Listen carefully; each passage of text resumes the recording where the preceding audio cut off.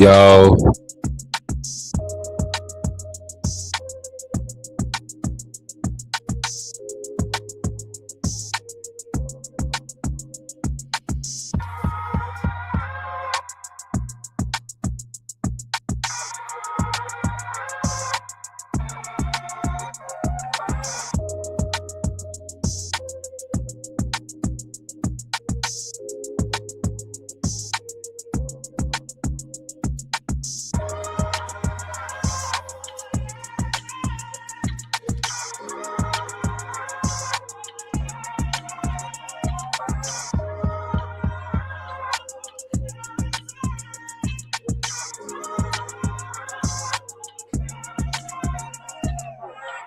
It's just different. Bang, bang, I shot you down, bang, bang. You hit the ground, bang, bang. I shot you down, bang, bang. You hit the ground, bang, bang. I shot you down, bang, bang. You hit the ground, bang, bang. That awful sound, bang, bang. I used to shoot you down.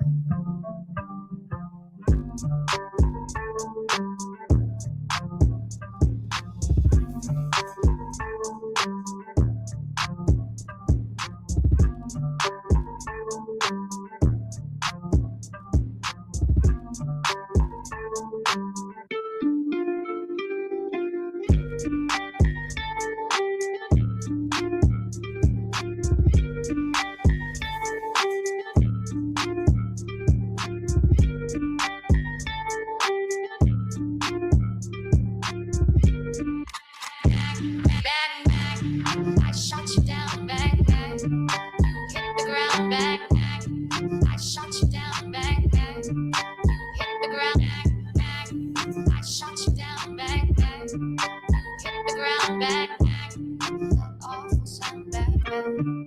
I used to shoot you down.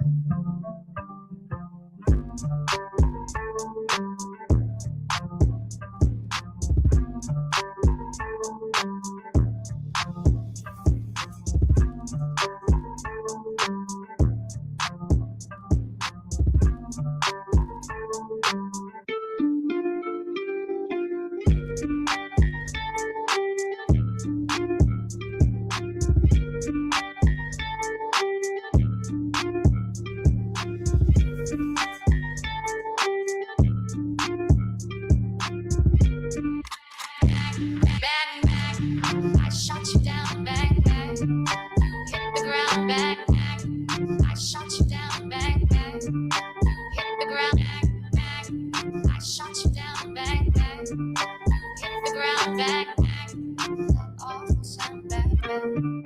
I used to shoot you down.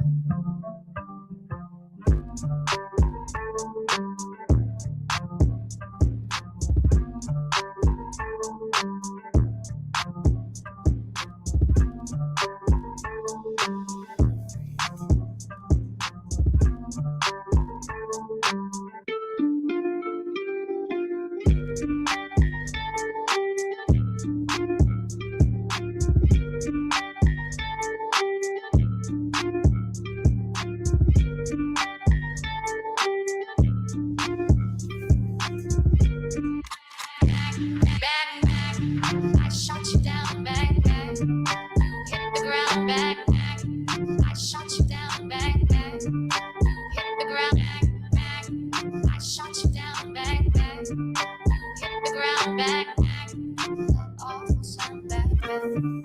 I used to shoot you. Now he's gone, I don't know why. Until this day, sometimes I cry. He didn't even say goodbye. He didn't take the time to lie, bang, bang.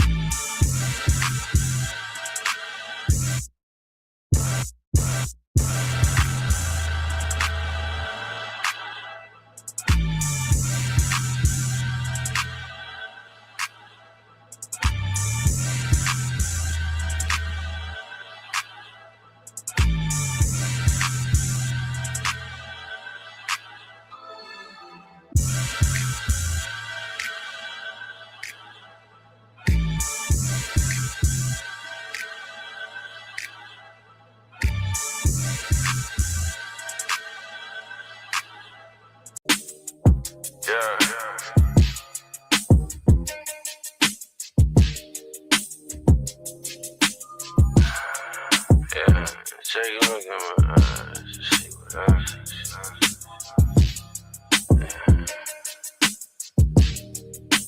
My life.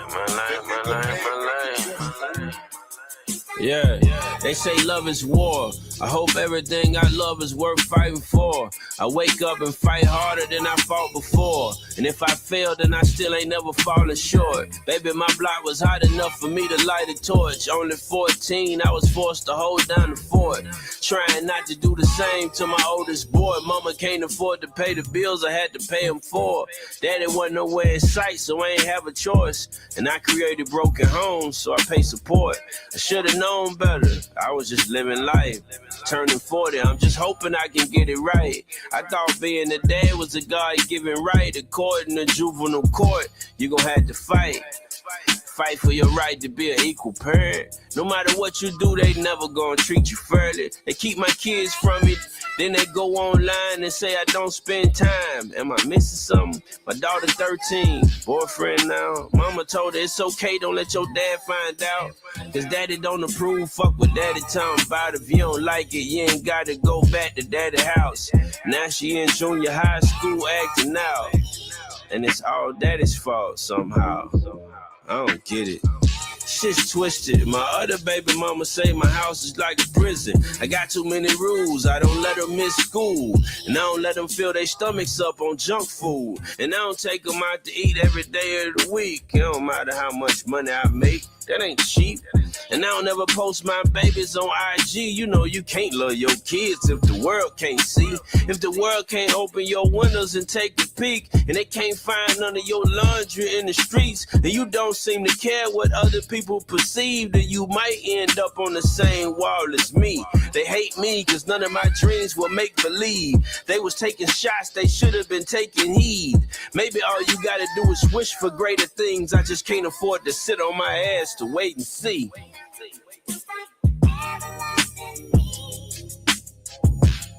Long little pill.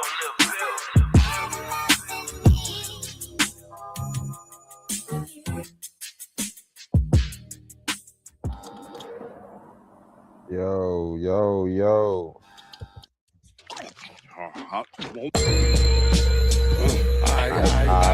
These are the real Sopranos. Nigga be in my head talking dumb shit. I'm like,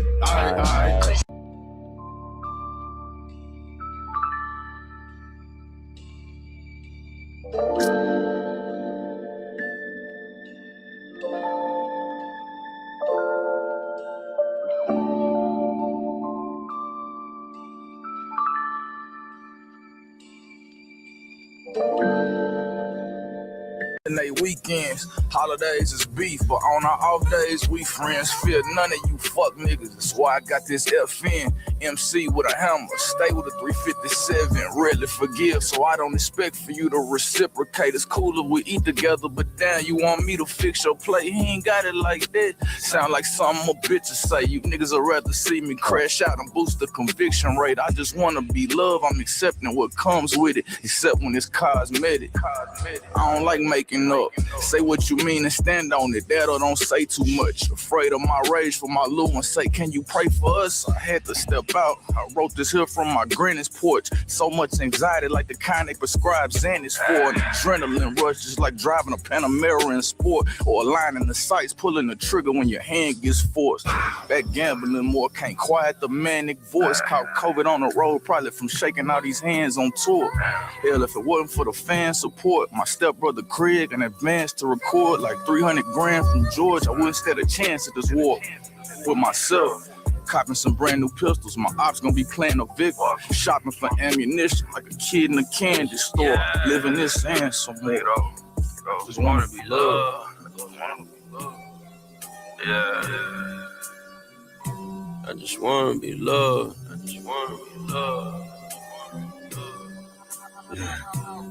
just wanna be loved. Or maybe just hate me less. Ain't like the hate you give gon' mean I'ma making it less. Remaining a stand-up guy, at least till they lay me to rest. Make sure the check don't bounce whenever you pay me respect. Niggas don't want you to eat if they don't make money with you. Life like a comic book, every day is a different issue. I grind all day, you keep me up all night. I'm checking out my hotel, I'm checking in for a flight. You got no seat at this table, you ain't put in for a slice. I dare you reach for a plate, you gon' be in for a fight. My nigga, it's on sight. Must protect thy bread. And if I ain't getting money, you getting left on red. Yeah. They throwing shade at me, I just keep shining through. Yeah, you know pressure bust pipes and make diamonds too. All about the Benjamins, I'm puffy in that shiny suit. I almost went back to sacking up again a time or two. Block is hot, it's time to move. This rap shit is kinda cool. Now I can't afford it, might put all my kids in private school. Leaving out of Neiman's fly enough to start a pilot school. Making sure we all eat. Meet me in the dining room, and I'm pulling strings like I'm tying shoes. Buying shoes a week early. Whip the Stingray like I'm Steve Irwin. We just want to ball out. Time to get the cleats dirty, but we gon' have to hurry. I pick my kids up at 3:30. Yeah. Long live Bill. I just wanna be loved. Just wanna be loved. I just wanna be loved.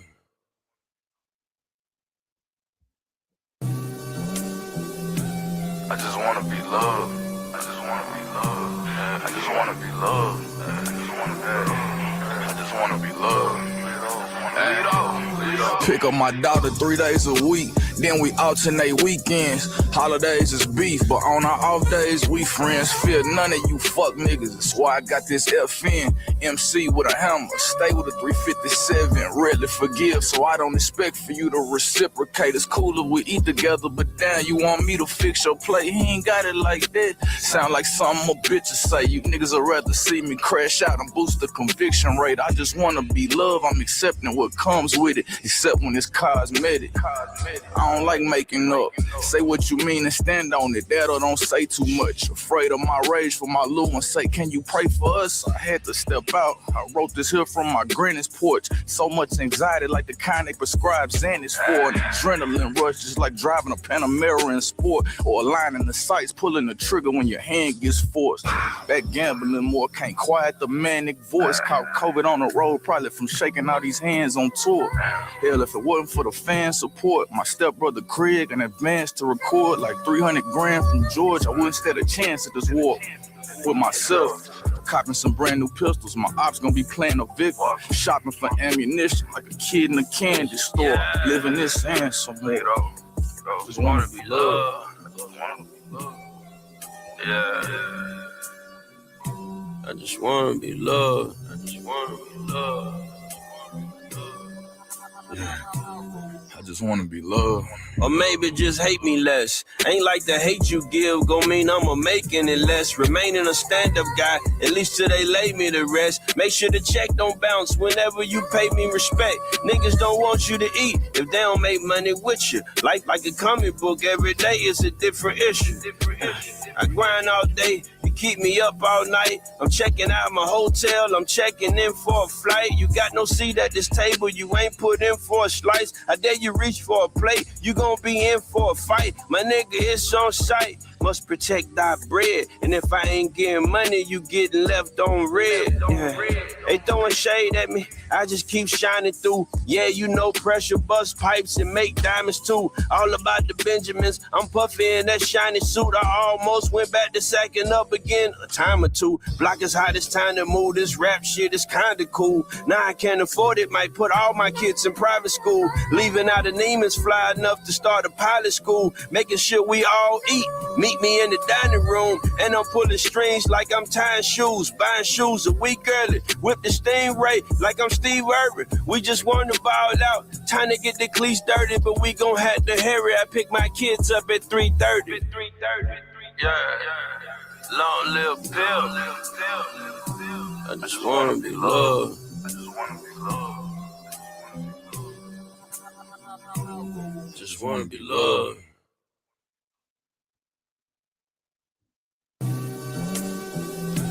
I just wanna be loved. I just wanna be loved.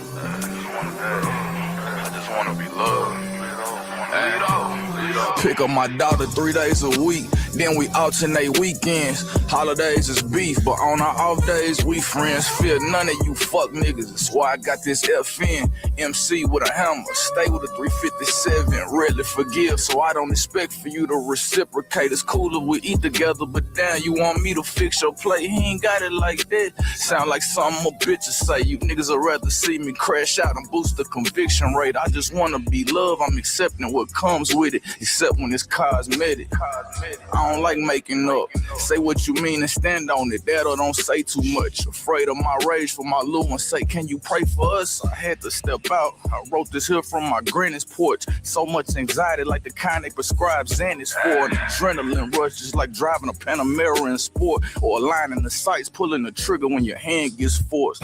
That gambling more can't quiet the manic voice. Caught COVID on the road, probably from shaking all these hands on tour. Hell, if it wasn't for the fan support, my stepbrother Craig and advanced to record like 300 grand from George, I wouldn't stand a chance at this war with myself. Copping some brand new pistols, my ops gonna be playing a victim. Shopping for ammunition like a kid in a candy store. Living this sand somewhere. Just wanna be loved. Just want to be loved. That's what the brother said. We in the building, man. You know, I always want to thank everybody for coming out on this special day. It's always a special day when you get a chance to get in the building on this free fry, right? And I always think it's interesting. This is not the only year that I did this.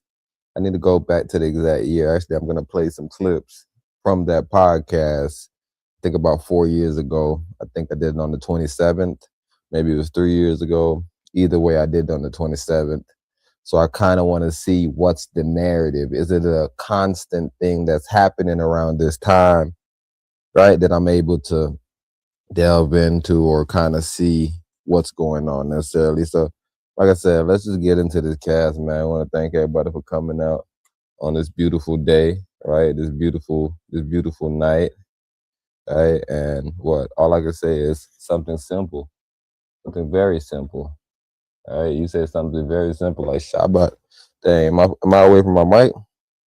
My bad, y'all. But yeah, Shabbat Shalom, man. We in the building. We're gonna start with something very simple.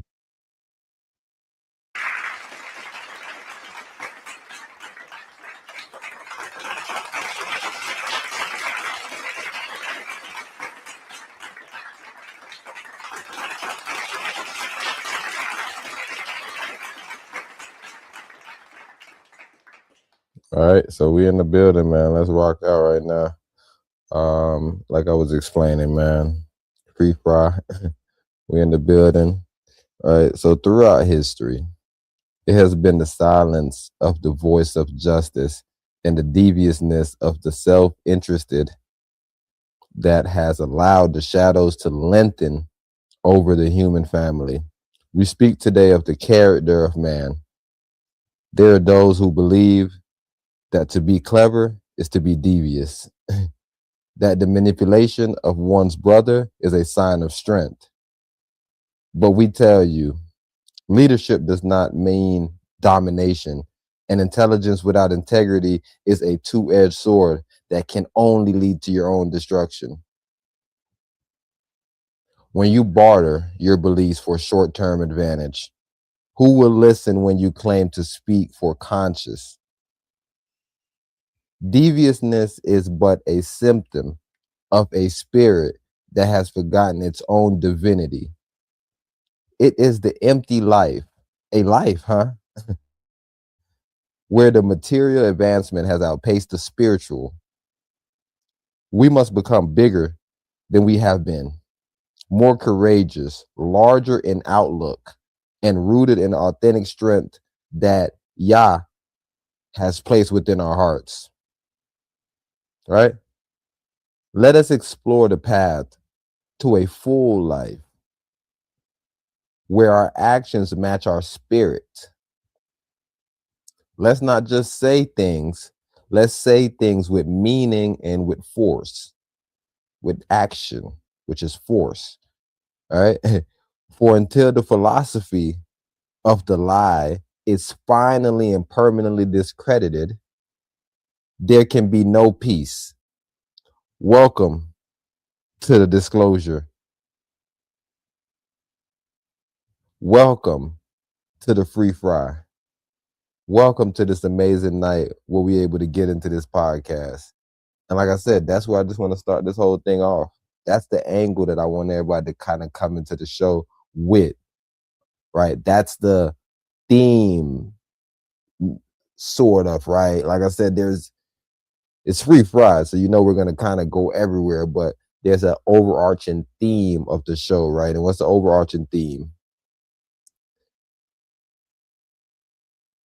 Deviousness. All right. And what's the concept behind that? The more you're silent on stuff like that, the more that the righteous or the just are silent on stuff like that, those things are spread. They spread far and wide up over the family. Right. So now it spreads to your youth, it spreads to this, it spreads to that, it spreads to your business, it spreads to everything that you have going on. Deviousness. And if you don't speak up, meaning if the just don't speak up, that shadow continues to grow. It's not only bad for the person without any justice. It's not only bad for the person with justice that has to fight against the person without any justice. It's bad for the human race, right? Until these lies and these certain things are broken down, we will never be able to advance as a human race. If you say something with your hand behind your back, and I think there's a possibility you got a knife in your hand, I may say something and it's a possibility I got a gun in my hand. He may say something, it's possibly he has a bomb in his hand. At what point is somebody going to say something and show their hand and be honest? Or at what point the person that's standing behind all of these people going to say, hey, he has a gun, right? How do we consistently feed into these negative pathways? What is the pathways that we're taking that's bringing us down these paths of negativity? What is negativity, you may ask? Deviousness, right? That's, if you go to the Bible in complete honesty, this is the first law all throughout the book. Deviousness. That's how Cain, quote unquote, ended up in the position that he ended up in. That's how Adam and Eve ended up in the position that Adam and Eve ended up in. All throughout the book, there's this constant concept of deviousness, whether it be Sodom and Gomorrah, or whether it just be something as simple as you going to pick some fruits, but you know those wasn't the best ones, and you presented it as the best one. If you go pick some fruit and you generally don't know what's the best one, you're not being devious. You just don't know what you're talking about. You're almost, I don't want to say you're ignorant because you're not ignoring anything at the moment. You're dumb. You're a dumb pop. You don't know anything, right? But once you gain knowledge and somebody say, okay, you see those right there, those are not weeds. Those are just little pieces of grass you picking up for no fucking reason. When somebody say they taking weeds out, they taking these out. Oh, that take 2 seconds. That would take 2 seconds for me to take out these. I was taking out smaller grass. So do you understand what deviousness is? It's not even about you doing less work. It's not even about you doing more work. Either way, you could be being devious. Less work or more work. That's just the point I'm trying to show you. You could be doing so much work, toiling and toiling and toiling. But if you know what was the right way to do it, then you're being devious. You could do so little work, no toiling. But if you knew the right way to do it and you chose to do it the wrong way and you presented yourself as doing it the right way, that's devious. If you come and you're like, yo, I did not do this the right way, then we can judge you based on fairness. Okay, well, you messed up on this. Well, we probably can't put you in this position because you're not able to keep whatever standard you may need to be able to complete a mission. right? But that doesn't put a stain on you. It doesn't put a scarlet letter on you. It doesn't put a marking on you where, as when it comes into deviousness, right? Meaning that you're doing something knowing what you did wasn't right, but you're playing a game as if it's right. So you're not addressing the problem. You're circumnavigating the problem and you're going wherever you want to go with the situation. So instead of actually addressing the situation and this person able to help you get out of your devious ways, you're now using your devious ways to cause division, right? You're using your devious ways, very divisive, to cause divisions amongst the demographic of dummies. Oh, my bad, y'all. See, I was having a serious conversation with y'all, but I said we on free fry. I wanted to thank everybody for coming through. But this open monologue for sure. I want y'all to make sure y'all listen to this part. Right. Like I said, there's always joke. I don't want it to be too heavy hearted, right? I want you to be able to, think, laugh, enjoy yourself. But if it's all about enjoyment, then we're not enjoying anything. Right? The reason why enjoyment means something is because there's a moment of quote unquote sadness. There's a moment of somberness in comparison to this moment of giddiness. Right? So we have to make sure that there's justice. What does justice represent? Justice represents balance. It represents the good and the evil. I won't look at his evil and judge his evil so bad that it weighs down all the good of the situation. No, I need to figure him out. So he did one evil, he did one good. Okay. Then one evil, one good. Okay, and then one good one. No evil? Okay, so that's three goods. And he did another evil? Yeah, he did one more. Okay, but he got 600 goods now. Okay, is the one that he just did connected to the other two that he just did? Like, not just did, but the other two that was previously on his situation? Yeah, it seemed like he's been consistently doing this one right here. Okay, well, I will charge him as if it's the same crime as the first two and it was the third one together. Like as if he did them in the same time, basically. If it's something different,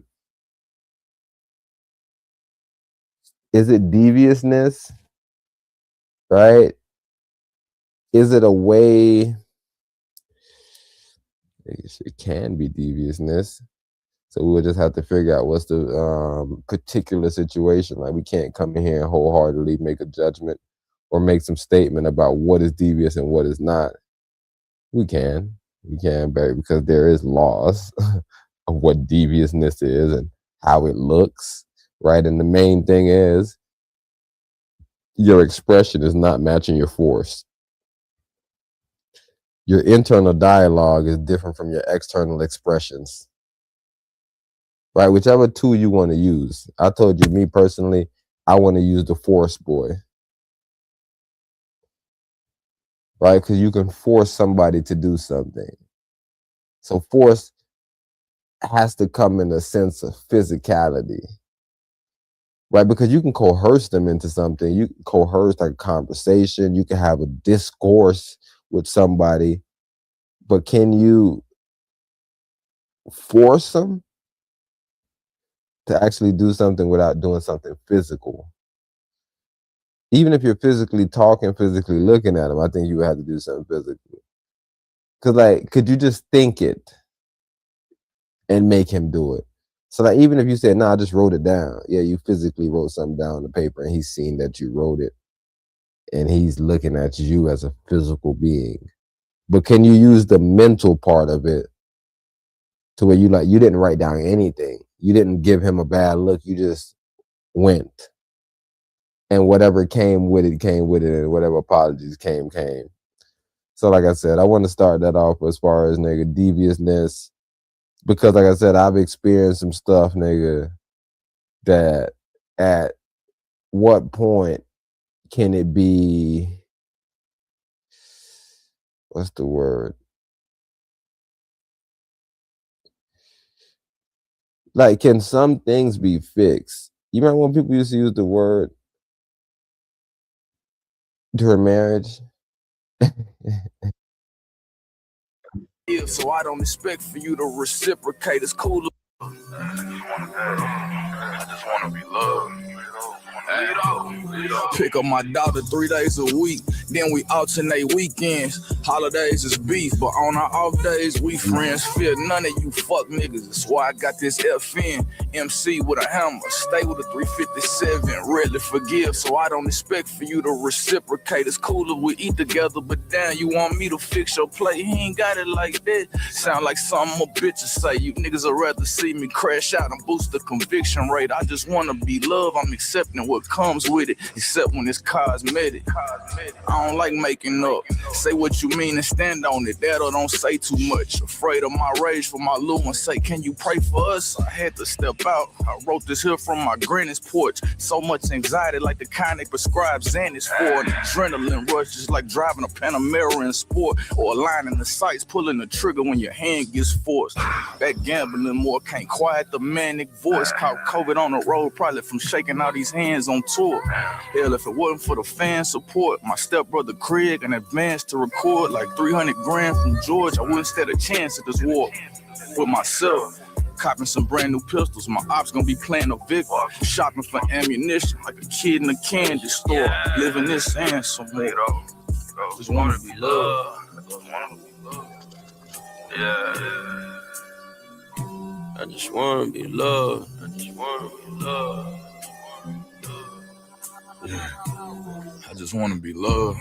Or maybe just hate me less. Ain't like the hate you give gon' mean I'ma making it less. Remaining a stand-up guy, at least till they lay me to rest. Make sure the check don't bounce whenever you pay me respect. Niggas don't want you to eat if they don't make money with you. Life like a comic book, every day is a different issue. I grind all day, you keep me up all night. I'm checking out my hotel, I'm checking in for a flight. You got no seat at this table, you ain't put in for a slice. I dare you reach for a plate, you gon' be in for a fight. My nigga, it's on sight. Must protect thy bread, and if I ain't getting money, you getting left on red. Yeah. They throwing shade at me, I just keep shining through. Yeah, you know pressure bust pipes and make diamonds too. All about the Benjamins, I'm puffy in that shiny suit. I almost went back to sacking up again a time or two. Block is hot, it's time to move. This rap shit is kinda cool. Now I can't afford it, might put all my kids in private school. Leaving out of Neiman's, fly enough to start a pilot school. Making sure we all eat. Meet me in the dining room, and I'm pulling strings like I'm tying shoes. Buying shoes a week early. Whip the Stingray like I'm Steve Irwin. We just want to ball out. Time to get the cleats dirty, but we gon' have to hurry. I pick my kids up at 3:30. Yeah. Long. Right. What is the point of any of this? What is the point of life? What is the point of all of this? Right? The point of it is just dignity. A man who speaks with a double tongue must keep two ledgers in his mind. What does that mean, you may ask? Simple. You got to keep track of both speak. You may speak against this, but then now you got to speak against that. And then at some point, you got to understand that you're not being honest, right? Right? There's no peace. Because always you're going to be a fugitive of your previous speech. Every speech keeps you hostage to another speech. Right? Instead of truth being the underlying belief where you're just going to say the honest truth when the truth is needed in every situation. You're not in a situation where you're deciding, yo, should I tell the truth right now or should I dictate how I deliver the message? That's not what you're here for. Right? And that's where it gets tricky. But like I said, let's just get into this situation. I'm going to play this video right here just to see what this has to do with anything. If this get into some deviousness, I'm going to run this clip really fast. 11 new documents are now shedding more light on the death of a teenager from Titusville. I'm Summer Knowles. I'm Jesse Pagan. Anna Kepner was found dead under the bed of a cruise ship last month. West 2's Tony Atkins is live tonight with new documents detailing text conversations following her death. Tony, a lot of discussion about Anna's stepbrother, who was called the suspect in divorce court papers. Yeah, Jesse. So these messages, they went out between Anna's stepmother, Chantel Kepner, and Chantel's ex-husband, Thomas Hudson. The two together, they are the parents of Anna's stepbrother, and they wanted him to know that he was loved, and they were hoping to keep things under wraps for as long as possible. New court documents are shedding more light on moments following the mysterious death of 18-year-old Anna Kepner. The teen's body was found asphyxiated under a bed on a cruise ship on November 7th. We got a hold of these court documents through a child custody dispute between Kepner's stepmother, Chantel Hudson Kepner, and her ex-husband, Thomas Hudson. The two divorced, and parents of the 16-year-old stepbrother being called a suspect in divorce court documents. Records show Chantel messaged her ex-husband the day after Anna's death saying, quote, "I need you to call me ASAP," adding, "It's an emergency." Hudson responding, asking if he could pick up one of their children to get them away from the situation. Chantel declines but says they will come up with a way to tell their other two children at some point in the future. On November 9th, Chantel texts Thomas saying, quote, "She spoke with their son for under 2 minutes and he kept repeating he couldn't remember anything." Thomas responding in part saying, "I want him to know that he isn't dead to everyone, regardless of everything at the moment." The 16-year-old stepbrother, who we aren't naming because of his age, is now staying with another relative. As of right now, he's not coming back to the home. And as of right now, no one has been formally charged in connection to Anna's death. I'm covering Brevard County Live tonight. Tony Atkins, West.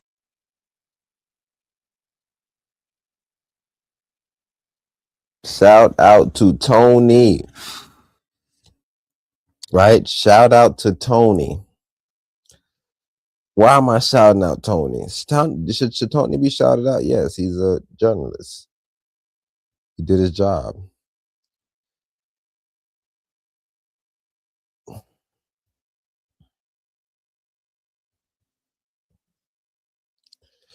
Shout out to Tony because he did his job.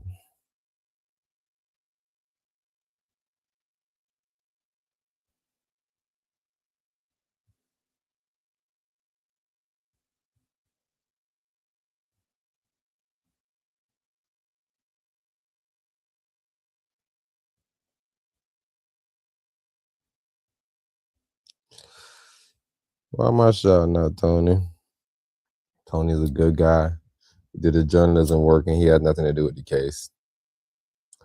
But now let's get into the case. What are we talking about tonight?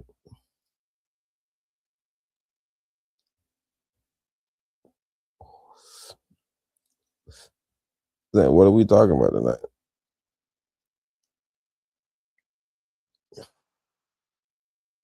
I just want us to keep it in track that we're talking about somebody being devious. All right?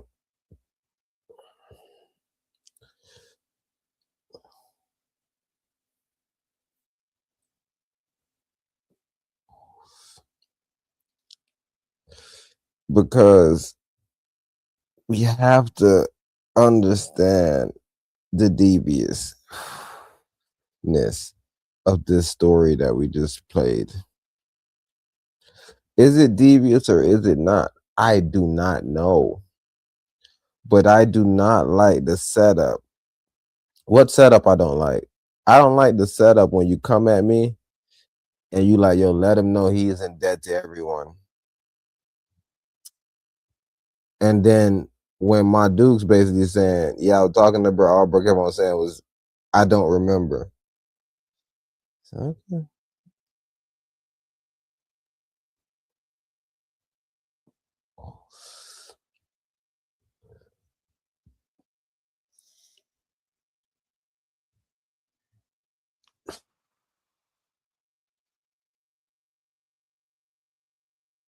Right? Just think about the deviousness in this situation. We need more details. We're going to wait on more details. So we're not going to go as harshly as we need to go at the very moment. right? Just to be wise and just to make sure that we keep things fair, because you actually don't know what's going on. But we must now turn our hearts to a cold and bitter sea. Huh? They're in the middle of it, right? What could have happened? Now, say you speculate. I wouldn't speculate. I wouldn't even speculate necessarily yet, right? Right, but it's a youth. 16, they say. Name has got to be kept by child of a divorced family. Right? So you got all these different things. He's a son of promise. But what happened is he goes on a cruise, him and his stepsister, and his stepsister doesn't come back.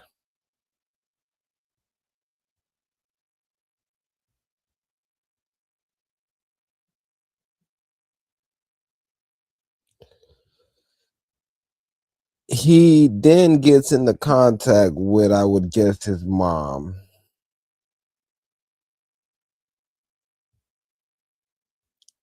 Why would I contact my mom? Well, like I said, we have to keep things into perspective and keep things very stern, very sharp, and as heavy as we need to keep it, bro. But based on the scripture, we can say this is patriarchal. We can say it's come from the white man. I am not gonna get into weird debates, because until one skin color is no more important than a nigga's eye color, or is one skin color no more important than a nigga balls color, right? We're not going to be able to get over no situation, because every time we get into a situation, there's going to be a stoppage or a blockage in the situation, right? There's going to be more deviousness. You know what you're doing, right? You're trying to take me off my path, but just check me out. He contacts people. I ain't mad. I've been in thousands of situations. And thousands, of course, I'm exaggerating the number. Of course, I'm going a little higher on the number because I want you to feel the gravity. But just peep me. I've been in a situation where I knew I wasn't doing anything wrong, and I knew it possibly wasn't anything gonna happen necessarily, but I always make sure I reach out to somebody on the device.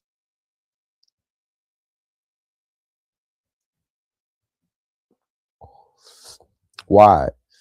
It'll be better if I had a dash cam, which I do. It'll be better if I was recording a voice note, which I usually do.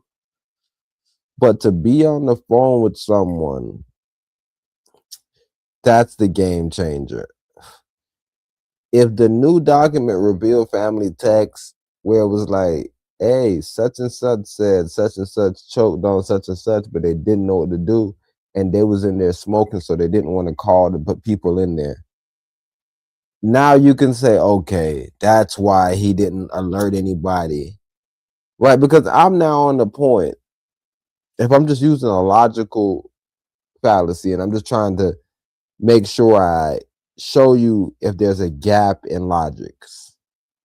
So if you tell me, yo, somebody jumped off the ship, and I'm like, why he did that? And you say, we don't know, he was trying to go swimming. That's not really illogical. You feel me? You're missing parts of the story. That doesn't add up logically. Because someone with logics wouldn't go in the middle of the fucking sea or the ocean, nigga, and think that there's a grand idea just to jump ship. Right? When you do something like that, you either committed a crime and you think something worse is going to happen to you and you don't want to face those, or you're not in your right mind.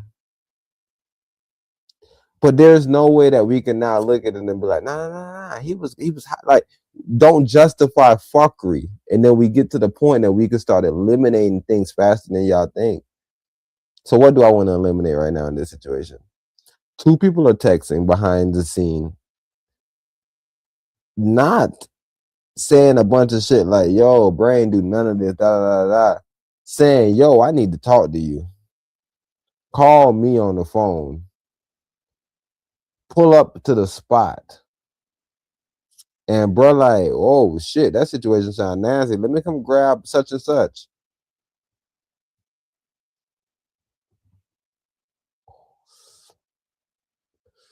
So now what can we surmise from the story, as some people would say? What can be surmised from this story? Let me tell you.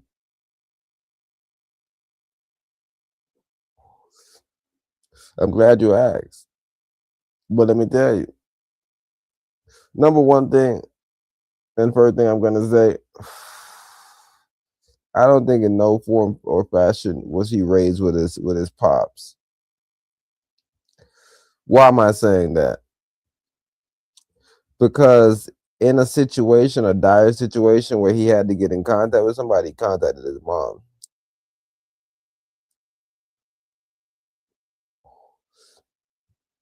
Mom contacted pops. So what that would mean to me is that the youth was living at mom's spot.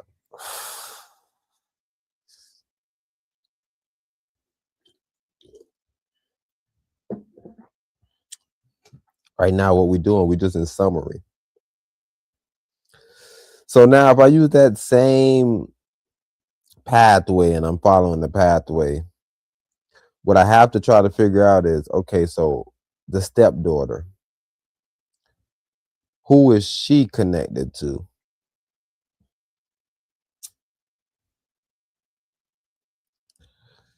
Well, in theory,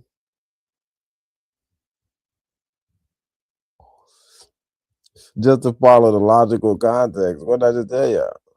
The son is staying with the mom, and the son and the sister go on a trip together. Right? What I'm doing tonight is a psychology class. Also, I don't know if you know that, but I'm a psychologist on the planet, but that's neither here nor there.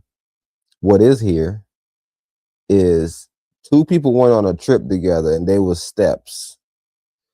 Meaning necessarily they're not from the same parents. The parents divorce, dad over here, son gets into a situation called mom. Mom hits Pops up, I need to talk to you ASAP. Pops hits them back and say, yo, let me come grab two of my good youths.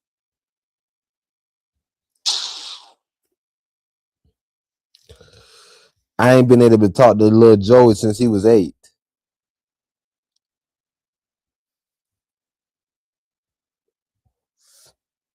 I have not a thing to say to little Joey. I haven't talked to little Joey since he was 8. What do you want me to possibly say to little Joey? Nothing, right? So he's not even worrying about even getting into no back and forth with little Joey. So he just like, yo, let me just come grab two of my youths. You got two of my youths over there? Let me come grab two of them. She said no.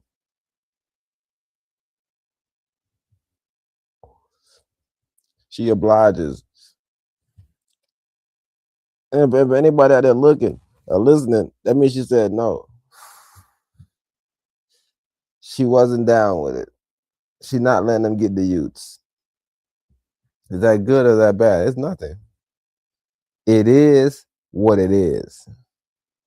But what is it?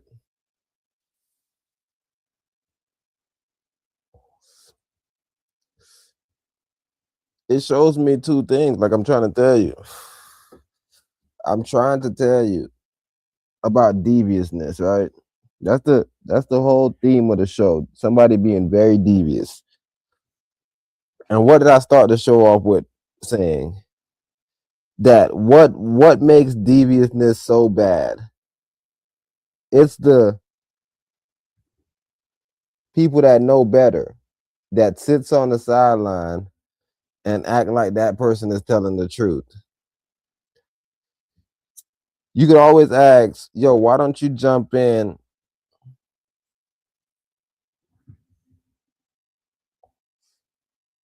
and add a little sense to what's going on? Why don't you add a little context to what's necessarily going on?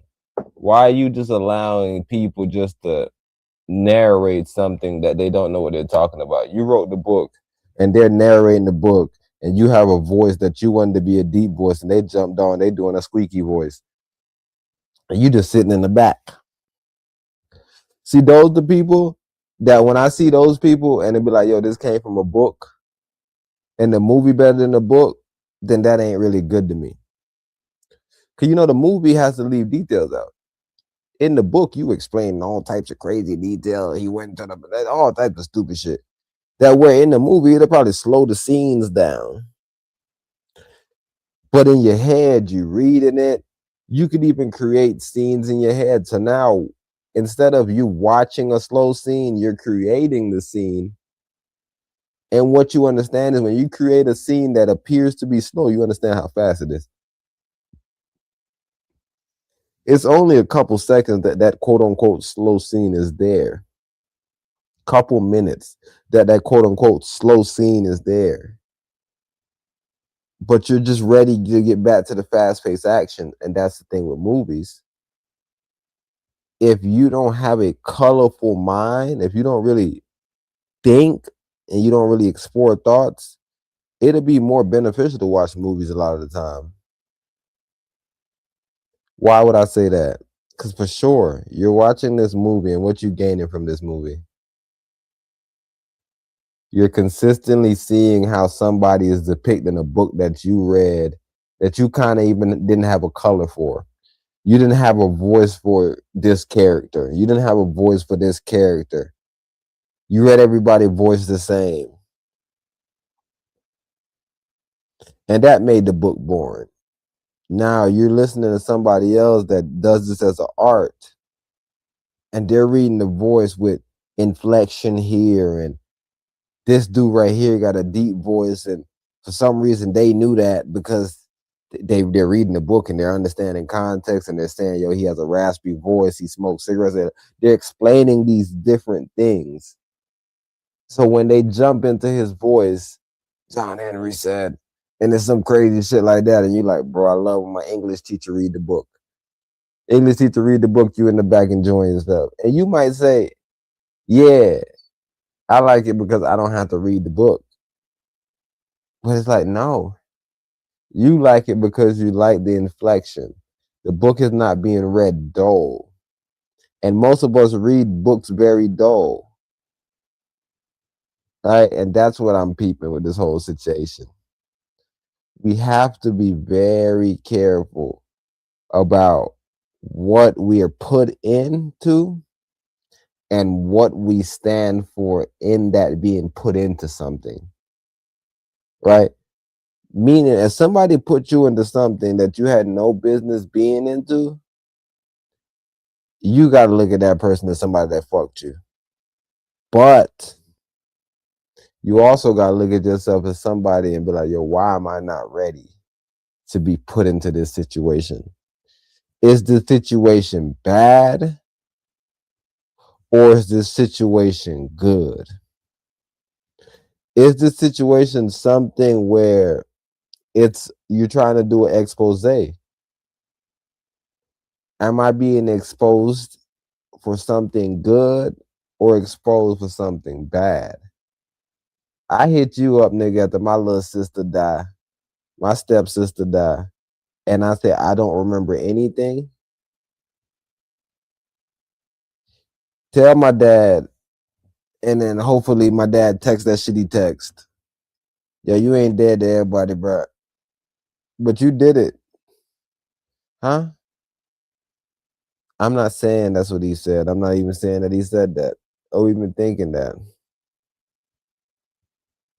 But I have to ask. Why must I ask? I have to ask. What do you mean you don't remember?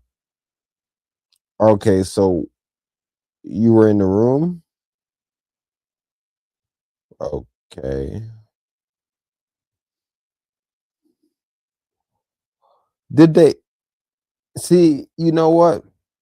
I don't even want to comment anymore because I would be doing myself a disservice. Why am I saying I'm doing myself a disservice? Because I need to figure out what is the backstory? Meaning, did she die and did he go run and get somebody? Why is they saying that she was found? Like he had Was found dead under the bed of a cruise ship last month. like under the bed. Found Teenager dead. from Titusville out of Summer Knolls. I'm Jesse Pagan. Anna Kepner was found dead under the bed of a cruise ship last month. Les News' Tony Atkins is live tonight with new documents detailing text conversations following her death. Tony, a lot of discussion about Anna's stepbrother, who was called a suspect in divorce court papers. Yeah, Jesse. So these messages, they went out between Anna's stepmother, Chantel Kepner, and Chantel's ex-husband, Thomas Hudson. The two together, they are the parents of Anna's stepbrother, and they wanted him to know that he was loved, and they were hoping to keep things under wraps for as long as possible. New court documents. Even with that, I didn't hear them say that. I didn't see where they say, "Yo, we hope." Shedding more light on moments following the mysterious death So you know what I'm of gonna do? I'm 18-year-old gonna Anna find Kepner. The the teen's body document. was found asphyxiated under a bed on a cruise ship on November 7th.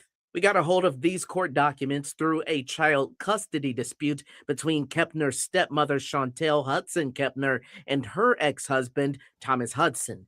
The two divorced, and parents of the 16-year-old stepbrother being called a suspect in divorce court documents. Records show Chantel messaged her ex-husband the day after Anna's death saying, quote, "I need you to call me ASAP," adding, "It's an emergency."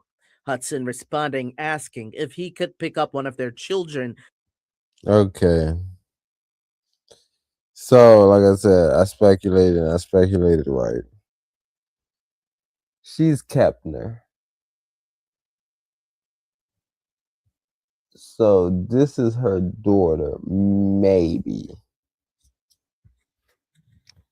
Because this daughter is roughly the same age as that boy. So that would also lead me to further speculate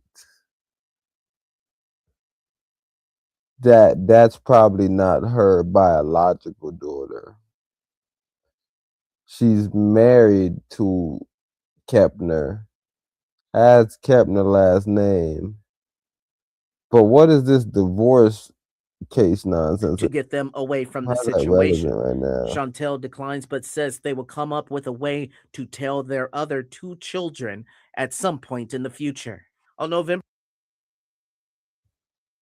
9th, Chantel texts Thomas saying, quote, she spoke with their son for under 2 minutes and he kept repeating he couldn't remember anything. Thomas responding in part saying, I want him to know that he isn't dead to everyone, regardless of everything at the moment. The 16-year-old stepbrother, who we aren't naming because of his age, is now staying with another relative. As of right now, he's not coming back to the home.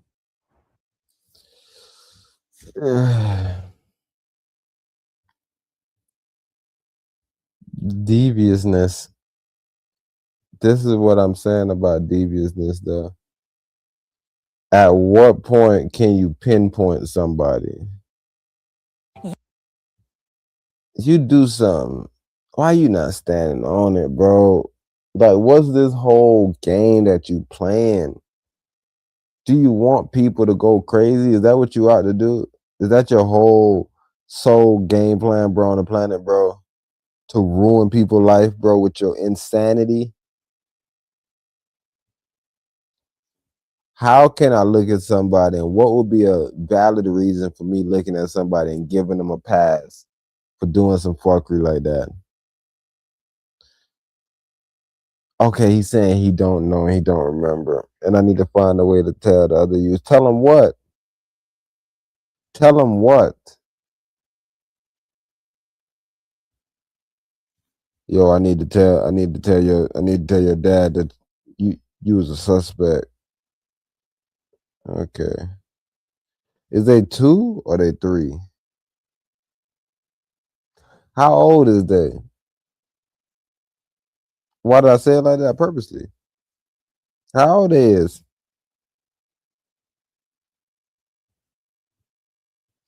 Why do I need to know that? Because Yeah, what, all right, look, let's get back to psychology. Let's use our logics. Let's use this whole logical situation. And whenever we have a gap in logics, we have to stop. I call you, I didn't do anything bad. It's an emergency. You hit pops up, nothing wrong with that. Now you saying that I keep on saying I don't remember, I don't remember, I don't remember. That's already bad for you. If you watch any fucking movie in your life, matter of fact, let's run that back. Someone is found asphyxiated in a room that you and another person was with. I would only imagine. This is your stepsister. More than likely, y'all young. Y'all probably went into this John together.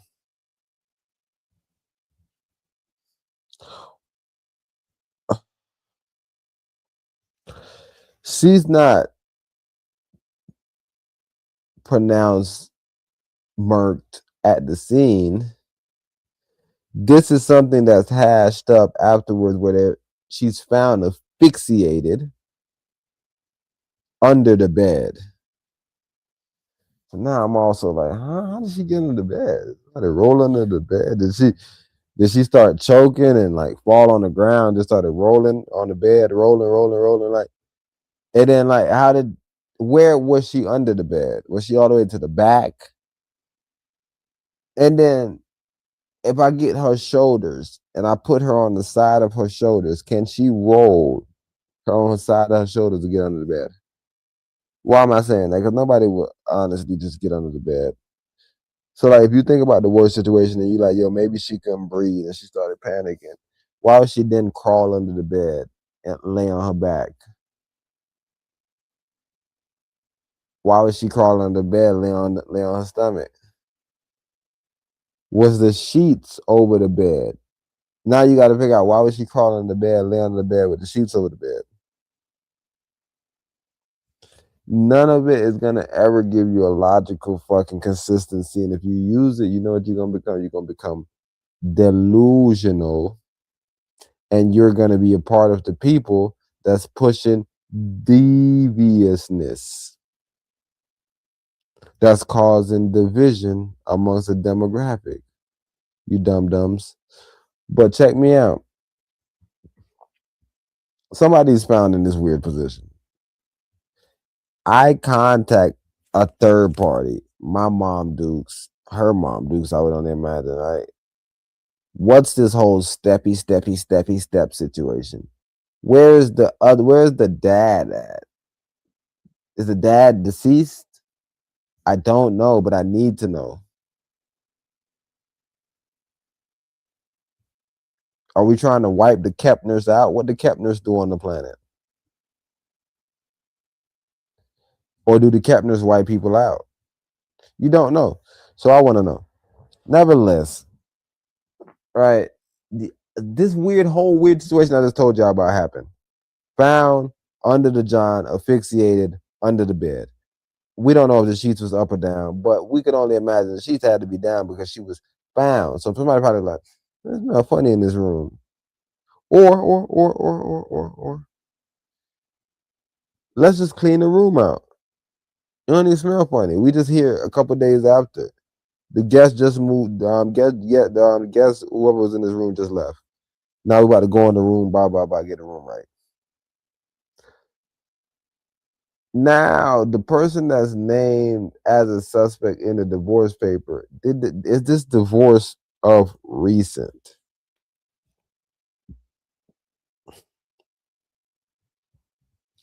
And it can't be because they keep on saying ex-husband. And then when she hit him up, he was like, yo, let me come get the other two youths. Now, if this your husband, he probably would have been like, okay, I'm going to come take the blah, blah. I'm going to take the kids to my sisters, my moms, my fucking grandpas. Papa, I'm going to take the kids somewhere, baby. Don't worry about it.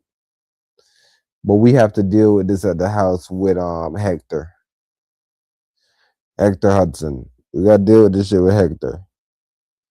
Because for some reason, Kepner been murked. And I want to figure out if he has something to do with it. He's saying he don't remember. What does he remember? Because he could only tell something like that to a beautiful young lady. You can't sell people out. You just got to know that some people are in the wrong spot. So, like, yeah, you might be like, yeah, she ain't really asked no good question. You're not here to judge that. She's not supposed to ask questions. Right? But if he would have called Pops, and I would have been like, because I would have got mad. Like, if he would have said, I don't remember 3 times, I would have got mad. Why would I have got mad? For 2 reasons. I know you should. I know you should. What do I mean someone is should? He is like saying, yo, he's been canned. Like you said, somebody canned somebody, they mean they fired them or something. But when I say somebody been shooed, that's a shoey. That's somebody take your shoe off, pour some beer in your shoe, and drink beer out of your shoe.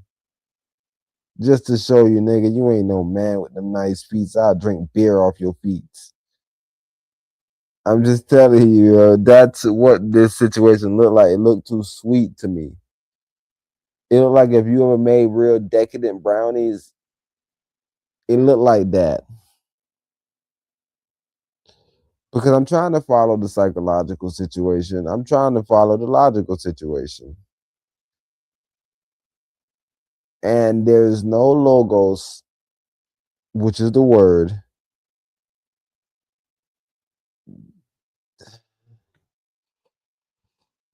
Logos, bro. No logos. How can somebody call you, bro? Somebody just passed. It was found fixated under a bed. Did he contact him on the cruise? He had to because he wasn't home yet.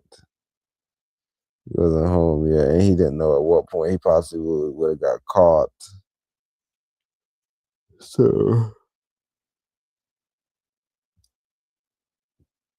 and then the fact that he thought it was okay to call me and tell me about the situation. That's how I know he was living with his mom. But I'm also thinking that's how he know who his mom. Because, bro, you cannot tell me I don't know 3 times in a row, bro. You might have well said Beetlejuice, Beetlejuice, Beetlejuice, nigga. And I'm just popping up. You might have hit me with the Bloody Mary 3 times. You got to do something, bro, if you're going to do one of those, bro. Because, bro, your life is in the ballots right now. The bullet or the ballot, bro. And you call the damn device.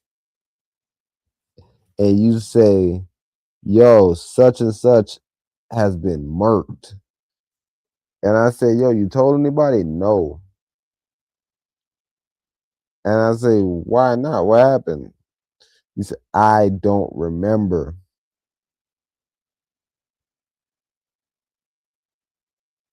Okay, he ain't never watched no movies. He's Gen Z. He's 16 years old, so you know he's young.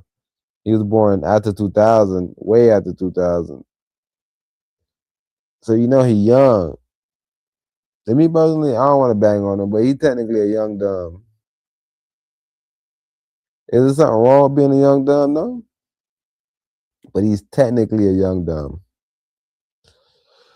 Because, first of all, he calls me, put me in a bad situation, tells me he doesn't know. Now I'm mad. Now I'm screaming at him. But he honestly probably didn't do it. So now, am I screaming at him because I think he did it? No, because I might really believe him. Say I'm his parent and I know him.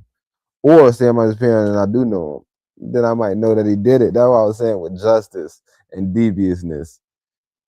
If people was fair, bro, we wouldn't have to even worry about none of this shit. Somebody, his parents simply be like, no, that's who he was. He was a bad kid, bro. I could see him doing that.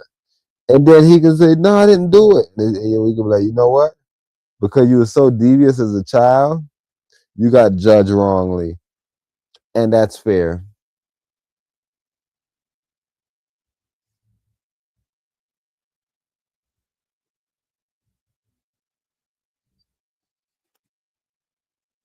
You have heard us talk a lot about Flock here on 9 News. They're known for their cameras used by law enforcement to track drivers and But it's locations. fair, bro. But the company also makes You a lot. called and you talking about you don't know, and I know you as a child.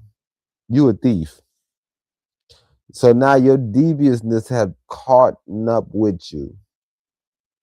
Your deviousness was on your heel, now I'm tied up with you, and now is 3 feet ahead of you. When I say 3 feet, I'm just talking about his actual feet. He's not 3 feet away from you, but he like 3. He took 3 steps. So like he like bam, bam, bam, and you ain't take your step yet. So he caught up to you, and then took 3 steps past you before you took even 1 step. So he's ahead of you right now. Piece of work. Line of cameras for the private sector, watching places and the people inside them. This week, links to streams of those cameras were plastered on the internet for anyone to see. Our Spencer Soicher found that includes some right here in Colorado. Like, I just couldn't believe what I was seeing. If there was a camera pointed at your children on the playground, live streaming it on the internet with the capability to rewind and look at what it captured, would you be happy? When I found that playground camera, it's like my stomach sank. That playground is in California, and the video was obtained and published by YouTuber and researcher Ben Jordan. He just partnered with a reporter at 404 Media to break a story. Links to streams of 67 Flock cameras nationwide, 5 labeled as in Colorado, and their last month's worth of footage posted on a website on the internet that requires no login. And these aren't just license plate reading cameras. They're Condor cams. They're kind of the newer cameras that Flock is making. Part of their design is to track people, to zoom in on them and follow them. One other camera on that list appears to be this one at a trailhead here in Douglas County, the Sandstone Ranch. Get that camera off of me. Here's video from this camera accessible on the internet without a login just this past week. Sandstone Ranch open space is managed by Douglas County, who has a contract with Flock. Every city and law enforcement agency needs to independently assess the security and the efficacy versus risk of these devices. Flock says it has since cut off the access to the stream links posted online. And in a tweet about it this morning, wrote My that, bad, quote, y'all. Let me put the visual transparency on and trust screen. Hold matter. on. They then went on to say it was a limited configuration issue affecting a small number of devices and that the company told affected customers. If you're depending on a for-profit tech startup to do that for you, they're just going to tell you what you want to hear. That's common sense. They're not going to tell you about all of the risks and problems. So a key question here, what did Douglas County know and when? Flock says that they alerted people about this that were affected by it. I reached out, Jenny, to Douglas County earlier this afternoon, just heard back a couple of seconds ago. They confirmed, yes, we were affected by this stream being posted on this page, and they're still working to figure out when and how it was accessed. There are cameras everywhere on all things. When I think of Flock for like license plate readers, those are very different than, say, my Ring camera on a house. Right. Where does this private sector part of Flock play in the middle of those two things? So they play in a couple different fields. They've got HOAs that they work with. They've got businesses. Lowe's and Home Depot have a lot of them. And then they have obviously the law enforcement aspect of this as well, working to see a little bit more of where these exact cameras, why would a trailhead have this? You know, I think that's an interesting part to this. Why does Douglas County have a camera that's not just monitoring license plates like we all thought? Interesting. Continued Flock coverage. You see these boys, they flocking around. Bunch of flockness. Nah, for real though. I want y'all to see the visuals. I got it muted down, but I just want y'all to see it.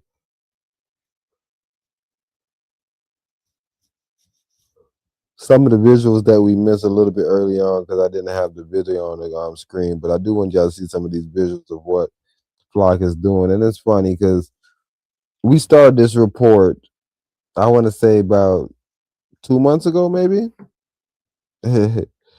And how it's drastically done picked up.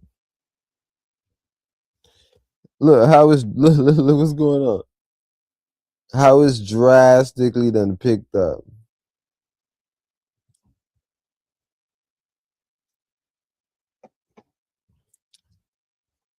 We were laughing, we were talking, we were saying, yo, blah, blah, blah. And they were saying, nah, what? They can't see nobody. They can't track nobody. I don't think they can track you nowhere. You ain't got no car. Why they gonna see you? And I'm like, uh-huh. So maybe y'all not listening to what the brother is putting down, but I'm picking it up. Right? Sometimes people got ears, but they don't hear. Sometimes people have eyes, but they don't see.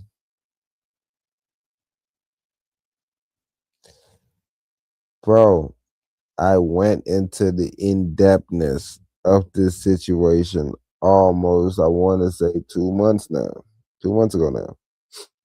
And I was caught up on how children go missing. And they were telling me that, yo, these John tracking license plates though. They're just gonna run your license plate, so they're not even gonna. So you didn't just hear bruh say that it's watching your every movement. It can watch you all the way from this camera and pass you off to the next group of cameras. The way they got it set up is AI tracking. It zooms in on you when you're standing there. Bro showed a video where bro was literally zoomed in on someone's what? Zoomed in on someone's phone screen. Somebody's on the phone doing some fathiness. He could be looking at some booty cheeks. We do not know. But what do we know? That we've gotten to the point that the deviousness and these things that's going on, they're telling us, no, that's not happening. Don't let your lying eyes fool you. Don't listen to your lying ears. You said you just heard it, right? They even have a whole concept, what is called hearsay. What does that mean? Yeah, you just heard something, so you said it. Yeah, technically. That's how the shit used to work back in the days. We done got so far down the fucking ladder, bro. We done got so devious and so wicked as humans that simple things that we used to say back in the days that used to be like Bible, it turned into hearsay. Because remember before, what it was heresy. And you didn't make it seem like hearsay. Why? Because it wasn't about hearsay back then. It was me saying that you was a witch. And then they tied that into me just hearing something and saying it. Right? So instead of being justified with me and being like, okay, what he's saying about hearsay right there, that makes sense. They turned it around on me and said, oh, bro, you saying heresy. That ain't nothing. Huh. Okay, so you don't remember the time that you were using heresy as something when I was calling you a witch or I was saying that. Yeah, that was just hearsay. Okay. So now at this point, when you hear somebody tell you something, you can no longer say it back to them. Why can't you say it back to them, people? Because we've gotten so devious. We've gotten so devious, yo, that we can't even get to the point where somebody could be like, no, I heard you say this earlier. And he said, oh, snap, I messed up. My bad. You will now go to war. I didn't say that.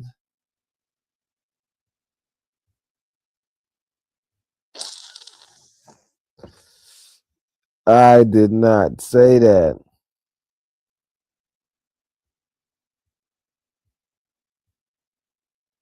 Okay. You didn't say that.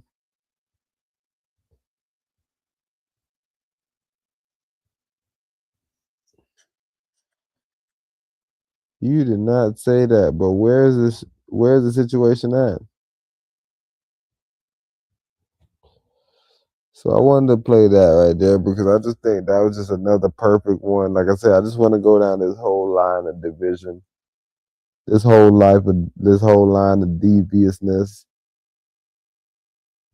because I'm trying to show you the detriment of it. Because when I came a month ago or so over ago and I was trying to just bring attention to it, we should have just been able to just jump into this and be like, dang, bro, that does make sense. Because he's saying that. And now we're putting it together and we're saying, oh, snap, if they can do that, imagine what they can do here. They can be able to do this, they can do this, they can do this. But because you were so caught up on saying whatever you believed, that's why they can use hearsay on me. Because you would just be theorizing about some bullshit. It's like, no, but he gave us all the details, though. Yeah, but I'm using the details like this. They lying. Those not real cameras. They can't see you. That's why they don't find nobody. They can't see you. So, okay. Okay. You feel me? That be my mindset. It's like, hold on. So you saying when shit hits you, what you don't do is use the new information to debunk the old information that you had before you had good information.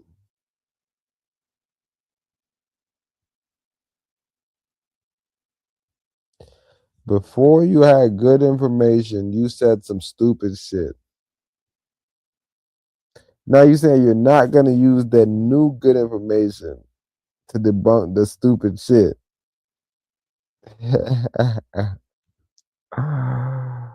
Oh, the deviousness, bro.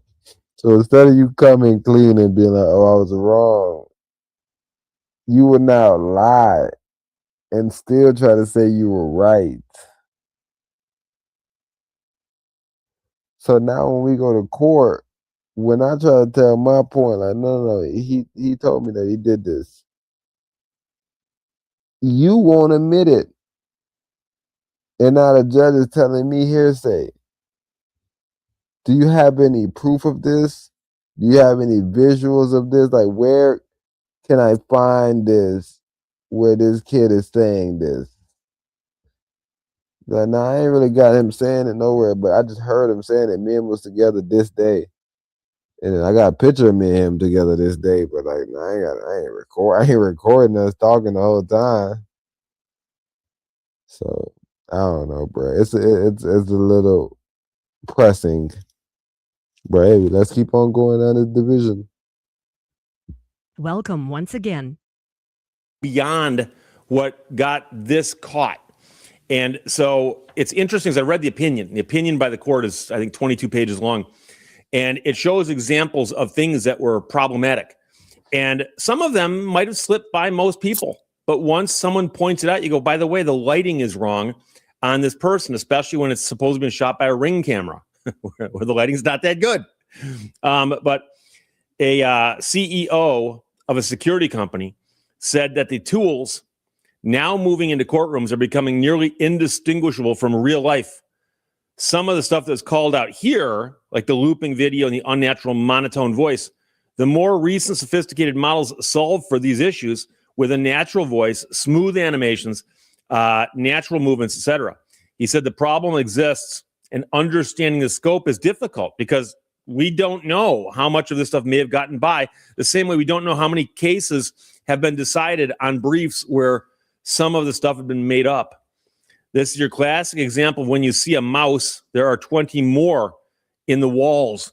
The system has no good way to find and identify these materials. Now, this man believes the California case was not the first time AI-generated evidence was used in a courtroom, just the first time it was caught. The system doesn't have a way to test for authenticity. It's almost a certainty that it has already happened elsewhere. And that's a thing, is that evidence gets introduced by parties, either their attorneys or they themselves, if they represent themselves. And the way that courts look at evidence is presuming that everybody's playing by the rules. And so a court looks at something as something admissible, and then if it's admissible, it gets admitted, and the jury is told, well, you can use it for what it's worth. And so now if somebody is submitting something that's literally been invented, obviously it shouldn't be admissible, but who's going to spot it? So the system doesn't have a way to test for authenticity. So for decades, video evidence has carried enormous weight in court, often treated as a gold standard because it shows events as they actually happened. And that assumption no longer holds. So, you know, like I've mentioned before, if you tell a jury in an opening statement, we have video of what happened, the jury is waiting to see that video. And if you play that video at the end of your presentation, like you put in a bunch of witnesses beforehand, the jury's going, where's the video? Where's the video? Because they assume that the video will show them exactly what happened. Sometimes video doesn't. Police officers can be wearing a body cam that's forward facing and something happens behind him. That can happen. But the point simply is that if you assume the video shows everything, you're assuming it's actually not been created in a laboratory, in effect. It's going to get harder and harder to trust evidence, and the volume of lawsuits is going to increase a tremendous amount. He argues the problem cannot be solved simply by scrutinizing videos more closely. It's going to be almost an impossible challenge to look at a video and know it's authentic. The systems are just getting so much better. Now, I'm assuming that somebody out there is going to try to develop a program that can spot this stuff, but then it becomes a spy versus spy. Instead, he said authentication will increasingly depend on where evidence came from, including source stamping, verified chain of custody, and in some cases, a return to in-person testimony. This is an existential moment for the legal profession, and it could go two ways, he said. Some judges are now publicly acknowledging the risks posed by generative AI and pushing for changes to how courts evaluate evidence. One judge in the D.C. Court of Appeals, who serves on a committee, oversees the district's local courts, said the issue cuts to whether people believe the legal process is fair. If you're in a trial court presenting a case and you're afraid as a litigant or as a party, maybe the other side is using evidence that's been altered by artificial intelligence. Does the judge know? Does the judge understand how this could impact my case? And by the way, this is also going to lead to the exact opposite, where someone's going to submit evidence that's real, and the other side's going to go, that's fake. Because if it's possible, someone's going to raise that. So this judge said courts have always had to guard against deception, but now the stakes have been raised. There have been attempts with no technology, with other technology has emerged in the past few decades. There's always been attempts to try to. People with ill will try to scam the system with fake exhibits and fake documents. What is different now, she said, is the quality and accessibility of the technology. I can tell you that in 34 years of practicing law, I've never had a client bring to me something and say, here, and present me with.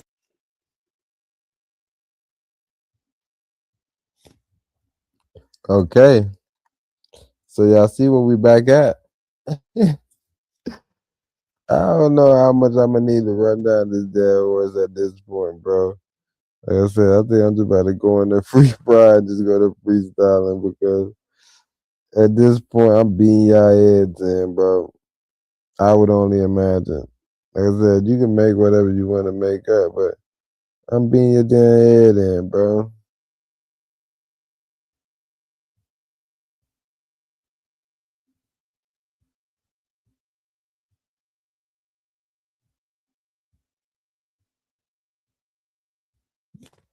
You love life, crab? You want a life, crab? Now, the human body is quietly sensing far more than what we ever thought. Think you've got 5 senses? Well, think again. Scientists now say that the truth about human perception is far stranger and far more complex. A new study claims that we may have at least about 30 senses ticking quietly inside us. Take a look. We see, hear, smell, taste, and touch. That's what we've always been told. Aristotle said it. Science textbooks repeated it. And we believed it. But now researchers say that simple story is wrong. Humans are sensory powerhouses wired with over 30 ways to feel the world. Your body doesn't just sense sound or light, it tracks pressure, temperature, balance, pain, hunger, thirst, and even your heartbeat. There's a sense that tells you where your limbs are without looking, that's proprioception. Another warns you when your blood sugar dips, that's interoception. Even your sense of ownership, knowing your hand is yours, is a sensory experience. Lose it, and the mind plays tricks so bizarre they defy explanation. Scientists says our daily lives are a symphony of signals. What you taste depends on what you smell. The sound of your own footsteps can change how heavy your body feels. The vestibular system keeps you upright as the world spins. There are sensors for oxygen levels, carbon dioxide buildup, inflammation, and even immune activity. Your body doesn't ask permission, it acts first. We are walking antennas, constantly scanning, calculating, and reacting to data points that are invisible to the naked eye. The Classic Five were just the opening act. The real show is happening deep within your synapses, where 30 different voices are screaming the truth about the world around you. You aren't just living, you are sensing on a level that borders on the supernatural.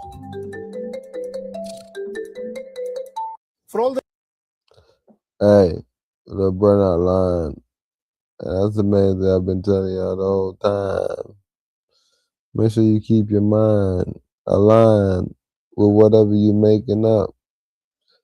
Because once you make some other shit up, then you're not playing by the divine, and you can be in trouble for a time.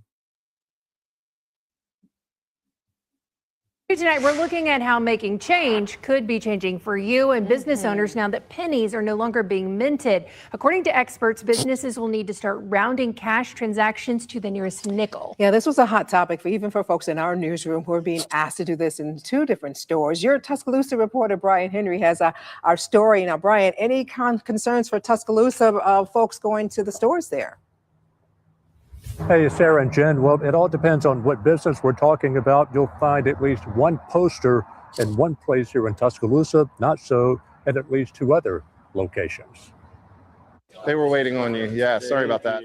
It's another day at Heritage House Coffee and Tea on McFarland. And I've got your coffee as well. Another busy day for operations manager Jonathan Thorne.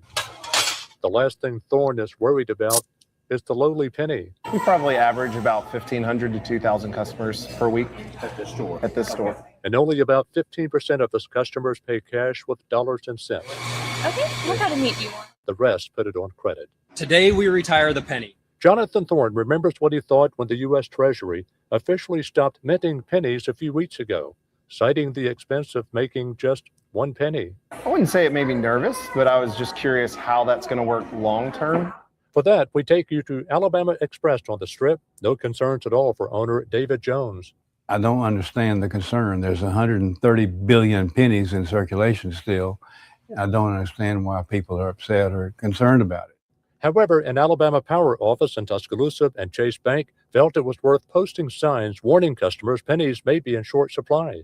Both Alabama Power and Chase declined to talk about it. I would assume that sign is coming for us as well as every other business in the country. I just don't know if that will be in months or years. But Jonathan Thorne and David Jones, it's business as usual. The credit card rules. Jones, for one, is noticing fewer customers are using cold, hard cash to buy their Crimson Tide gear. It runs about 10%, and it's getting a little bit less every year. 2 men gave their 2 cents on the penny matter, worth enough for them to leave it alone. Bag of coffee? And focus on their holiday sales. According to federal government leaders, producing just 1 penny would cost. Remember what I told y'all about being devious and what it does to the system. It erodes the whole system, bro. This man is not confused. It's 30 million, brother. What's the whole big deal? Is what brother's in like, yo, I don't know what that shit about. One brother, I don't know if that's gonna come in days, months, years. This is nonsensical, bro. I got so much pennies in my change box right now, I could swap a bro out.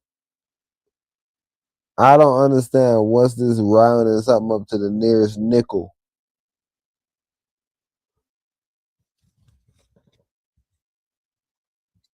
As a consumer, I'm trying to figure out a way to get over it.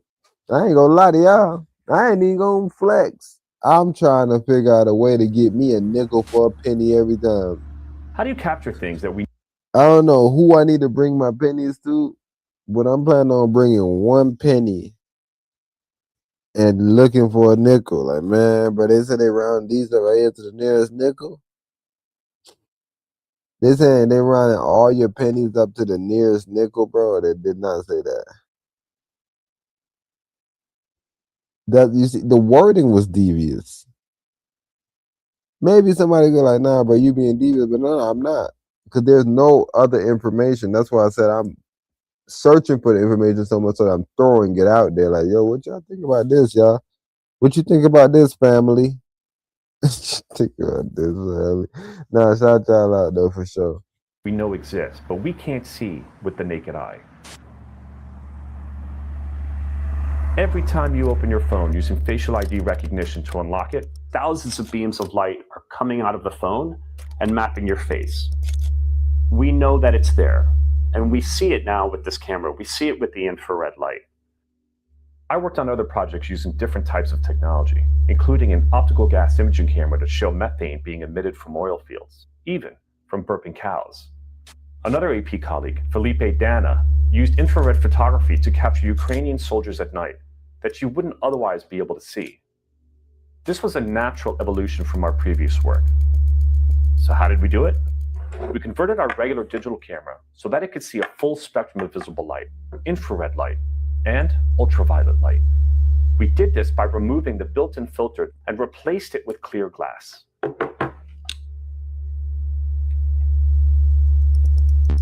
You know, there was a lot of trial and error, especially when it came to doing the portraits.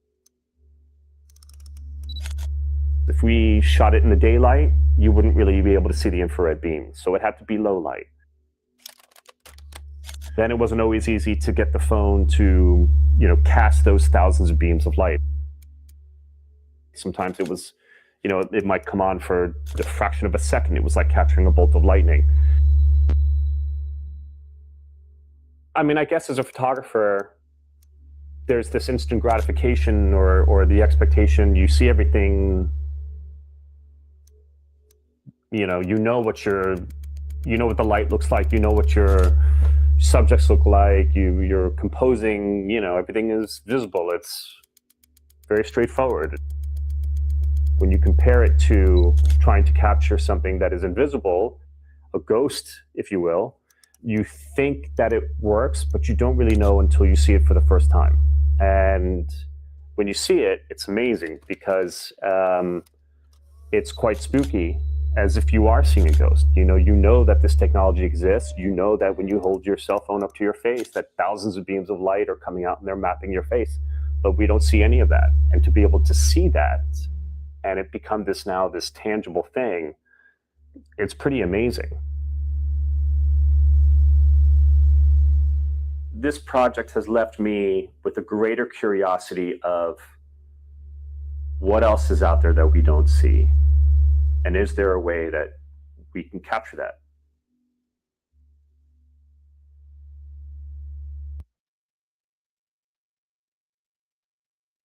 I don't know how much more deception y'all need, bro. I think we might be deception full, right? And like I'm trying to tell y'all, bro, if you want to erode the confidence, if you want to erode society, if you want to just mess everything up, do that. Go down that path. Go down that path, bro. If your goal is just to ruin everything.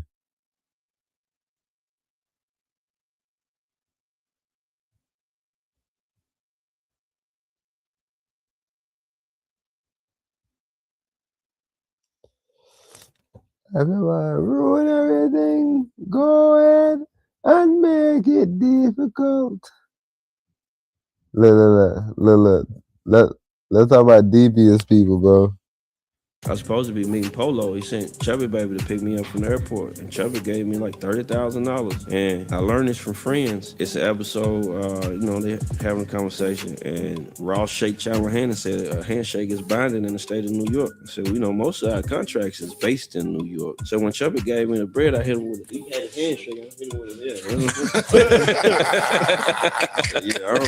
I don't trust that. Later, after we closed on the deal, after I signed the letter of inducement, we closed on the deal, and Chubby came back. He was like, "You owe me $70,000." I said, "No, I don't." Get the fuck out of here. They sued. He tried to sue, and I told my lawyer when I sat down, I never shook his hand. He said, "I was going to ask you that later." And he asked where I learned this from me, because he thought I learned it from Doug Davis. And I was like, "No, I learned it from friends." He laughed. Right? What is deception and what is not? What you start to figure out, bro, there's more deception in real life than there is in movies, bro. The characters are defined. Even if a character is deceiving you, he's a deceptious character. He's a deceiver. Like, he's a divisive character, bro. That's what I'm gonna say. But he's definitely mischievous. He's definitely devious. He's a devious character. And you know how to judge him and you know how to take him. But just like bro is saying, he was able to watch something from a TV show with a bunch of white people as a black man from the streets, and I talk about selling this and rapping that, and I'm on this. But it's showing you that once you have ears and once you have eyes and you stop being cynical, that's also another part that actually feeds into your deviousness, your cynicality. I wanted to say it just like that, to life. The fact that you're so cynical about everything, it would only lead you to be more devious than being devious. Because what you thinking? The whole world is devious. Everything is so wicked. Everything has to be a plot to it. Somebody come out and say, yo, they got 1,000 cameras and cameras watching you everywhere. You come out, you say, no, there's no cameras nowhere. Okay. Is that person being devious, or they just don't have ears? So you gotta give them a chance. Yo, did you hear what they said? Let me play it back again for you. Yeah. Okay, so you still saying the same thing. All right, I see. Maybe you don't get it then. And that's my main thing. When you start figuring out that you can learn things from everything, you start figuring out that, yo, not just because it's a cartoon, not just because it's a TV show, not just because it's all white people, not just because it's any of that, not because they laugh, not because it's a snarky joke, but you start figuring out as the time go on, yo, let me just not do that. Why you ain't doing that? Well, shit, I seen other brothers doing it, and they said it was Illuminati. Other than that, I seen these people doing it, and they said it was gang members. I ain't never want a RICO charge, and I ain't never want da-da-da-da. So I just ain't never do it. Oh, I thought you had some dope shit where you learned that from a businessman, and he told you not to. No. I learned from no businessman. I learned it from a TV show that was running business, man. Think about how long Friends stayed on the air. Think about the ubiquity of Friends, that they coming out with merch and all this shit, even in this new generation, to push the people. So, yeah, I can't lose the plot, bro. I'm seeing that's happening a lot where deception is making a lot of people deceive themselves. Right? Welcome back here to NBC so 10 Boston. This is you're easily my deceiving favorite story of yourself the day now. because all of us here in New England, we can easily recognize the iconic scent of a Dunkin', right? But for one local community, it's drifting a lot farther than the drive-thru. NBC 10's Mary Marcos is in Haverhill for us, where some neighbors are saying their mornings are getting a little too sweet. They say America runs on Dunkin', but neighbors around here say it's running right into their living rooms. It's like a fried dough smell. It smells like a bakery. I mean, it smells like someone's cooking like little cakes or something or other. That scent, it's coming from here, Dunkin's biggest donut making facility in the entire country. Inside the 100,000 square foot plant, they bake roughly 1 million donuts every day. I'm not sure who's complaining about Dunkin' Donuts, but maybe Starbucks people. I could imagine a lot worse things to be smelling. I mean, but donuts is not a problem. Ron Heisler lives less than a quarter mile away from the facility on Creek Brook Drive in Haverhill. So His now let's see neighbors where are this noticing it in deception their coming homes from. too. Smells like donuts all the time. For the last 2 months, it's distracting and it's heavy. Sean Wilson spoke up at a recent city council meeting, voicing concerns about air quality as the city considers a request to store large tanks of edible shortening oil and diesel fuel. Right now, our production times are from 7 a.m. to about 1 p.m. When we would bring in more stores, that time would then lengthen to almost up to a full 8 hours. The city's waiting on a sign-off from inspectional services and continued the hearing until next month. Until then, neighbors will keep waking up to the sweetest alarm clock, whether they like it or not. It's Christmas time. We should have smells. Christmas trees, food, enjoy. Use our other senses. City officials tell me the inspectional services team was at the facility today, and the city councilors are working to find a solution for these. See, that's what you got to figure out. You got to figure out, is these people also being devious? Is it bothersome? Am I trying to get some free donuts? What is it? Now, say somebody had a factory next to you and it smelled like poop, but they making chips. And you like, man, in the morning it smell like poop, bro. They got to get out of here. Like, I don't know. I'm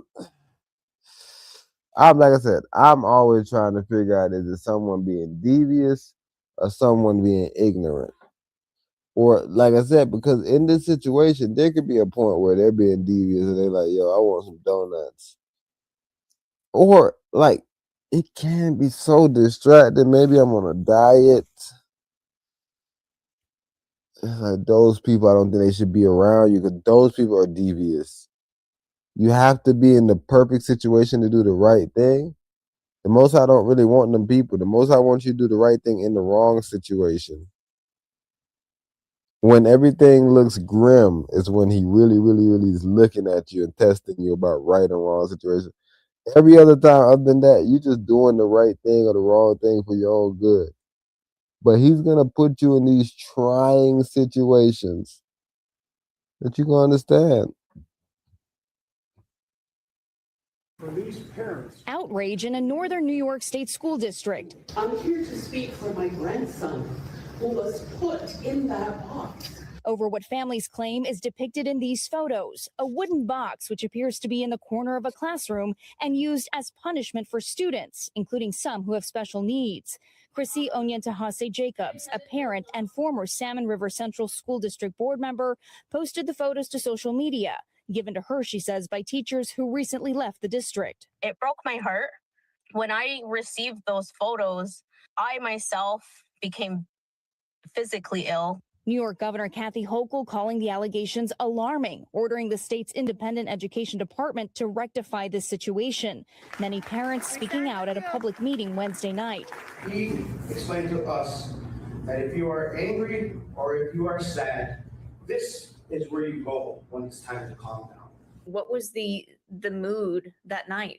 A lot of anger, a lot of sadness. The district superintendent issuing a statement saying at no time was the item depicted in the photographs used by any student at Mohawk School. The district also serves a nearby indigenous tribe. Tribal leaders calling for the superintendent's removal and an independent investigation. This is not right at all. The district's Board of Education announcing an investigation while reassigning the superintendent to home duties pending the outcome. But some community members say the damage is already done. Valerie Castro, NBC News. We thank you for watching, and remember, stay updated on breaking news and top stories on the NBC News app or watch live on our YouTube channel. So that bruh just abused me. Piece of work. Piece of work. Man, abusing a grown man. But yeah. You understand deception though. Some former people that left the job took those pictures and they disgruntled. I don't know. See, gosh, bro, y'all don't understand what's the problem with being devious. it affects everything in so many different ways. That's what you really, really got to understand, bro, about being devious, bro. How many different ways does it truly affect things? And I'm not thinking a lot of people are paying attention to those things or even, giving the eye, bro. But I'm telling you, bro, it's some stuff that we really, really, really need to look at the deviousness of and try to figure out, yo, am I right or am I Tonight, rapper wrong? Tory Lanez breaking his silence in his first ever broadcast interview from behind bars since being found guilty of shooting Grammy winner Megan Thee Stallion in the foot outside a party in 2020. I've never been violent towards a woman. I would never hit a woman, let alone shoot a woman. Lanez, whose real name is Daystar Peterson, spoke to NBC News from California Men's Colony, a prison where he's 3 years into a 10-year sentence Daystar. after being found guilty on 3 felony counts, including assault with a semi-automatic firearm. There is definitely a very big misconception about me that seems to the public as I'm this monster. And I feel like I was catapulted into this poster child for the unprotection of Black women. And it's just so unlike me. And I've never really had a chance to express that. But you can look at my criminal record. I don't have one.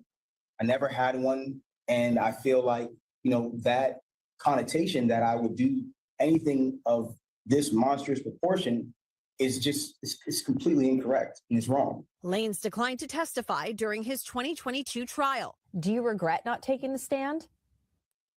I think if I would have taken the stand, the verdict would have definitely been very different. The rapper's legal team filed an appeal, which was denied in November. But his team is continuing to fight, with plans to file multiple appeals next week, this time with the California Supreme Court, in one claiming newly discovered evidence that they weren't provided during Lanez's 2022 trial, including hundreds of pages of medical records for Megan Thee Stallion, whose real name is Megan Pete, which they allege raise questions about the fragments removed from her foot after surgery. His team argues that the fragments were not provided ahead of trial and that this was a violation of due process. And we didn't have that chance. Or perhaps we could have questioned the doctors differently when they were on stand to impeach them, because it does look suspicious. But in the appeal denied in November, the court did address the fragments, ruling that the surgeon's testimony was, quote, more than sufficient to prove great bodily injury on Pete.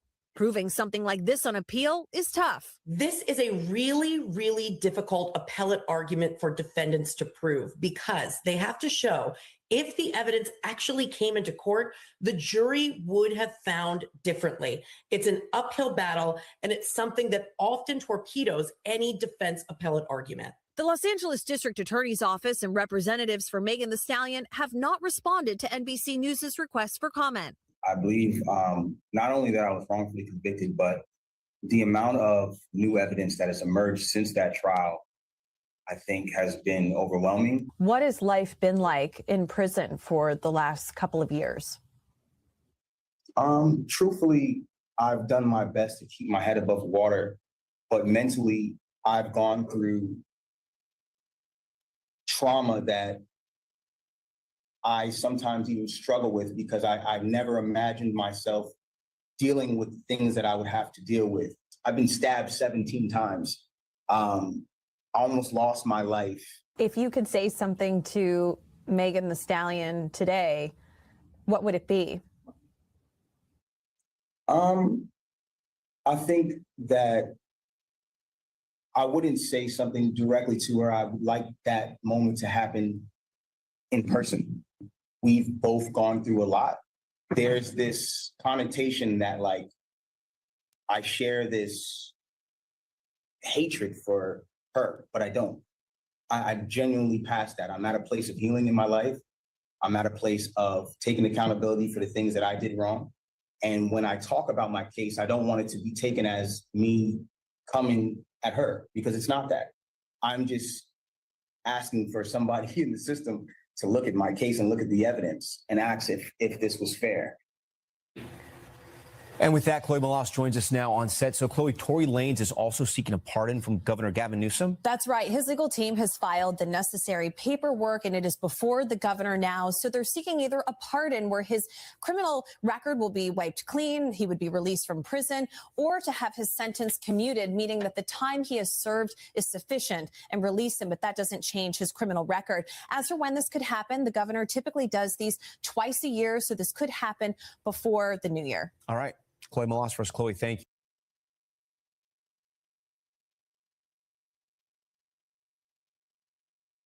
you. Okay.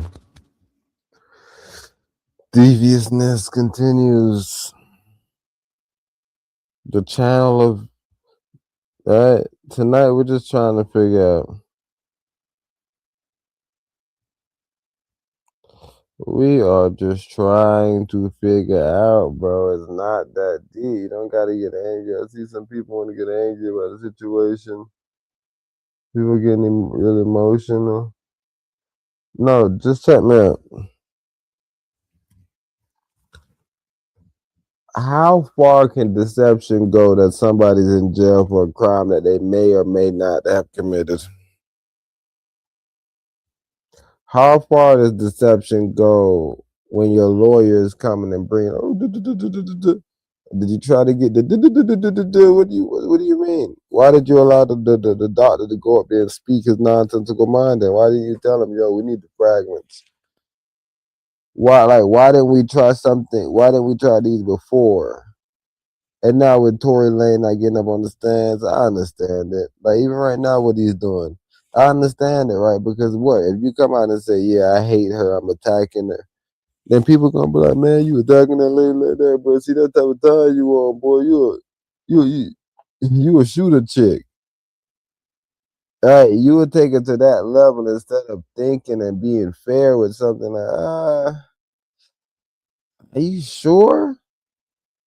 Like, even if you told me two people was wrestling for a weapon and a weapon went off, I would believe that. But when you start telling me somebody,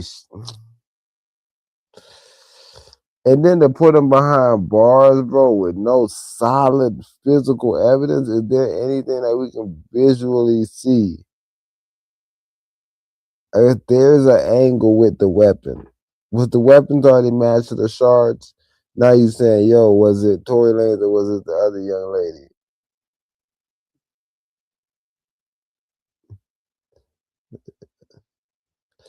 I'm a little bit confused, bro. But we're not gonna trip on that. We're just gonna jump into this one. Oh yeah. I want to run this one, but I'm gonna run that one a little bit. Let's go right here.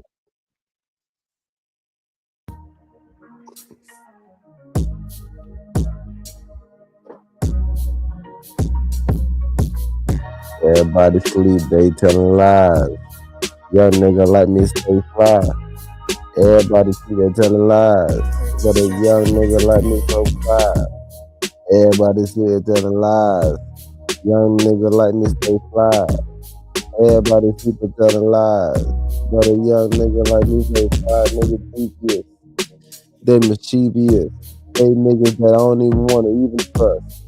I wouldn't even put them in an even trust. Wouldn't put them in my trust or my will.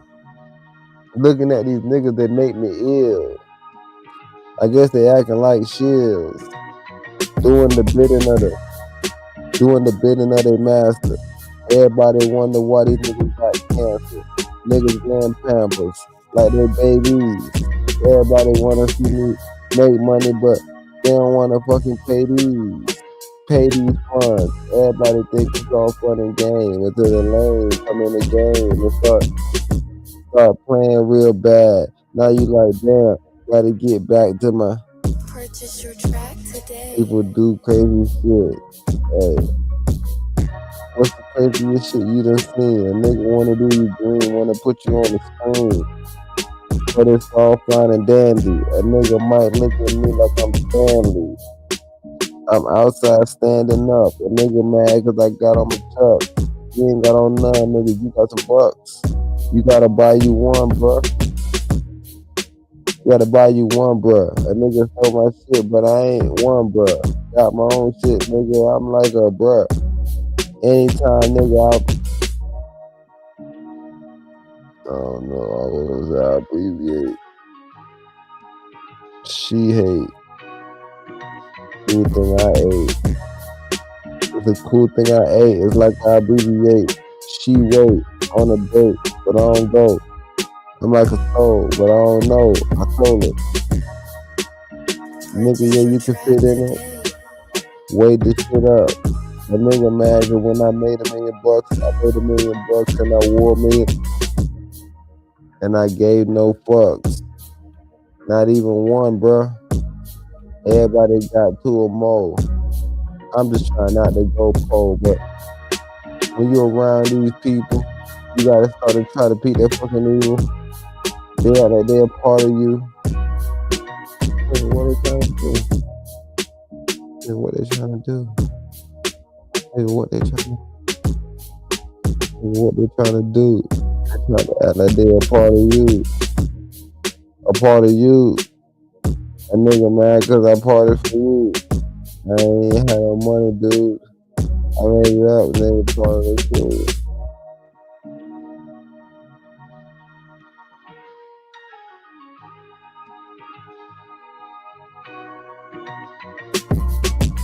Purchase your track today.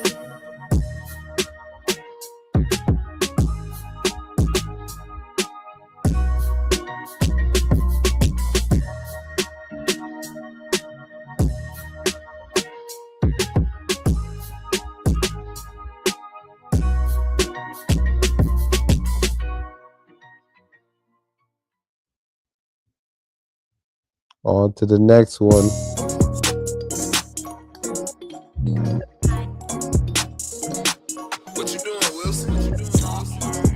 The nigga said, what you be doing, Wilson? A nigga, nigga. What you doing, Wilson? I'm out here playing golf.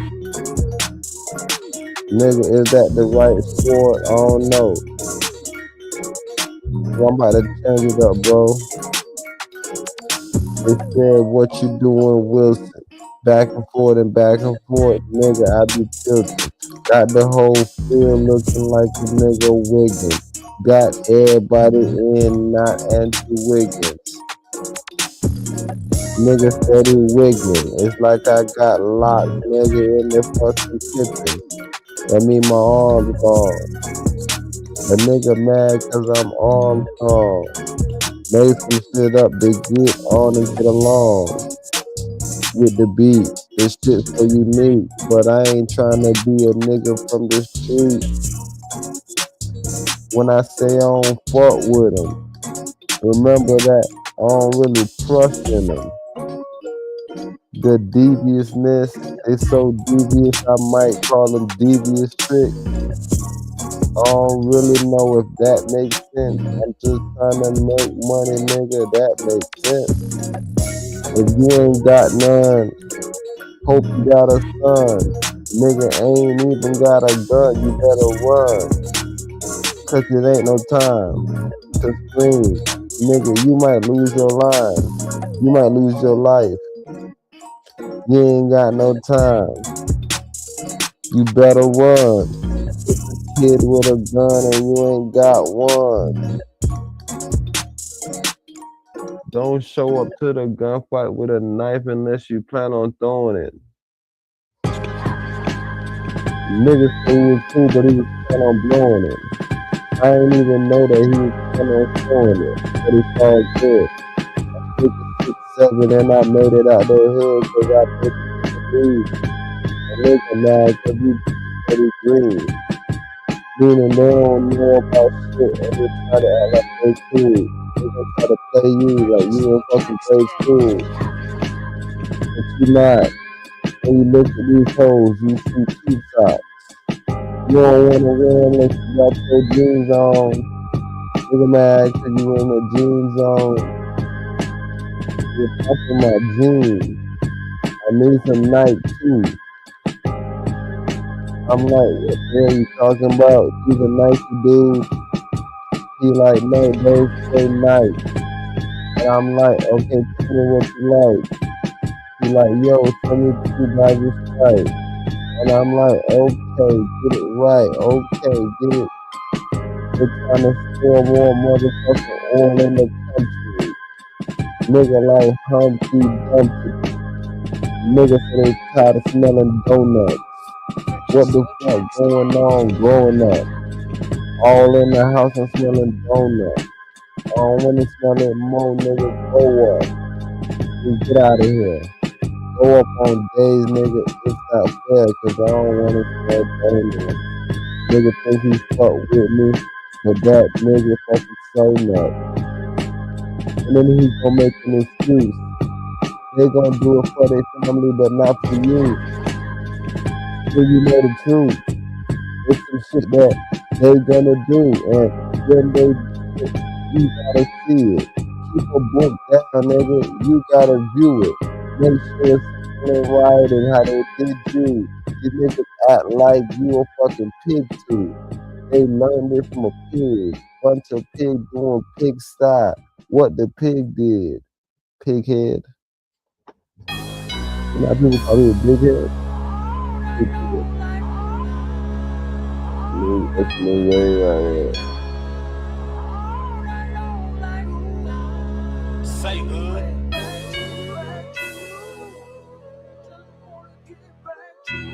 Everybody just wanna get back.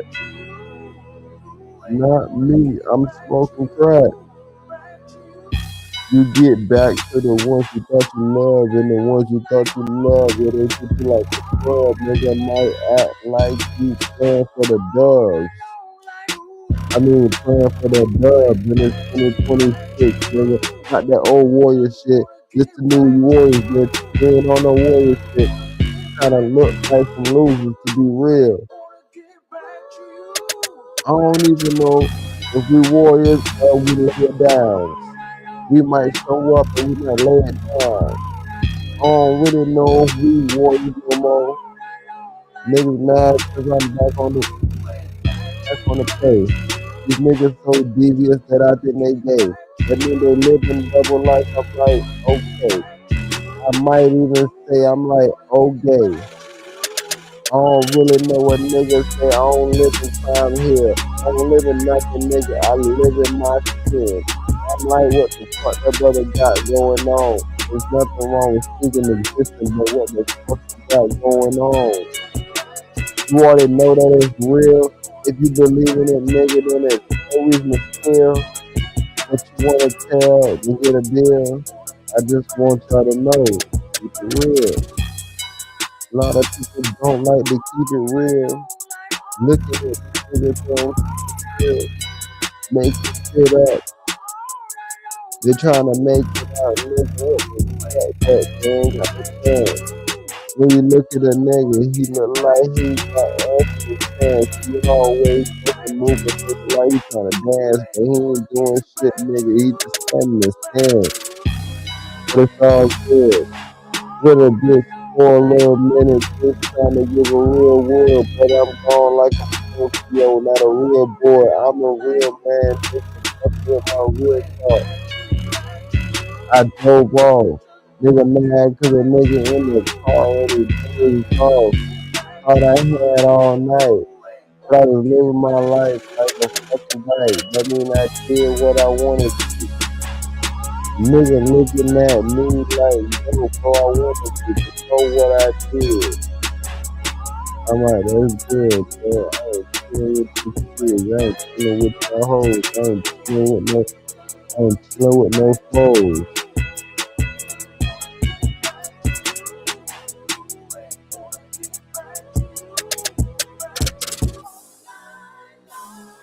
They said,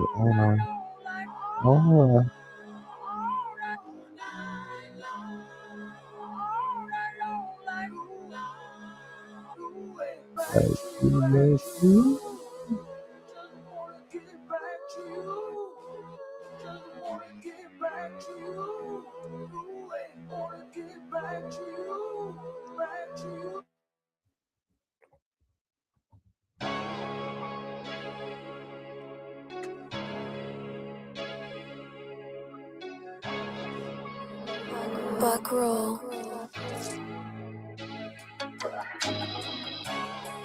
Said I'm shining the whole summer. When I look at you, you look like a lumber. That mean I'm a lumberjack and it's time to chop you down. Nigga, I ain't trying to be around no clown. You niggas ain't living real life. You niggas got hatred in your heart, nigga. I guess you living real life. You ain't living real life. A nigga got hatred in his heart. I guess that nigga out here living real. You can't help everyone. Some people treat you like shit, nigga. Give you the gun. You gotta shoot your shots when you're over for number one. I'm like, done. I'm like, I'm done. These niggas made up a lie. I'm like, okay, son. Shout out to you. I ain't mad at what you wanna do. Hit a nigga on the A. Nigga ain't helping nigga get a plate. Nigga ain't doing shit, wait. You wanna make some mistakes. It's all fine and dandy. Nigga living like he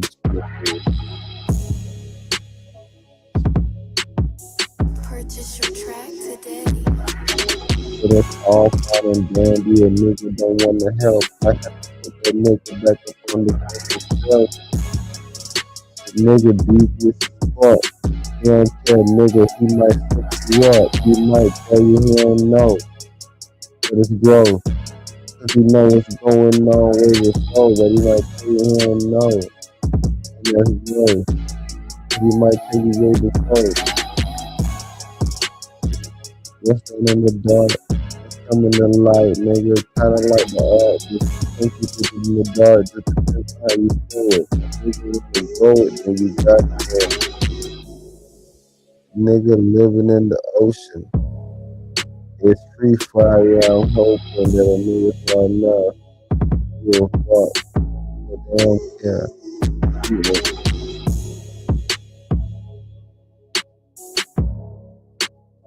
Purchase your track today. Today, today. You don't got your track, you might be late.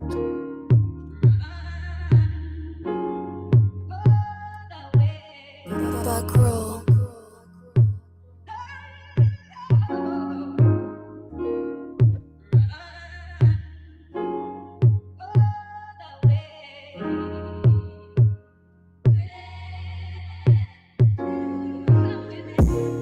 I'm saying we can't play the game. Never knew you was lame. And I found it all out. God damn. Wishing I was at the house. You niggas don't listen. If you chillin', you think about shit.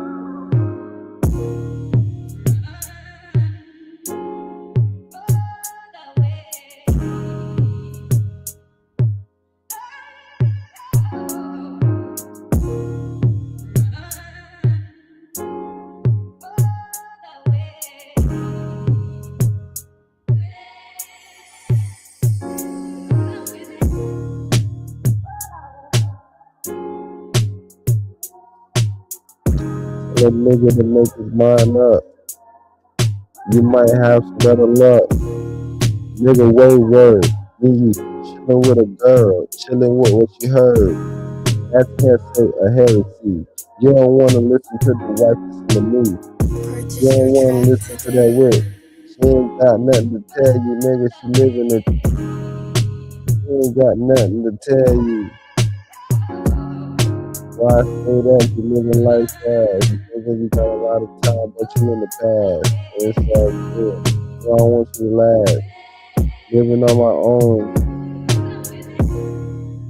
I'm living on my own.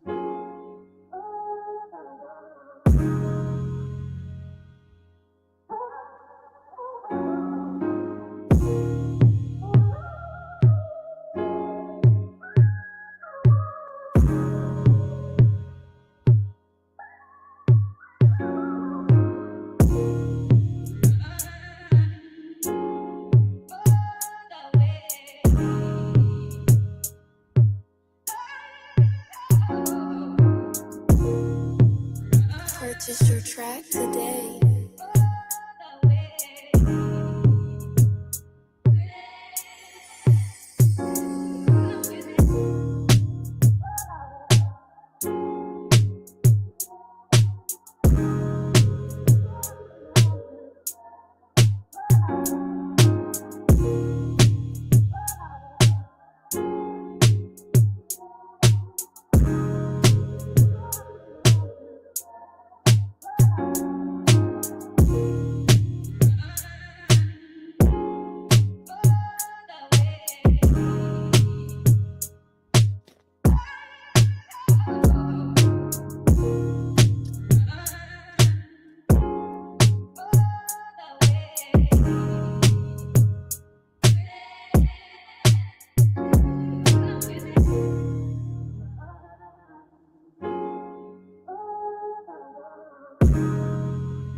Purchase your track today.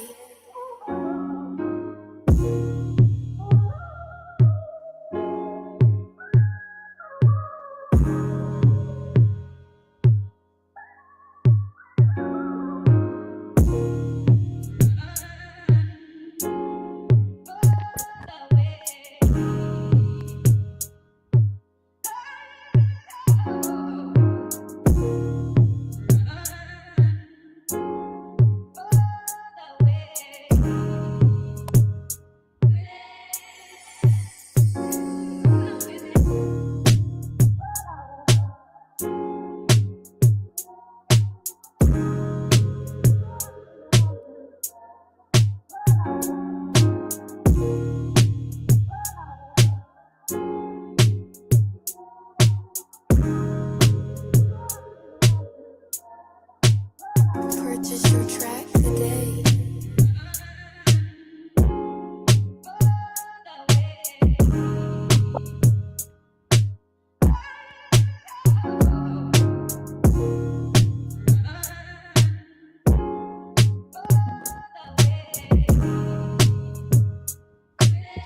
What is this?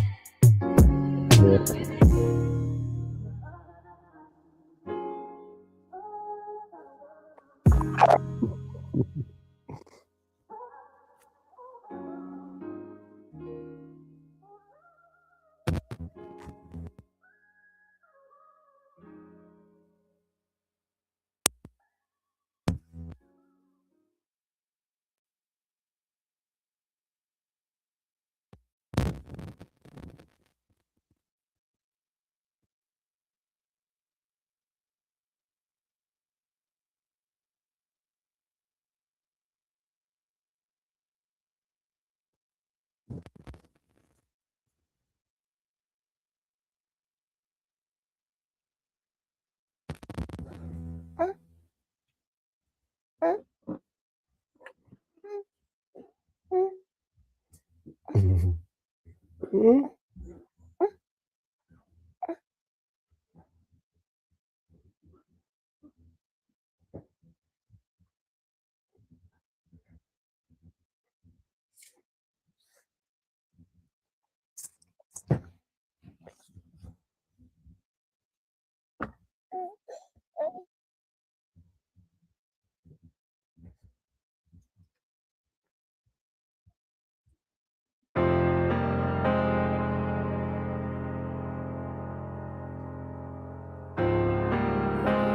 Buckroll.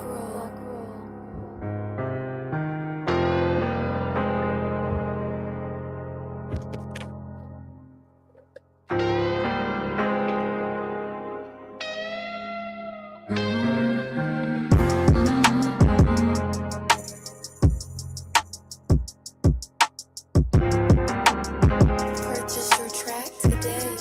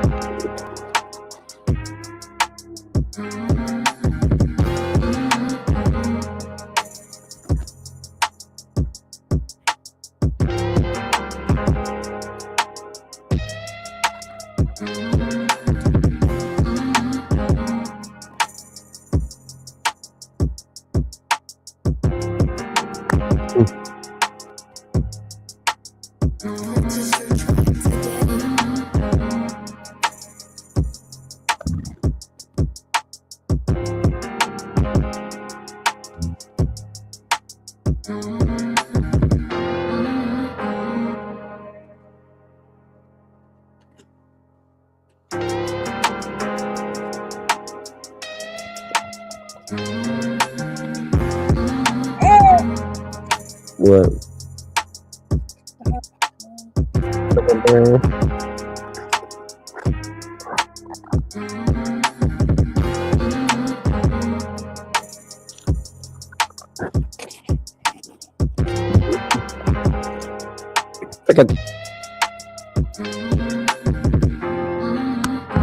What does that mean?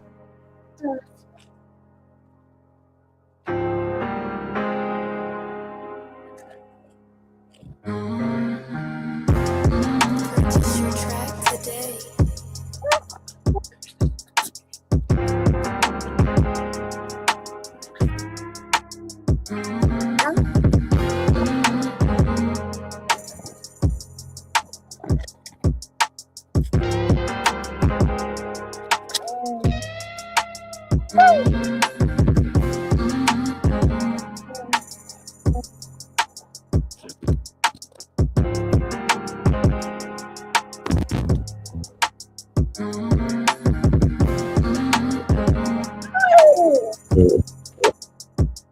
Put your pants on.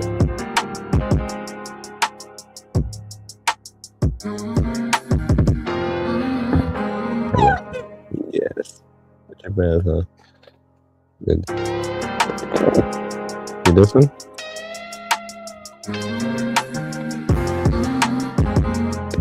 Purchase your track today.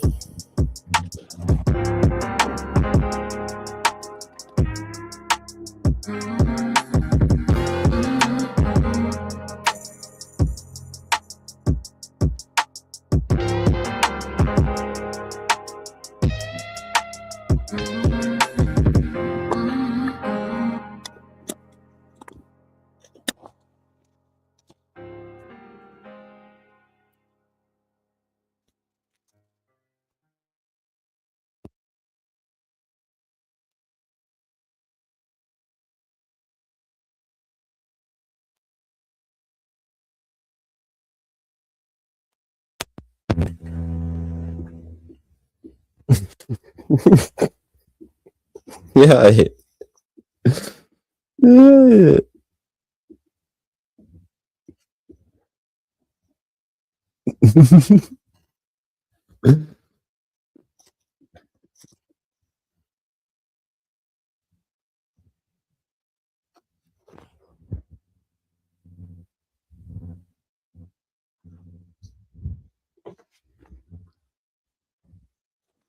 See you, TJ. Love you.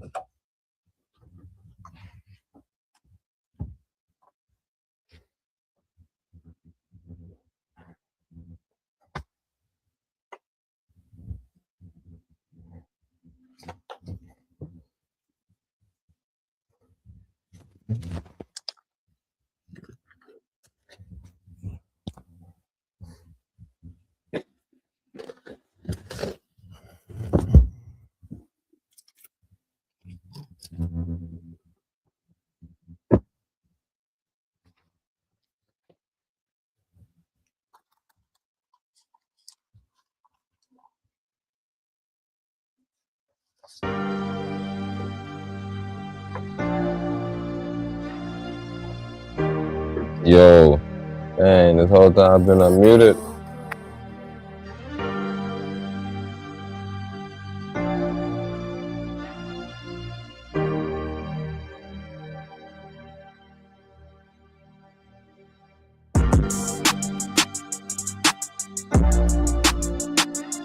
A rap but he muted.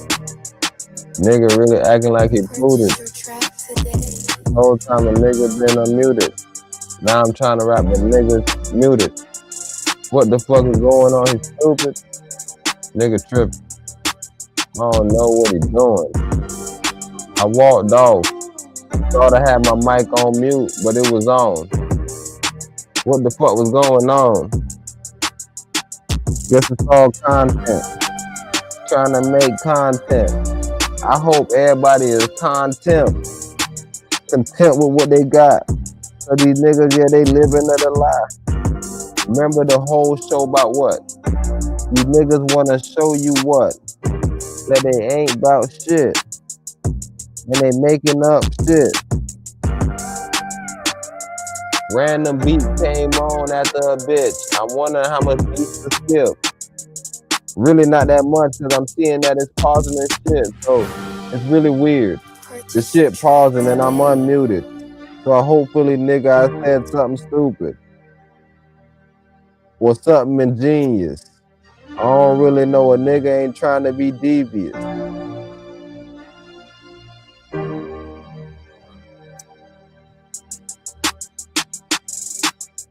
A nigga ain't trying to be devious. This track 85, nigga told 80 lies. That nigga devious. He trying to be evil, huh? But let's see him. You wouldn't want to be him if you seen him by himself. The nigga look selfish, he need help. That nigga so selfish, that nigga might be a shellfish.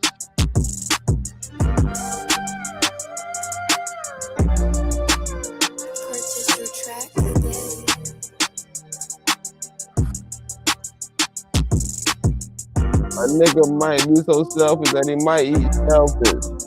He wanted to tell you about the helping, but it ain't no good. A nigga finally made it out the hood. What he gotta do is stay with it. What he gotta do is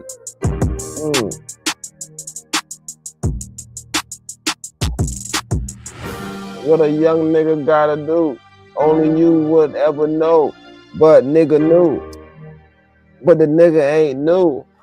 He an old school nigga, yeah, you knew. He like a free black slave celebrating on Juneteenth. Nigga, yeah, you late. But it's all good. The standards was low. You ain't from the hood. You from the motherfucking block. Purchase your track today. You from the block and you dumber than a rock. Just make sure that you ain't being what you not. That's what it's all about. I told these niggas stop deceiving people. Because everything is gonna become so evil. If I don't know what you talking about, nigga, what the fuck is anybody talking about? That's why nobody trusts nobody no more. A nigga in court and he going broke. He don't got no fucking video to prove it all. So the nigga just told you what it's all. But you don't get no fuck at all. Trying to tell the nigga he fucked it all, but he telling the truth. But it's a lie to you because everybody deceiving you too. They don't really give a fuck no more. Niggas don't even fuck no more. Niggas wonder where they fucking luck done gone. Niggas ain't got no luck no more. Bad luck. Nigga looked up, now he stuck like Chuck. but he don't wear Chucks. So what the fuck?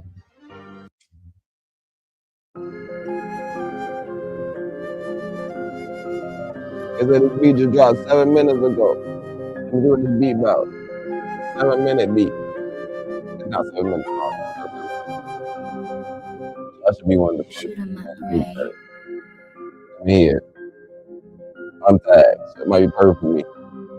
I might have to tag you.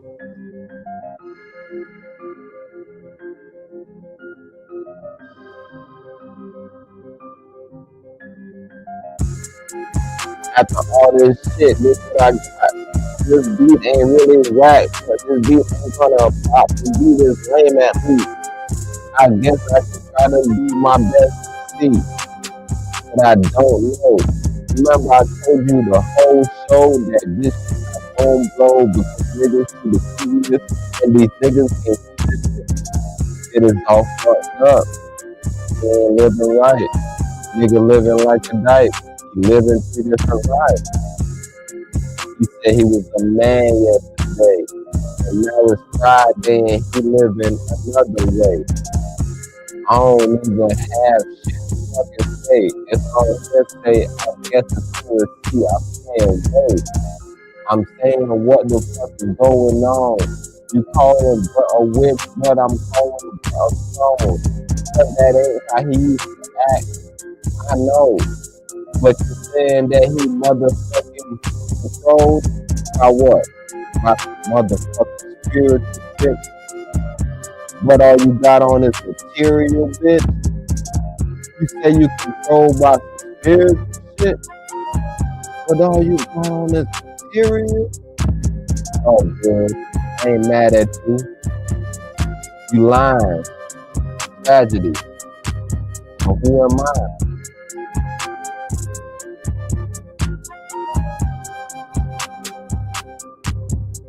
This shit is bigger than me. I got things on my neck like I'm a slave by bees, but I'm not. I'm looking at a motherfucking rope getting shot. Nigga looking at a motherfucking nigga at the top, but he really at the bottom. And you trying to be like him, nigga, got him. I guess the nigga told me that he got him. A young nigga saying you a snitch. And all that street shit you trying to say, fuck that shit. But you was a street nigga 2 days ago. But now we found out you a snitch. Now everything lame, ho. I told y'all gotta stop being so deceivers. And I told y'all by this part of the podcast what I was gonna do to the word. By this part of how far are we in? 2 hours. 2 hours in now. This is what the words is gonna become. Because y'all should not get it.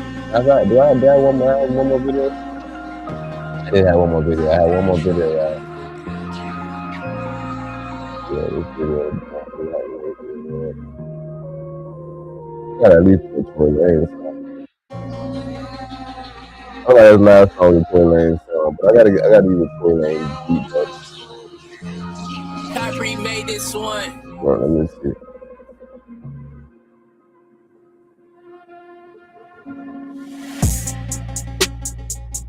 This one right here, fine.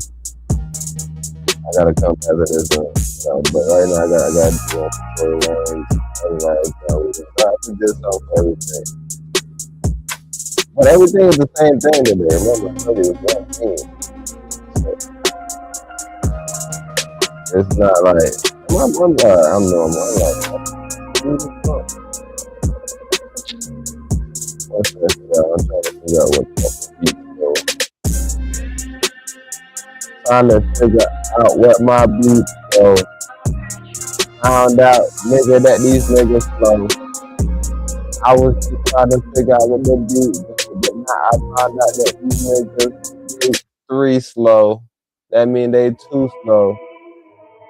Okay, this is the beat that I think I want. Let me see for Tory. Let's see how the beat drop, y'all. He's locked up. Niggas put us to the test of time. It's been way too long. It's that T. You testify, bro. They deceive the world about you. Niggas want to figure out what you gonna do.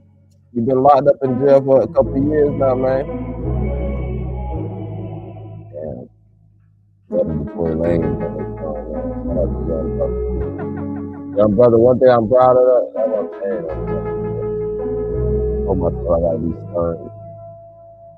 I told y'all about what happened though. What happened to Double Edge Sword. Well, it even happened to two legends. So like even with Tory Lanez being like, I don't want to testify, you got two legends. Most I never anybody. Or you can testify on nobody. So shout out to Tory Lanez. But now I think he's saying that he will want to testify. He's saying that I think people are looking at him different. So, alright, we gotta keep all that stuff into context right now. Tory been locked up. He don't know what the fuck going on, bruh. Thought he was gonna be free, but niggas say fuck you. Now he in jail, nigga crying boo-hoo. Goddamn, nigga try to appeal the case. Fuck that shit. Nigga don't wanna hear your shit. But now one thing that's strange about your case, you sending it to jail. Hey, what the fuck you got going on, bro? Better see your shit up, nigga, what you know? Maybe you know something I don't. Maybe you know he don't like Canadian, bro. I don't really know, but nigga, I'm rocking with Trump. Because the other girl, she was with the Biden. Nigga, you might have a better chance. You acting like you Gavin Newsom and you sliding. You fucking backsliding, but I been knew it. When I heard that bullshit ass song, nigga, I went through it. And I made jokes. And I said that shit that you said, that shit ain't have no hope of making out. You don't even know what the fuck was going on. You thought you being fly was blown. You was thinking. A nigga took it off, nigga put you in the sink. Now you in the motherfucking jail cell. I want you free, nigga. Yeah, you fighting for your health. You said niggas stabbing you up. What the fuck? Goddamn, bro. Now you still going to Gavin Newsom, though. You ain't fucking with the Trump party, yo. I ain't really mad at you, though, G. You gotta try to send it out to everybody that do, but I send it to Gavin and I send it to Trump. Why your team only sending it to Gavin Newsom, bro? That's a big part of the story. Matter of fact, this shit's kind of dormant. That's why I turned it off. Matter of fact, no, I didn't. I let the whole shit finish. And now I'm mad that you're still sitting. And now you want to testify. And you want to make sure everybody know you ain't telling no lies. But you're not against Megan. That's what you told, nigga. Nah, that's fucked up, though, bro. And I see what you're trying to do, G. I remember I told you to do that at the beginning of the chat. We're going to get what I said. Silence. Or somebody that has justice. Anybody that's justified as silent, they the sinner. That's what the fuck I said. You can't be silent, bro. Anybody that's a justice, bro, you have to speak out. That's you, Tory Lanez. Anybody. You got to justify, bro. I know, bro. I'm going to testify. Yeah, I tell my dude, bro. I'm just telling my truth, bro. I ain't hating on nobody, bro. I ain't nobody locked up in jail, bro. Yeah, like, look, we didn't have the right name in it. I just want to tell my side of the story, bro. I ain't had no blood, bro. I don't know what it is. Did you say any of that? Or you didn't say any of that?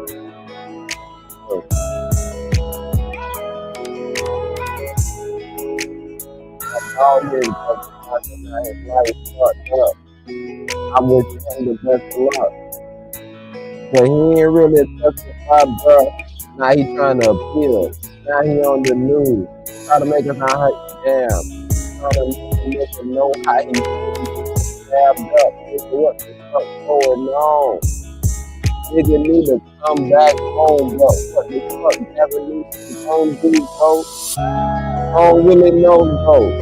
Maybe you live in California. Maybe you know, bro. I don't really know what the fuck you got going on.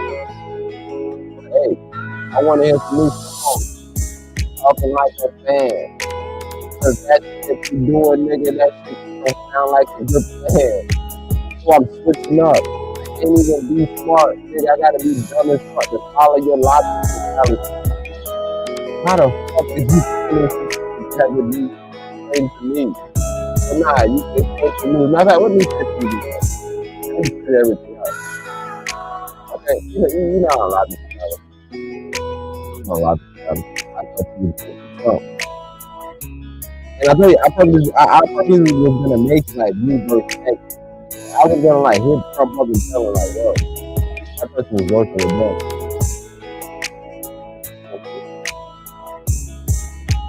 It was the propaganda. Hey man, I know you don't like that stuff. You gotta get a better angle. I don't know what like. You gotta really know what you are.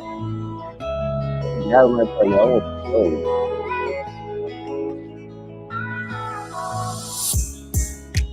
Risky one, bro.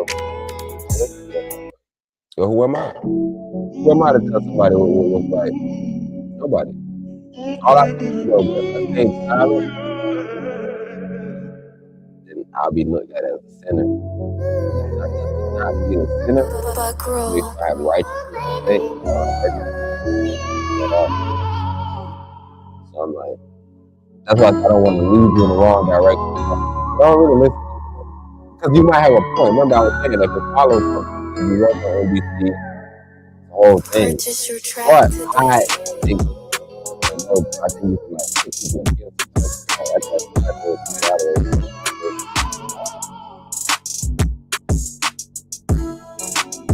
Who am I? I'm messenger, bro.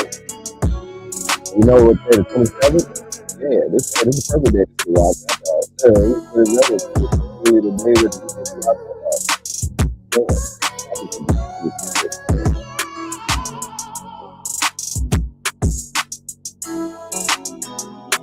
Sport days, and now you're getting the three long days. 26, 27, 28, you get 3 long days. While my job, they come for 3 days, they chill, and they leave you. They take 3 days and they go.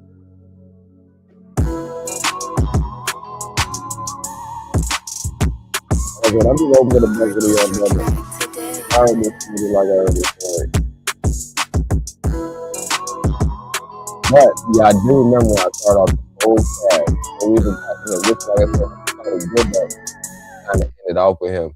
Because the whole cast, remember I was talking about being devious. And I said one thing. What did I say? I said, if somebody knows justice and they're silent, they're the problem. I didn't even blame the actual devious person per se. I had a bunch of stuff that I said. But the main point that I did say though was the fact that, yo, we can't make, like, even I told you this fact that we can't make skin color a thing, right? I used Don Tripp. I showed y'all that pathway. And I said, yo, you can learn from anything. You can learn from a white show. You could be a bruh living in the hood. The hoodest of hood, nigga, where y'all killing each other. And you at home watching Friends. And for some reason, nigga, you done made it in the rapping game. And something from Friends, not something from the street or something from Friends, taught you how to deal in business. I'm telling you, bro, if y'all stop being devious, meaning that if you stop what I told you, what's devious? If your thought is not matching your force has to be in alignment, bro. And when you have your force in alignment, your action, which is the win, then hey, you could be fucking watching Friends. Because why are you watching Friends? Why are you paying attention to that moment when he said that a handshake is legally binding? Why did that stand out to you? Because you in the streets. And you wondering why niggas shake hand all the time. You don't like shaking hand. You dap people up probably. But then you probably thinking, yo, a dap could be mistaken as a handshake. Let me just start pounding people. Everybody start doing things and then you say, yo, why do I do that? Why am I doing this? Why am I throwing my Johns up? Why am I doing, Plies is out here interrupting my session? Okay. I don't know who was out here. Wow.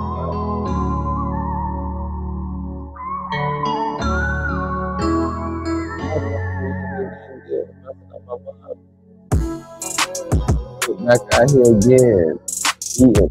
That's not my vibe. What's wrong with little prize? What's up with little prize? That guy here messing up his vibe. This is just the beginning. PUG stands for Police Unmanned Ground Vehicle. It's built on a Ford Explorer with some pretty significant surveillance tech.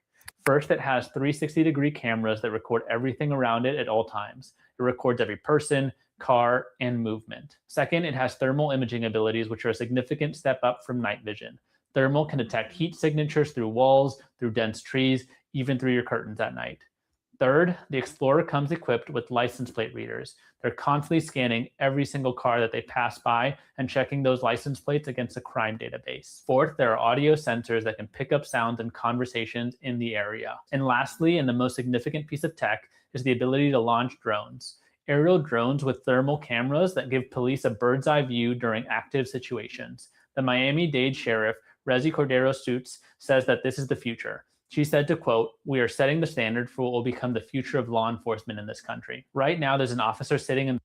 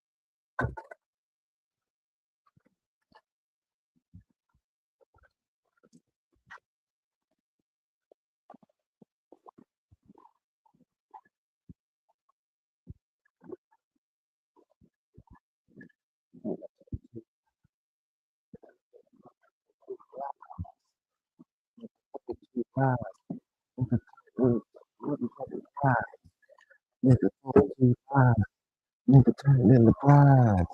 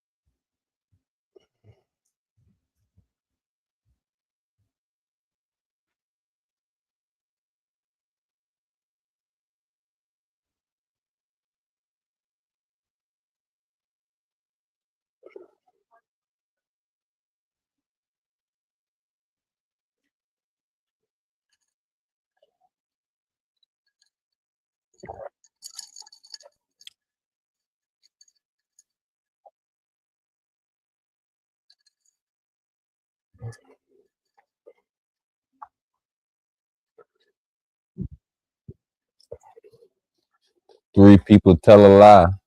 You tell two, then you might be aligned. If three people tell a lie, and you tell one too, then you aligned. If three people tell a lie, and you tell one too, then you aligned. You aligned. I don't know, nigga, but you aligned. I told a nigga he aligned. If one person tell a lie and you tell one too, then you align. If two people tell one and you tell one too, then you align. Who all align? All the niggas lying. That's who all align. Who all align? All the niggas lying. That's who all align. Trying to look for my light. To cast a shadow over the nigga, make them niggas do right. Just need my motherfucking light. Trying to find my light. Cast a motherfucking shadow. Add these niggas see what the fuck going on tomorrow. Hope these niggas feel sorrow. I ain't trying to borrow their pain, but I ain't trying to align with no lames. I ain't trying to align with no games. Niggas that align, they lie. I said, if one nigga lie and you align, then you a lie. If two niggas lie and you lie, then you a lie. If you lie, then you a lie. If two niggas lie and you lie, then you a lie. Don't try to be a lie. Nigga, try to cite some line. Nah, for real though.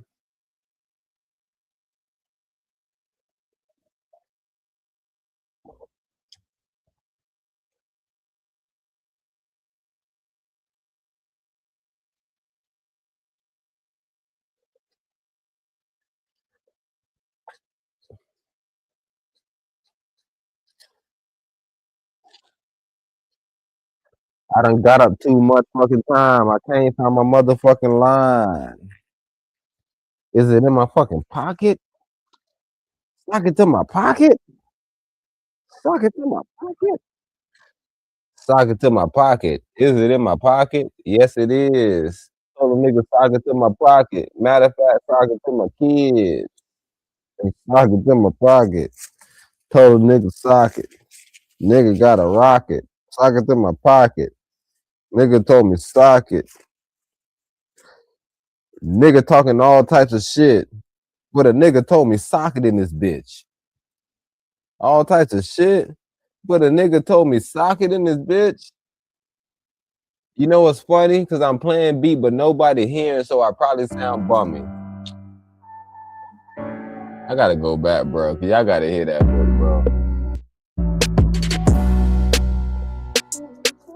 One nigga lie, and you lie, then you a lying, and you a lie.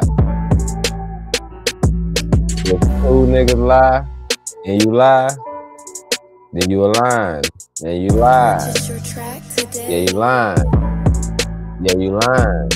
If one nigga lie, and you lying, then you lying. Then you lying. Then you lying. If two niggas are lying and you lie, then you lying.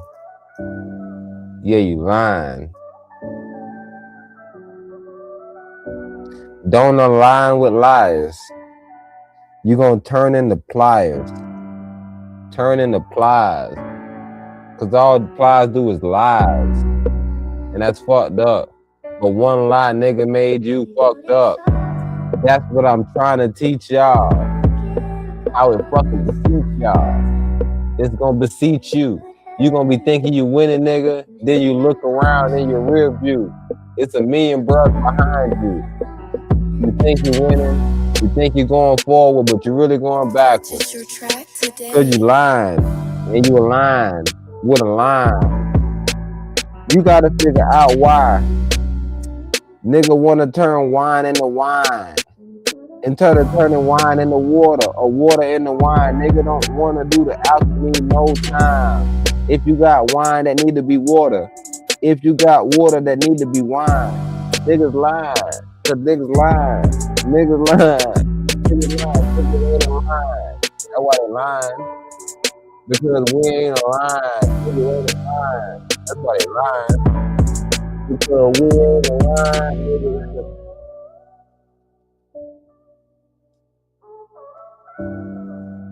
Niggas ain't aligned. They could be lying. Niggas ain't aligned. They could be lying. Purchase your track today. Nobody knows but you. Make sure what you do is the truth, dude. You don't want to lie. You the motherfucking lie. You lie. Then you lie. You don't want to waste your time. Make sure you on your grind. If you lie, and then you lie. If one nigga lie and you lie, then you a lying. And you a lying. You lie, and you lying, and you lying. Then you niggas lie, and you lie, then you a lying. Niggas a lying.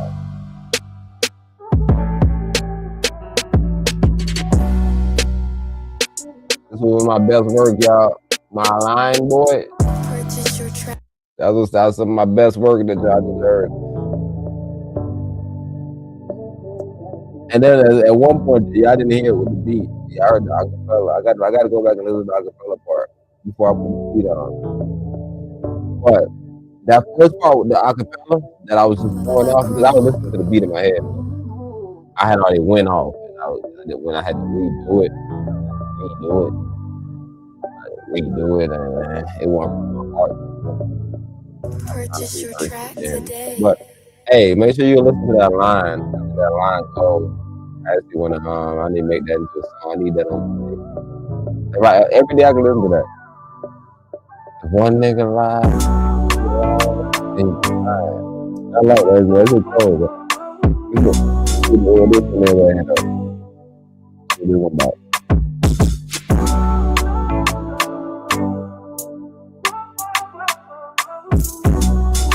What a nigga say? Life hard, trying to find a way. What the fuck he gonna say today? Nigga said his life hard, trying to find a way. What the fuck he gonna say today? The first time I heard that story, nigga, guts and glory. You gotta motherfucker do your own thing. You can't motherfucking stand around niggas waiting. You can't stand around waiting.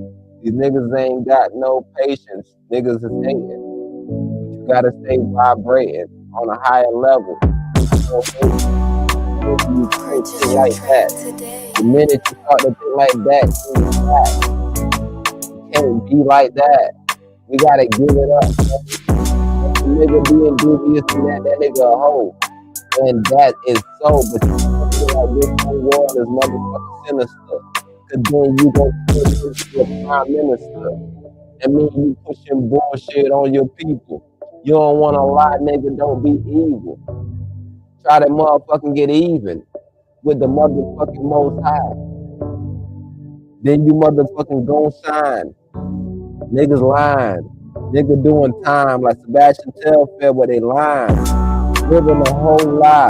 Saying I'm living in my own apartment complex. Gotta do my own lie. Nigga telling jokes. But it's all funny jokes though. Nigga wanna make money, bro. All materialistic shit. Nigga don't give a fuck about his spiritual growth. The nigga show himself shit. He don't really care about the image as long as he got on some fucking clothes. But he not. He aligning with bullshit. He aligning with bullshit. Matter of fact, put this in part 2 of the line. Part 2. I want this to be like a minute long song. I'm done with it. I don't even know if the beat's short, but I'm done with the beat. Still going. Beat 5 minutes actually. A nice long beat. I need to make sure. It's a part of the time mix.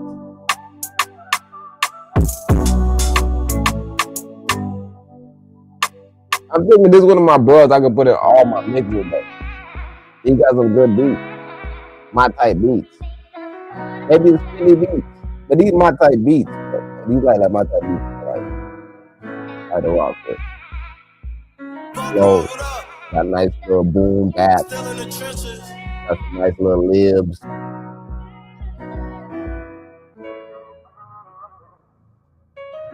Nice little libs. Right. Nice little harmonies in the backgrounds. don't like when niggas got tagged and all that fucking shit, though. But hey, we do it for the people. We do it for free.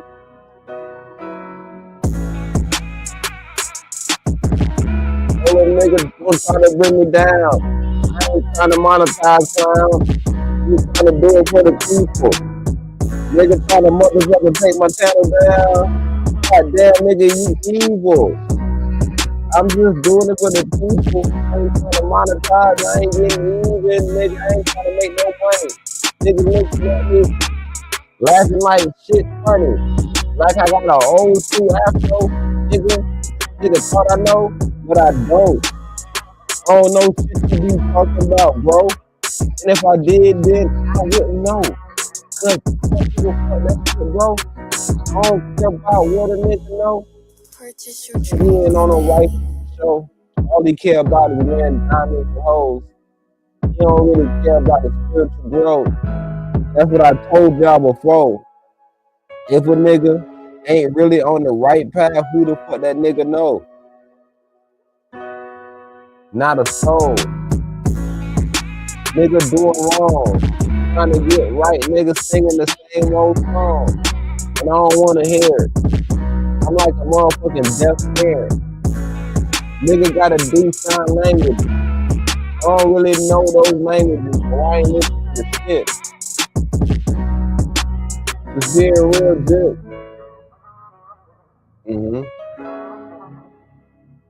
Remember, I told y'all earlier. What I told y'all earlier. I got everything written down just so y'all don't trick me about what I told y'all. Cause I knew somebody was gonna trick me. Say, nah, bro, you didn't tell us that. Okay. Say y'all my exact words.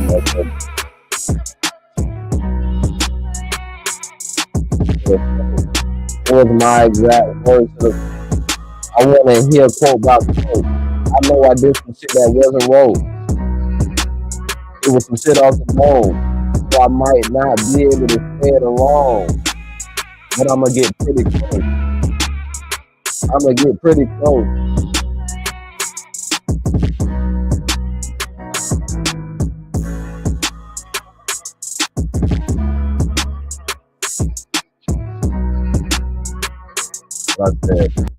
I said, when you barter your beliefs for short-term advantages. That's what I said. I said, when you barter your belief for short-term advantages, who shall believe you in the long term when you actually want to stand on your beliefs? Any belief that you have in the second, if you say, yo, this is my belief, I'm rocking with this. Cool. Cool. If you barter that belief, you can no longer use any standings. You don't have no standings on the planet. And that's what I told y'all earlier. But why did I say that? Because, well, listen. Deviousness is but a symptom of a spirit that has forgotten its own divinity.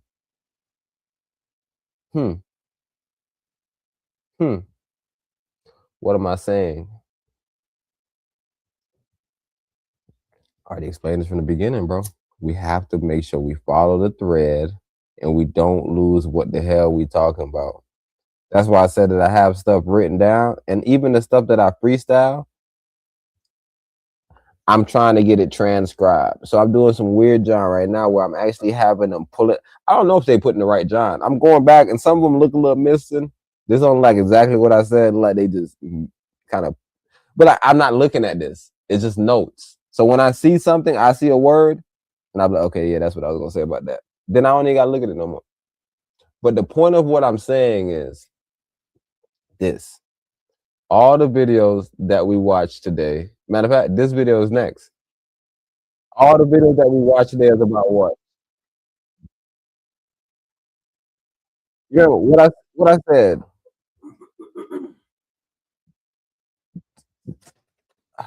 I gotta figure out what I said because I didn't write that down and I don't see them having the quote. So I messed up.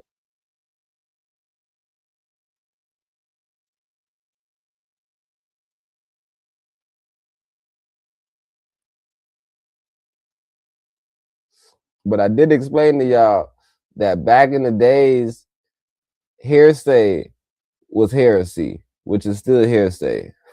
But the point of it was to take you off your path. So if you said something that was possibly true, you haven't never lied in your life. You could say something, and I could be like, nah, that's hearsay, bro. We could just dismiss that. Like, bro, nah, that's Honest Abe. That's Honest Abe. Like, not really Honest Abe, but I'm just saying that's an honest brother right there. He never lied. Why we can't take his statement for words? You feel me? That's what I was trying to. When too much deception come into the fucking game, it becomes hard for even innocent people to prove their case. That's why I'm trying to tell y'all that as somebody that's just, you cannot stand in the middle and let injustice go. You can't just be like, I don't know.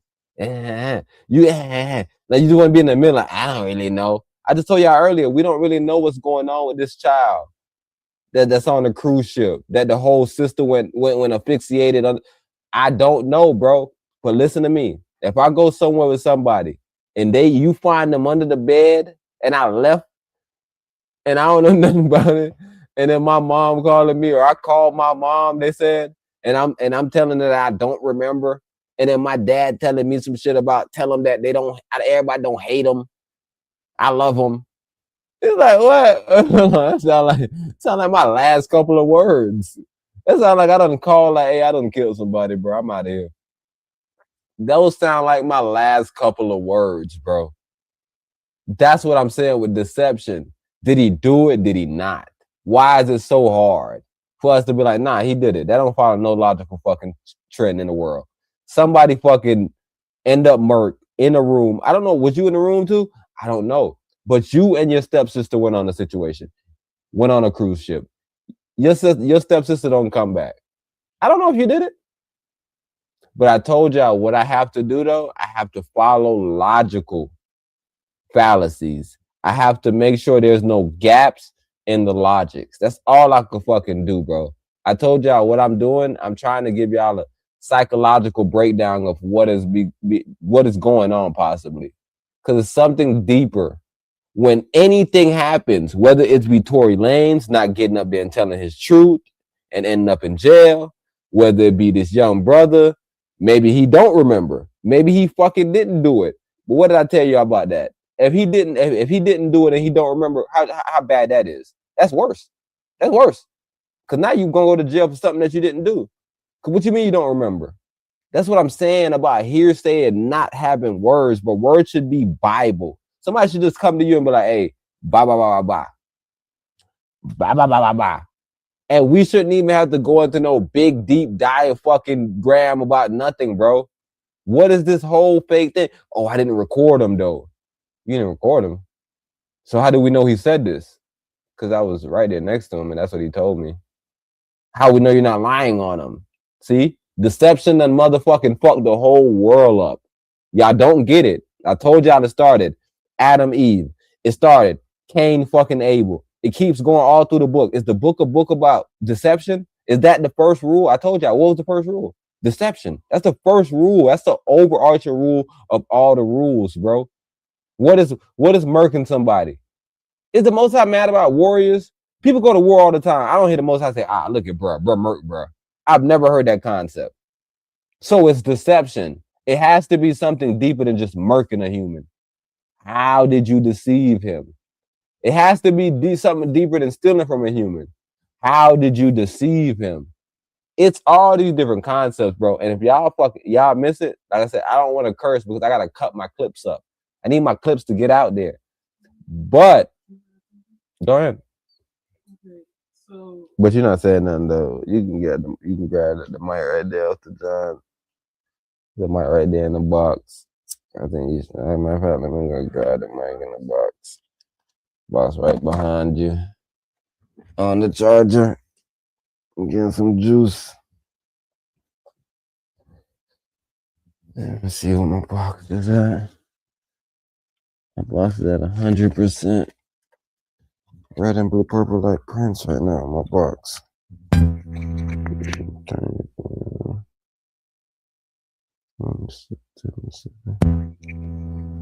I think it should be on. I'm not sure. I see. Okay, so you're saying with Cain and Abel there was deception, and with Adam and Eve there was deception? Yes, ma'am. And who was deception? Like, what were their concepts? Like, who was doing it? Both of them? Remember, I explained early on to the people. Early on to the people, I said, there are those who believe that to be clever is to be deceiving. That the manipulation of one's brother is a sign of strength. But we tell you, leadership does not mean domination, and intelligence without integrity is a two-edged sword and can only lead to your own destruction. And I also said, when you have two minds, you have to keep two ledgers, meaning that you have to keep two tracks of two things, right? So you have to now remember this. So what you now become is a prisoner of your words. So now if you say something fake, you have to now double down on that fake thing and believe that. And I was saying the problem with that is if somebody come in with real information, like with Eve or with Cain, like if the Most High come to Cain and be like, yo, bro, those are not good crops, bro. You shouldn't be picking those ones, bro. You know that's literally, bro. You just literally just grab the fucking dead chicken. Come on, bro. Grab the fucking lively chicken. Well, yeah, the one running around the most. That's the one I want. He's the one most lively one. Right? But then now you try to be smart. You try to bring this shit to me. It's like, bro, you playing a game right now, bro. I can't talk to you anymore. So that's how he was being deceiving, because he tried to play a game with the Most High. The Most High already let him know. Yo, I do not want that. I want the first of the flock.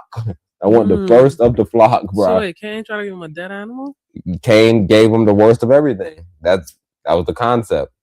Cain literally gave him not the first of the flock. So what Abel did was give him the first of the flock. So everything that Abel brought to the Most High was pristine. Right. Everything that Cain brought was some shit that it was just like, nigga, I ain't doing no real work. Right. So I said the same thing with fucking Adam and Eve. It's two people on the path, somebody going off and doing something because they're using intelligence without integrity. Integrity means that if somebody gives you intelligence, you ask them, yo, what's going on over here with this one?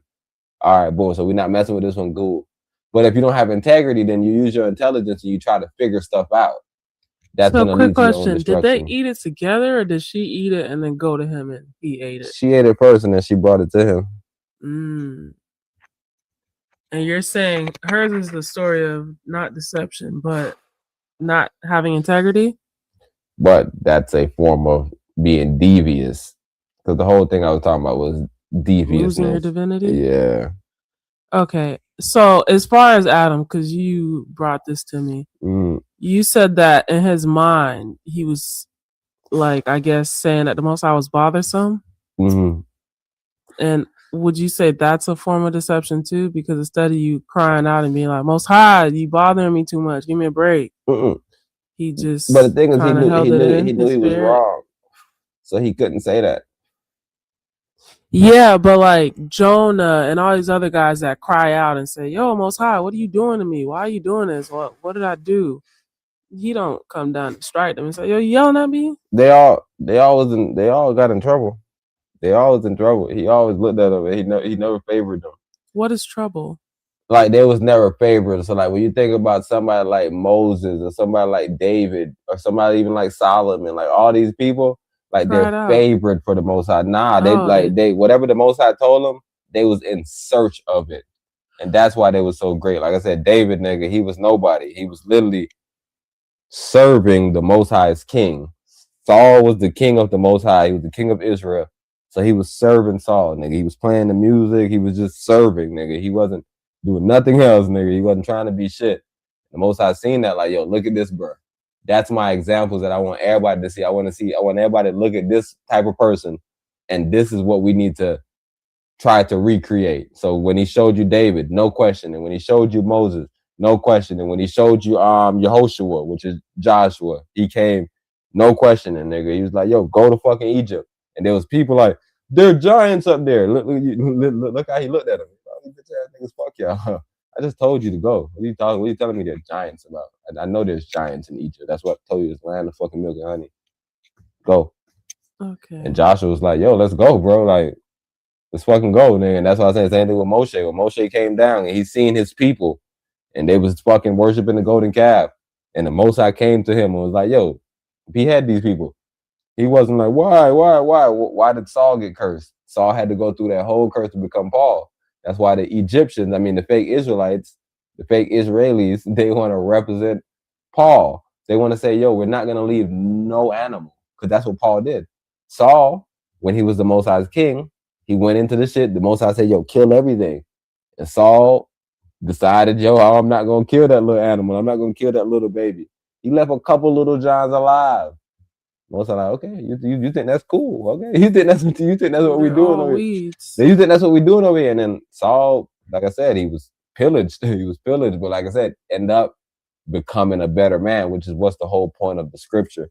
Because fucking if Saul could become Paul, nigga, it's like, bro, who can't be somebody? You see, even I just did that because you know those little Johns that like just stick onto stuff, those moth things. In my mind, when I was like clearing the screen door, I was like, should I kill all of them? And I was like, no, that's evil. Because now they're just going to look at you and be like, oh, this bitch is trying to murder us all. But it's like, no, I'm just murdering the ones that are inside the screen. I don't want y'all inside the house. So I vacuumed all the ones that were on the inside of the screen. But you saying that's a bad idea. Now they might come for me. No, that's a female idea. It's emotional. That's to clear the screen door? That's the first thing I explained. That's what I'm saying. You wasn't here early in the study. That's the first thing I said. I said, yo, we can't think like women. We can't allow that to put us in this position where we're at odds with the Most High. The Most High is telling us that, yo, if you're silent on any injustice, then you're doing something wrong. If you're doing something and you're making a judgment on it, that's something that I didn't say, then you're doing something wrong. If you're deciding, yo, I want to take these ones out, but I'm going to leave these ones in, you're doing something wrong, because what's the just in that? It's like, yeah, those ones outside. It's like, what you mean? They're where they belong. They're not out of place. They're all out of place. Or they're all in place. Either they're all out of place or they're all in place. Right? A life where material advancement has outpaced the spiritual. We must become bigger than we've been, more courageous, larger in outlook, and rooted in the authentic strengths that Yah has placed within our hearts. That's a verse? That's no, this is everything that I wrote from the beginning. Oh, okay. Let us explore the path to a full life where our actions match our spirit. For until philosophy of the lie is finally permanently discredited. Then I went on to this whole diatribe. I said, yo, I taught people early on in my class. I said, yo, there's this big thing going on with these cameras and they're tracking people. And we went down a whole diatribe. People said the cameras might not be real. And I'm like, oh, this is the delusion that the Most High is talking about. Everything is discredited. So people can't present ideas to people and they build on it. So now I'm seeing the other people just consistently build on it. Now I'm showing the cast and I'm showing them, they're showing people at parks. They're showing people crossing the fucking, they're showing people everywhere. And I'm like, I was convinced, I was telling people this based on what the person told me. I heard him say this. I seen the research. I didn't even see proven fact in the sense like he wasn't pulling up camera footage, but he was telling me what was going on. He was showing me how to do it with just the license plate. And I was like, hold on, what? That sounds cold, bro. What they doing, bro? And then everybody was like, how can they track humans? They can't track people. And I was like, all right, bro. That seems like what y'all doing is, what are y'all doing? The philosopher, until the philosophy of the lie is finally and permanently discredited, there can be no peace. Why can there be no peace? Because nobody's ever gonna come to an agreement. Nobody can be like, yo, they're tracking us. Somebody's gonna be like, yo, and then that's what I said in the beginning. I also said, people, we cannot be what? We cannot be what? We cannot get caught up into this whole thing of thinking everybody is devious, right? We cannot get into this point where we're sucked into this system where everybody is devious, so I got to be devious. You can't get sucked into that system. You have to understand that the problem is Two wrongs don't make it right. every time somebody that knows right is silent, the Most High looks at that person even with more fury. That's a devious person. That's why he was so mad at Adam. Because if you know right and you're not going to chastise somebody, that's because you don't love my system. You're willing to let somebody run over my system. It's like if I'm outside, nigga, this is my house, and somebody outside stepping on my fucking plants. And I'm like, bro, I ain't want to tell him to stop. Okay. In his mind, he been being ran over. So for her to run him over is another day. No, I just feel like in his mind, he don't want to get into arguments. Because remember, I told you, the whole point of deception is because you are a prisoner. Yeah. What's that word called when you don't want to, you're not confrontational? So instead of confronting the Most High, he didn't confront him. Instead of confronting Eve, he didn't confront Eve. Yeah, it just becomes a cycle of, yo, you're not confrontational. You're not going to check nobody about how you really feeling. Good luck out there outside the garden. You become a prisoner inside of your shell. But once they made it outside the garden, you can read the story to get like Adam, where they tell you about how they was vibing outside the garden, because now it's a system. Now you done experienced it, yeah. And I told you for the first like 4 weeks, for the first fucking 3 fucking years, nigga, in the Most High fucking time, nigga, it might be 800 years, nigga. They kept going back to the garden. Because they knew where it was. They sensed it. They kept going back to it. And the Most High, he had the cherubim in front of it, which is this angel with this sword and whatever that might mean, nigga, whatever concept that might be necessarily. Every time they walked up to this motherfucker, and this motherfucker, like I said, he was never gonna kill him. He probably like raised his sword up and like blocked the pathway, or they just seen him. Booby trap. They all died. They will always die. They would die from fright. So it'll make their heart explode, nigga. Yeah, they'd be like, bro, this is fucking crazy, and they just die. So now what you're saying, Cain pretty much picked up the Adam spirit, but now it's violent because you saying he didn't check the Most High neither as far as what he was doing wrong. Yeah, I told you. Yo, I'm bringing my stuff to you. Why are you not accepting it? Cain's situation is always weird, and that's where you got to figure out where man or anybody intervene with the Bible. Like I told you, there is times where I've seen that Cain brought fruits and Abel brought animals. And that's weird. Most I banging on the bird for fruits. Why you want to bring some fruits? It's like the Most High love the smell of dead animals. That sound like the good Most High. I don't know. So like there's some parts where you can like have this little weird but no, because even Cain necessarily went off to be a better person too. But yeah, I guess you could say him and Adam was the same person, but I want to say they all was the same people. None of them said anything. They always being deceiving. Devious. Yeah, nobody stood up and was like, yo, what you doing? Yeah, because you don't hear nobody screaming into the New Testament, right? Nobody said anything. Like I said, you had the time in the Old Testament with the Levites, where nigga the Levites held people accountable, nigga. The tribe of Dan, like literally, that's how tribes got cut off, nigga. Before we had the tribe of Dan, we had this tribe, we had that tribe, and niggas like, yo, that whole tribe wiped out. What do you mean holding people accountable? Like literally, they fucking went to war. So like I said, with the Levites coming back down, when Moses came down and they was worshiping the golden calf, they got the message, and the Levites went around and beheaded all the fucking kids of the tribe of Israel. They was fucking the same way you would think about some fucking people in the fucking Middle East. And they going around, nigga, and they like fucking, we beheading all these fucking people in this area. Right. All these people over here, they believing in another God. We're not working with none of that shit. And that's what I'm saying. He always had that in the Bible. That was all Old Testament shit. Okay. Yeah. And now we're kind of actually seeing why that's actually done. It's nothing like, I guess, evil per se, because it's like, imagine you go outside and you start taking all the weeds down. Oh, you're being evil for taking the weeds down. And it's like, do you see what weeds do to shit? Are you sure we're being evil? Or is this just a part of the cycle that needs to take place? It becomes evil when a nigga walk around with the spray to kill the weed. Like, that's the problem. No, you're supposed to be cutting it with your hands. You're right, man. because the weed is resistant, and that's another story that I told the people about being this a deceiving person. Right? You show up to somebody's house, somebody wants you to pick weeds, you don't know what weeds is. So being deceiving is necessarily not even trying about doing the easier work or doing the lighter work.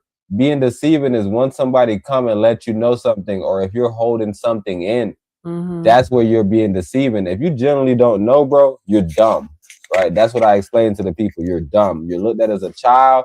You're looked at as a lady, and I can look at you and I can forgive you and I can say, yo, bro, that's not how you do it. But once I tell you that's not how you do it, and then you show up to the next job and say you know how to pick weeds, and then you're still not doing the shit, now I know that you're playing me, because last time you figured out that I didn't make you go back and do it. I made somebody else finish it out for you. But this time, I'm gonna make your ass go back and do it. And I'm gonna sit here and watch you. And I'm gonna make sure you know how to do it, because you're gonna figure out that, yo, all this playing around, wasting time that you think you're doing, all this bullshit, bro, you shouldn't be taking that long to do weeds. Same thing like even when we was picking up the trash. Like I said, because we physically did it, we knew the time. So even though they try to say, yo, you're supposed to be done already, it's like, no, you don't know about this property. You can't make judgment on things, bro, if you're not actually experiencing shit. And that's what I'm saying. That's how you start deceiving people. Nah, you should be able to finish that in an hour. You don't do it. You never did it. So you can say that. And then now somebody go out there and they're like, nah, I was moving as fast as I could move. I couldn't finish this even close to an hour. So I'm not sure how you grabbing the bags. Are you grabbing 6 bags at one time? Because I'm doing it fucking wrong, bro, because I'm not finishing this property in an hour. And then somebody's being deceived. Maybe you're lying because you're not going your hardest and you're fucking bullshitting. Or maybe that person tried to trick you. And once you actually know the fact, then you can fucking stand on it. And that's what I was saying. The person that has the justice is the person that now goes around and spread the justice. Now you can tell other people, yo, bro, he gonna tell you this property an hour. No, bro. Don't try to fucking kill yourself, bro. If he talk about fucking fire you, bro, fuck him. I don't know. Like I said, maybe he could play that game, but if you allow him to play that game, then you doing nonsense. Maybe you might finish it in an hour, but you're not. You probably gonna fucking jump in your fucking car and try to skate the system. Bro, you can't finish it in an hour, bro. So that's what I'm saying. The same thing even with that one story, nigga, with the king or whatever, where he made up a lie, nigga, and you weren't supposed to do it. And the people that fucking think they did it, it was like, yo, how the fuck you did this? You weren't supposed to work. The fake shit. You're supposed to do it. Oh, the pot? Oh, fake shit. What are you doing, bro? How do you get to this point that you get so caught up that you want to win? And that's what I was explaining about all these things. It's literally not about taking the easy way, because the easy way was just like, I can't do nothing. You tried to lie. That's what I'm saying. Deception is not about easy. It's about being a prisoner of your fucking fake thoughts. And that's where I'm saying that's the problem, because it creates a problem with everybody. So now if I come to you and I say, yo, you just messed up on that. Oh, you just said this. Somebody say, no, I ain't say that. Where in the reality, you should be like, oh, snap, my bad, I messed up. Yeah, that's what I meant, though. But now it's the thing like, no, I ain't say that. I know I didn't say that. I got to record this dude. Fuck it. I got to record this dude. Like, we shouldn't be in that point in life, bro. It never was that time in life where niggas was like, what? I didn't do that. I just seen you drop the paper. It fell out of your back pocket. No, that ain't my paper. All right, bro. Hey, make sure we got cameras right here so we can fucking see him. No, them people, you gotta be very particular. All right, well, it's not your paper. Whose paper is it? Oh, no? Interesting. So you saying somebody just stuck something in your pocket? All right, let's run the cameras back and see who's stuck it in your pocket. But that's what I'm saying. We're not supposed to be at cameras. That's what I explained to you. That's what's the problem. All of that bullshit dialogue that you just had to have with somebody about some bullshit shit, that's the problem with the universe. That's what I'm trying to speak against. That's what I'm telling you, that we have to stop it. People should not have to go to court and produce. Bro, I don't have to fucking produce footage, bro. I did not hit that dude, bro. What the fuck? I did not run into bro back, nigga. I don't need no fucking witness, bro. Hopefully somebody on the fucking street seen it. What the fuck? You saying I ran into him? No, that dude just fucking randomly stopped in front of me. Bro, you ain't got no dash cam? No, I don't have my dash cam. That's why I explained to people. I said, yo, even me, when I get pulled over, it doesn't matter what the situation is. It could be non-violent. It could be anything, bro. I try to get on the phone with somebody. I hope that I have my dash cam aligned. I hope that I have my voice memo recorded. Because, bro, you can't say anything, bro. Nothing is fucking real. Yo, the police officer told me that he wasn't gonna give me a ticket for this one. I didn't say that. But you did say that. I don't have no footage of it. Oh, hearsay. I'm just telling you, it's dismissed, bro. Everything, and you know why we got to this point? Because every time you walk up to somebody and you tell them something, they tell you, nah, I ain't do that. Okay, bro. My bad. You probably didn't do it. And you're right. My bad. I'm sorry. But now if you're lying, that's the problem. Nothing is wrong with nothing, bro. Nothing is wrong with somebody saying, yo, did you put something in your pocket? You like, nah, I didn't put anything in my pocket. All right, my bad. I thought you put something in your pocket. I'm sorry. Okay, that's weird. I don't know what that nigga thought I put it in my pocket, nigga. Yeah, I got something in my pocket. Bro, what the fuck? Don't take it out your pocket and go put it back, bro. Take it out your pocket and put it back, bro. No, bro, there's no point of this now, bro, because he already know you got something in your pocket, and now you do have something in your pocket. That's now you were still a liar. That's deception, bro. Just put it back, bro. Make him be wrong, bro. That's what we have to be better at. We want everybody to just understand that, yo, if I say something, even if I just catch you, even if I randomly catch you, and I say, yo, did you steal something? You probably didn't steal nothing, or you probably did. But now, from this point on, you got to put it back. You just got to put it back. Haughty. Because you don't want deception to be on you because you told them no. Now, if you say, yeah, and you just run out the store, then it's like, okay, bro stole something, right? I want it to be simple. I don't want it, like, I want when you walk up on me, if I'm just standing there, you'd be like, well, I got to still search you. It's like, bro, you know, if I stole something, I'd have just ran, bro. I don't have anything, sir. You still gonna search me and still put me through this weird embarrassment shit? You still got to bring me to that little silent room and do this shit with me, bro? Please, bro. Please, don't do it to me. But they're going to do it to you. Why? Can I blame them? No, I can blame the fucking world. And that's what I'm trying to say. We have to get to this point. That deviousness is actually the ultimate curse, the ultimate sin. And the problem is because it makes everything else a problem. Yo, you killed that person? I mean, you murdered that person? Nah, I ain't murdered that person. All right. It wasn't him, y'all. Hey, you murdered that person? I don't remember. Okay, it was you. It was you. No, I generally don't remember. I'm trying to tell the truth. I don't remember. That dude lied. He did it probably. So he's telling you that he didn't do it. But I don't remember what happened. But I didn't murder nobody though, for sure. I could almost guarantee that I didn't fucking murder nobody. But now you're saying I don't remember. It puts you in this weird position. And that's what I said about the kid earlier. You call your mom. Y'all all having this weird conversation. Your mom fucking texting your dad. All y'all doing weird shit. How can I pinpoint anybody? And then now she's saying that I asked him and he's saying, I don't remember. And then the dad is saying, let him know that everybody don't hate him. Huh? Dude, what did I do? I don't remember though. Did I do something, Pops? Why do people hate me? Like, that's what I will be asking. Hold on, why people hate me, Mom? Like, why Pop saying that? You ain't got no alibi. You should, bro. You telling me you don't remember, bro? And they saying that they found your sister asphyxiated under the bed. And what I'm trying to say is, Joe, when they find somebody under the bed, that means you didn't turn them in. So now I'm saying, yo, you saying you don't remember don't sound good. And that's just me following the logical fallacy. If somebody jumps off a boat and they're in the middle of the ocean and you tell me they wanted to go for a swim, that don't make no sense, bro. Either he fell overboard because he was playing and he was drunk. Or you're being drastically sarcastic. Because nobody does that, bro. That doesn't follow logical, John. So now how does somebody, this your stepsister. So did you leave the boat? Like, when did they, like, that's what I don't even know, because I told the people, I have to go back. I have to get more deeper into this story. But I'm trying to figure out, when did he leave the boat, the cruise ship, and when did they find the sister? Did he tell them and they found her under the bed? Was they in different rooms so he was able to say, yo, I can't find my sister? And then, don't they got cameras on the cruise ship? They're like, everything is like, I'm like, I don't get it. I don't get it. Like, I don't get how is he not guilty, or how is he not innocent? Like, it should be very, very easy. Because you saying your sister, like, even this one story when the other people went on the river boat, the cruise boat, or whatever, the little boat, and the girl went missing. After she got off.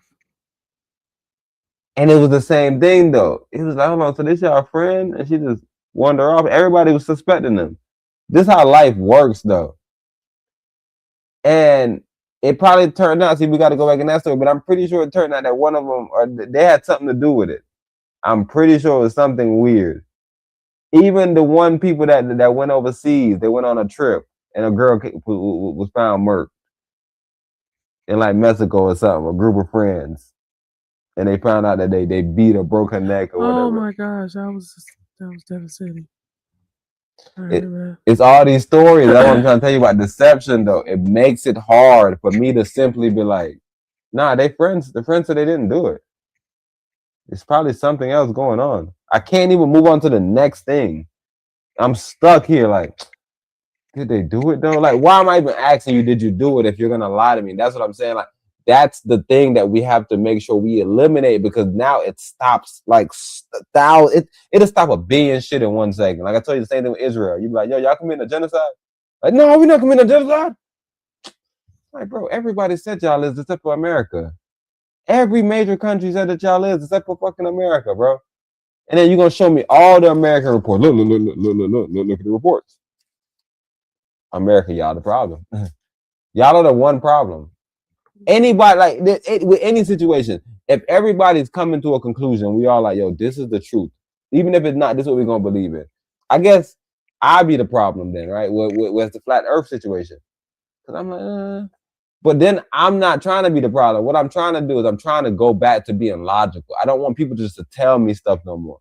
I just want to be logical. I want to be like, yeah, America. I ain't never been spinning. Now that we talking about the weeds, and after seeing that, bruh, and what he did, no, the journalists are coming to beep to kill us. I'm like, yo, they're the weeds. They're suffocating everyone. They're literally suffocating America. America's growing wild, and no one's taking care of the weeds, bro. No one's cutting the weeds. And anyone that tries to come cut the weeds, sticky butts come. Attack, bro. Shoot his whole head off. Shoot his whole neck off. Blow his whole chest up. Them folks not stopping, bro.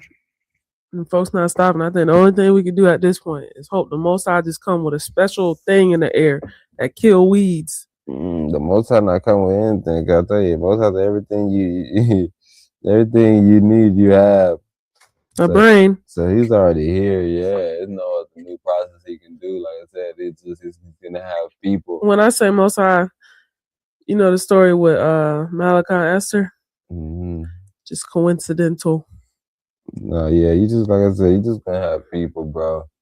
Like right now, I'm on this big deception wave. Like I said, I'm always the first person on something, so I could only imagine probably the next couple of weeks we might start seeing people go down this deception pathway, because I'm thinking this is one of the pathways that nobody even really explored in the way that I just explored. Like I said, I'm looking at it like it's the underlying it's past cause. Deception, though, right? Deception is synonymous with that slop word that they've been running around. But right now, we're at like just debauchery, sheer debauchery. It's like, yo, y'all doing something truthful and honest? All right, we're gonna come in and flip it on its head. No, bro. Nothing you talking about, nothing, bro. Okay. I already told the people what it was, bro. I did a whole intro, bro. Yes, sir. All right, and I'm telling you, bro, it's about people being devious, bro. I don't know. All I want to say, like, when y'all do this word game, like I just explained this to the people about deviousness, and that's the same thing that's happening right now. It's deception. It's words, right? That's why Kanye said he wanted to eliminate words, because we're gonna turn it into nonsense. What does debauchery mean? Where did you get that word from? A nonsensical word. It seems like debutch. I don't know that word. I don't really know that word. When I say devious, bro, like I really want people to understand what. Bro, I want you to understand that, bro. This is literally, bro. This word is stripping you from everything the Most High made you to be.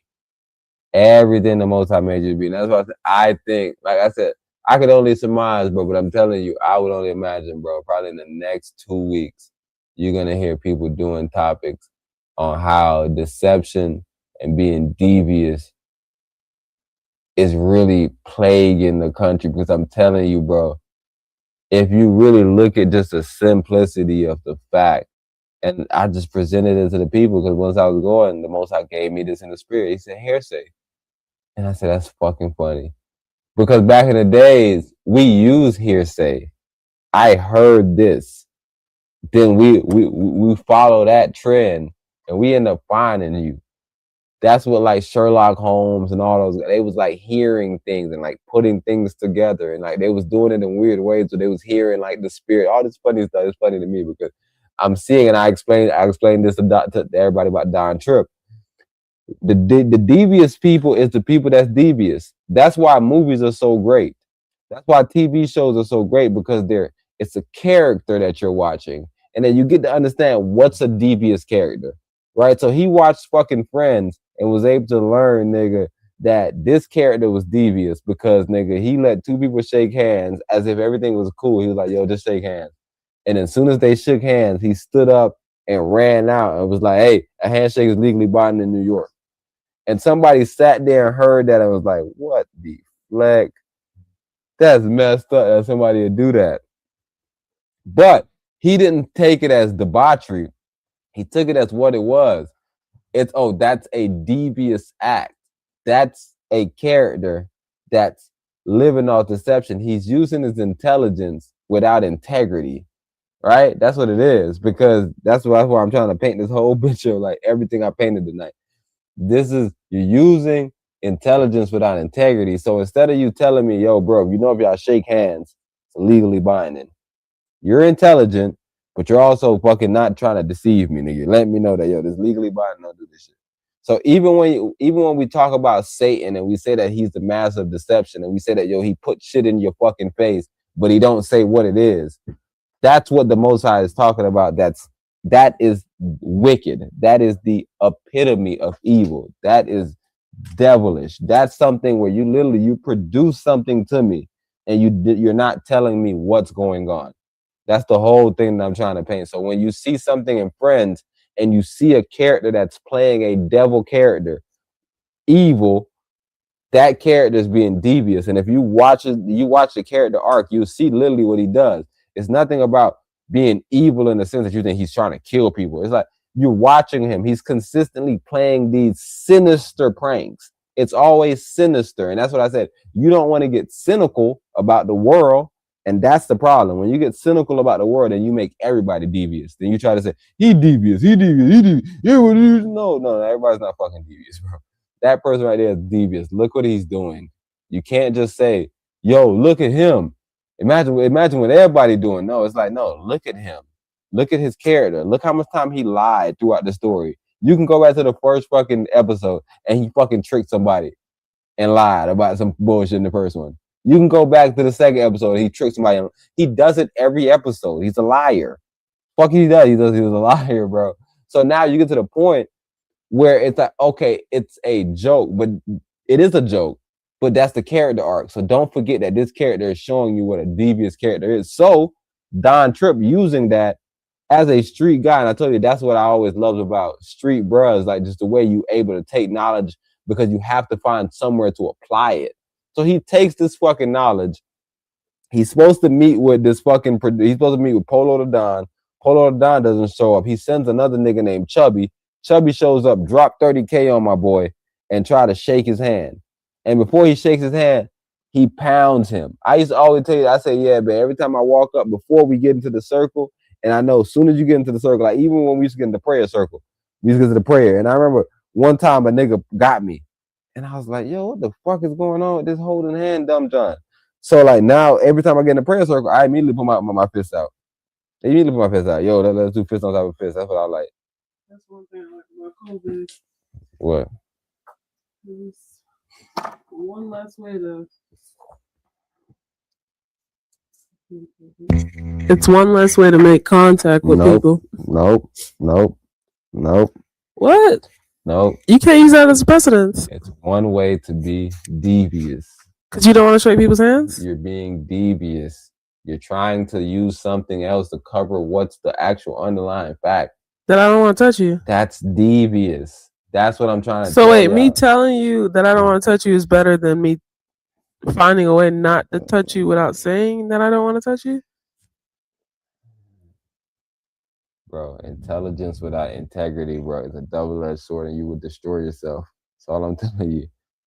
Every time you lie to somebody, you have no integrity. And all that does is make it so that anytime you tell anybody else anything, they're not gonna believe you. If that's the world if that's the world that y'all want to live in, okay. But I'm telling you, that's not what the Most High intended for his humans and his people. And that's why every time somebody did it, he cursed them. That's why I'm going back and I'm trying to stress on the cast to my folks, the people that want to do better. Hey, yo, we should look at deviousness as the worst thing that you can possibly do or be. That's why I was stressing about being devious. Because I think it's so bad. That you don't want to touch on somebody else? What you mean? That you no anything about being devious, nigga, about having intelligence without integrity. That's what fucking even Warren Buffett talks about. Like, I don't want no smart nigga around me. Like, you're smart, right? What you're doing is being smart. I don't want no smart people around me. I want somebody that has integrity, and then I love when he be smart then. But if he don't got no integrity, then that nigga will fucking mastermind and take everything from you. That's what you're dealing with. You're dealing with somebody that will mastermind, nigga, and take everything you own and everything you love. So yeah, that's the whole point of what I was saying earlier about integrity without, intelligence without integrity. That's where you wind up. You wind up in these positions where, nigga, you try to lie about why you don't want to shake somebody's hand. Like me, nigga, if I'm like, bro, I don't want to dap nobody's hand up because my hands are sweaty. I don't like touching people's hands. My hands are fucking wet and gunky, bro. I'm not touching people's hand, bro. That's why I'm. But if you come back and say, yo, it's an exchange of energy, I don't want to touch your hand because I don't want to exchange energy with you. Then you're losing your divinity because now you have to figure out why you living so wicked in your heart. That you shaking somebody's hand, that's what do you mean? Not worth shaking? That's what I'm saying. What makes their hand not worth shaking is what you have to figure out. Oh, because somebody told me it was legally binding. What do you mean? What did he give you? What did he say to you? I'm confused. If you shake somebody's hand, it's legally binding. What did they give to you? What did they say to you? Legally binding to what? I don't know what that means. Oh, okay. Nothing. That's what I just told you. So you have to check your hate. You have to check what you're doing. You have to check if you're actually being fair. That's the only way you can do anything. That's what I'm saying. Integrity is the main thing. Because if somebody is dirty, you're like, yeah, bro, I'm not about to shake your hand, bro. I just seen you have your hand in your butt. Like, I've seen people be that honest, nigga. It's like, bro, I just seen you. I've seen your homeboy being that honest. There's some people that's that honest. And they're like, bro, I just seen you. I just seen you. He wasn't being that honest, though. What you mean? Because he shook everybody's hand, nigga, but talk shit as soon as he got in his whip. Who? P. Diddy. I don't know nothing about P. Diddy. When did P. Diddy get? Oh, in that documentary. What documentary? How many P. Diddy documentaries are there?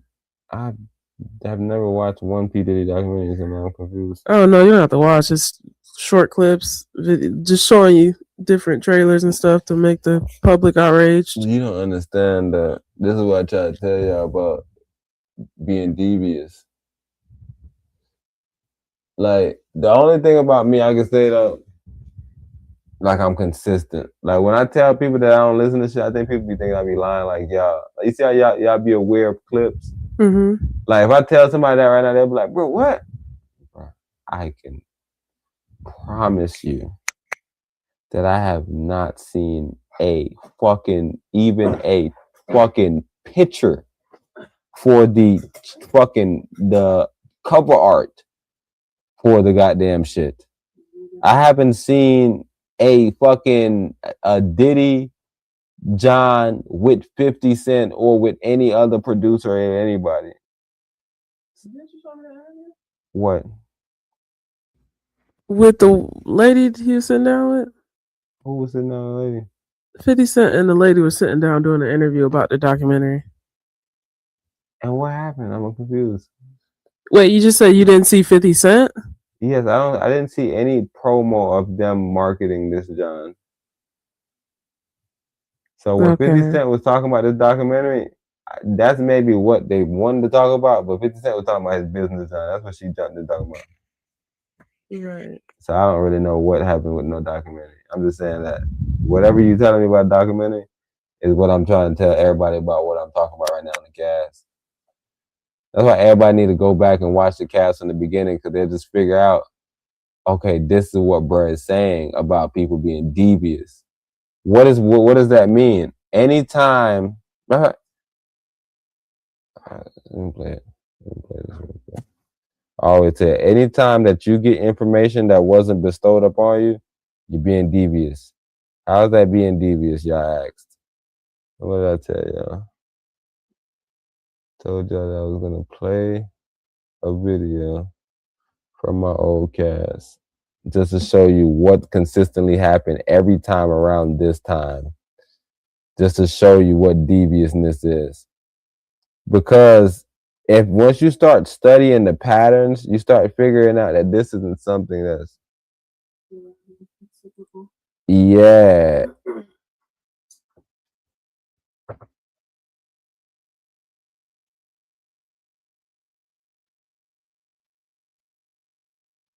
Hey.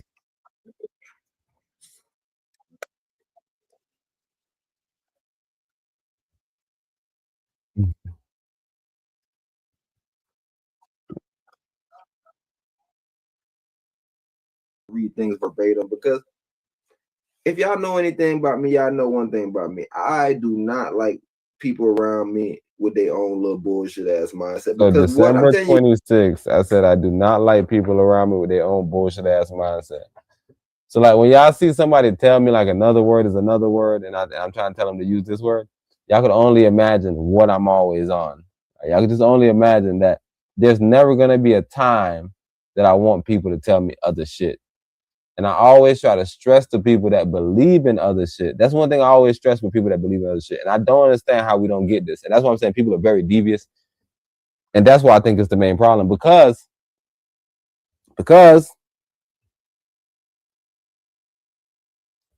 when you're devious, you create a split in your persona. You lose the well-being that comes from authenticity, authentic living, where your internal values match your external actions. Remember I said, if your thoughts don't match your force, then I'm not rocking with it. Is a prerequisite.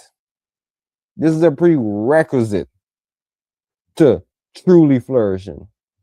But hey, don't worry about that part. Worry about this part. They may believe that everyone is devious, so their behavior is just a survival mechanism. I said that. I also said this part. I only lie because the system is rigged. That's the same person. That's the same person that's not going to justify them doing somebody else wrong. This is what I'm trying to tell you. We cannot have different thoughts and we cannot explore different things. If we do, we should go on our own journeys. We don't understand when things hit the fan, we be like, yo, how did that happen? No, nobody's confused. Nobody's confused. People are deceiving themselves about confusion. You drift away when you do different things. You cannot now be deceived and play games. I don't like deception. I think we should be very we should attack deception, right? Devious behavior is usually a shortcut to the pleasant life, getting what you want now, money, status, avoiding trouble. It fails to reach the meaningful life, which requires using your signature strengths in service of something larger than yourself. You cannot truly serve a higher purpose while maintaining a web of deceit. The cognitive and emotional load of the mass prevents the flow state required to be in God. So the ability to have to think about shit keeps you from being in the flow state with the Most High. Because now you have to process how we do shit. Your first couple of weeks of practice ain't as smooth as your last couple of weeks of practice before you go into the tournament. I'm just telling you. You're smoother with your closeout. You're smoother with your transition. You're smoother with getting into plays. You're smoother with getting out of practice. You're smoother with doing everything. Why? You've bought into the system, and it's one way of doing things. Now, say you online and you watching another school warm up. You come to our school with that bullshit. You run into the right coach gonna say, yo, take your ass over there then. Fuck you telling me about some bullshit. But that's neither here nor there. But I did want to stress that point that we have to be very careful about our decisions in the long term. Because our decision in the long term is what actually matters. Remember, I told you when the Most High put you in weak positions, you could do anything. It does not mean anything to the Most High. He don't even give you a credit. It's so fucked up that there's a lot of things that you go through in life that the Most High don't even give a fuck about. T, how you know that? What the Most High say that? Okay, go check it. Check all the time that people did meaningful shit. And then check all the time that there's billions of stories in the Bible and you don't know millions of stories about billions of people. I'm just telling you, it's not meaningful. So I don't care about it. You don't care about it. Now you can say you care about it probably in his personal life, but I'm telling you what it doesn't add up. Like he doesn't use you as a barometer to do anything with it. Like he don't say like, yo, look at that bro. That bro lost this person and then lost that person, but look what they still doing. Look how they flourishing. That's the person that he used. He don't use you where he like, yeah, bro ain't do nothing, but look at bro. Look at bro. Yeah, look at bro. He don't fucking listen. That's bro. That he don't do that. He's one of those very, very strict people where he be like, nah, that bro there. No, I know that bro. He was born with no legs. Yeah, no, he good. He good. He gonna make it. I got a story for him. So that's what I'm saying. Just make sure that your story is one of triumph. Make sure, like I was talking about the Warriors earlier. I said the Warriors ain't really Warriors. They could be something else, the Dubs, the Lovers. And why did I explain that to y'all? You lose your integrity. You lose your integrity. You think you're too smart for your own good. You trade away your team and now you suck. Same thing I heard the brother Eric saying because he's a Detroit fan. And I want to say Chicago might have made the playoffs or they whatever in this bumble state, but that's neither here nor there. Matter of fact, funny thing happened was Green Bay wasn't supposed to make it and some funny shit happened and they happened to make it. That's what I'm saying. When you usually they say when you do the job, then everything can work out for you. Meaning that usually you got to go out and win. And then like you kind of control your own destiny and shit. But like they lost. But another team won, so they end up getting some shit. But I heard the one brother saying he's a Detroit fan. So he was saying, you know what's funny? That all these guys that split up and went to another spot, none of them are where they was last year. And I think he was saying that based on record. He was basically saying last year Detroit team was like 14 and something. Or something real good. Like damn near undefeated. Like it was real good. Right. And this year they was like 9 and something. They were doing bad. And then Chicago at the moment wasn't doing the greatest. And then they kind of turned up. And then he was still like, yeah, we all doing solid, but none of us is where we used to be when we were together. Right. And that's the one thing he said. Now I was saying, so sometimes you lose your integrity. And maybe you can go somewhere else and build up your own squad. But it might have been integral issues while we was over there. Or if I did run off with no integrity, that story is now dead. Now I can justify it and be like, yeah, I told him that was a better job. Go get that head coaching money and da. But I can still be like, nah, he fucked me over and left, man. He was a great offensive coordinator for me. I love da. The way we made it work, we was all da. So there's a hella angles. So like I said, I'm never sure of who deceiving who or what being deceived, bro. But I personally don't like people around me with other thoughts, because at least if you don't have other thoughts, I can now at least be like, okay, so you did that? Oh, well, that's wrong. We don't think like that. But like now, if you have your own thoughts, you might be like, no. I know that's wrong in your mind, but I believe in this. I'm a Muslim. It's like, oh shit. I didn't know you was a Muslim, bro. When you became a Muslim? You gotta know what a bro is. A bro might be like, yeah, I'm Buddhist, bro. You Buddhist? Oh, man, ain't nothing Buddhist shit. What you do? Did you ever figure out what a chord means? Who? A chord. A chord? Yeah, you mentioned the Abraham Accord, and I asked you what an accord was. Oh, I told you. You know what a chord is. That connects everybody. You in accord? You in accordance? You remember that word? They used to say that word when we was in school. According to the source. Oh yeah, even that. What that mean? Oh, it's a way to quote somebody who says something. No, it's not a way to quote though. But what does the word mean though? You just explain the word.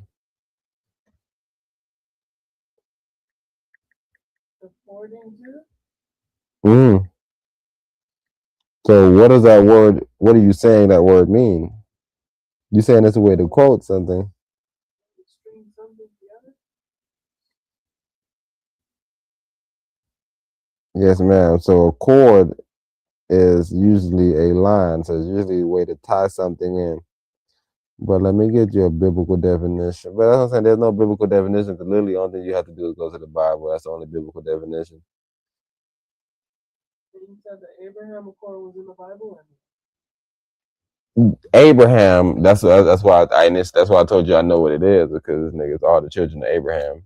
So you know what that means. So like all their Johns is something from the Bible. All their little attacks is something from the Bible. Everything. Abraham? No, Abraham has all of the youths. He's the father of everybody. He starts after, remember, Abraham is the brother of Lot. Of Lot? Yeah, so Abraham and Lot is brother. So when the time of Sodom and Gomorrah, when they most time went to destroy all them people, Lot was the only person that escaped. But the reason why Lot escaped, because that was Abraham's brother. So long story short, Abraham grew up in this time of the Battle of the Kings. He went and fought all these kings and met Nebuchadnezzar. Not Nebuchadnezzar, I'm fucking tripping. I'm bugging right now. He met the high priest Melchizedek.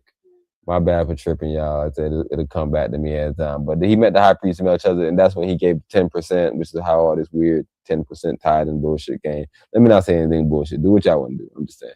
I don't know what y'all doing. So anyway, this is when he gave the 10%. He met up on Melchizedek, and that's the only king he didn't battle. But all the other kings he went and like slaughtered their ass, basically. And that's why I say, even when I tell people about why I like The Hobbit, and I always say, yo, this is some biblical story, the Battle of the Five Armies, and then he ran, battle all these brothers. Long story short, he slaughtered all these brothers. Then he ended up meeting on the high priest Melchizedek. He didn't battle Melchizedek because Melchizedek had no beginning, no end. He was literally the Most High. He had no father, no mother, the whole fucking spiel with high priest Melchizedek. You see, Enoch, I don't know if Enoch had parents either.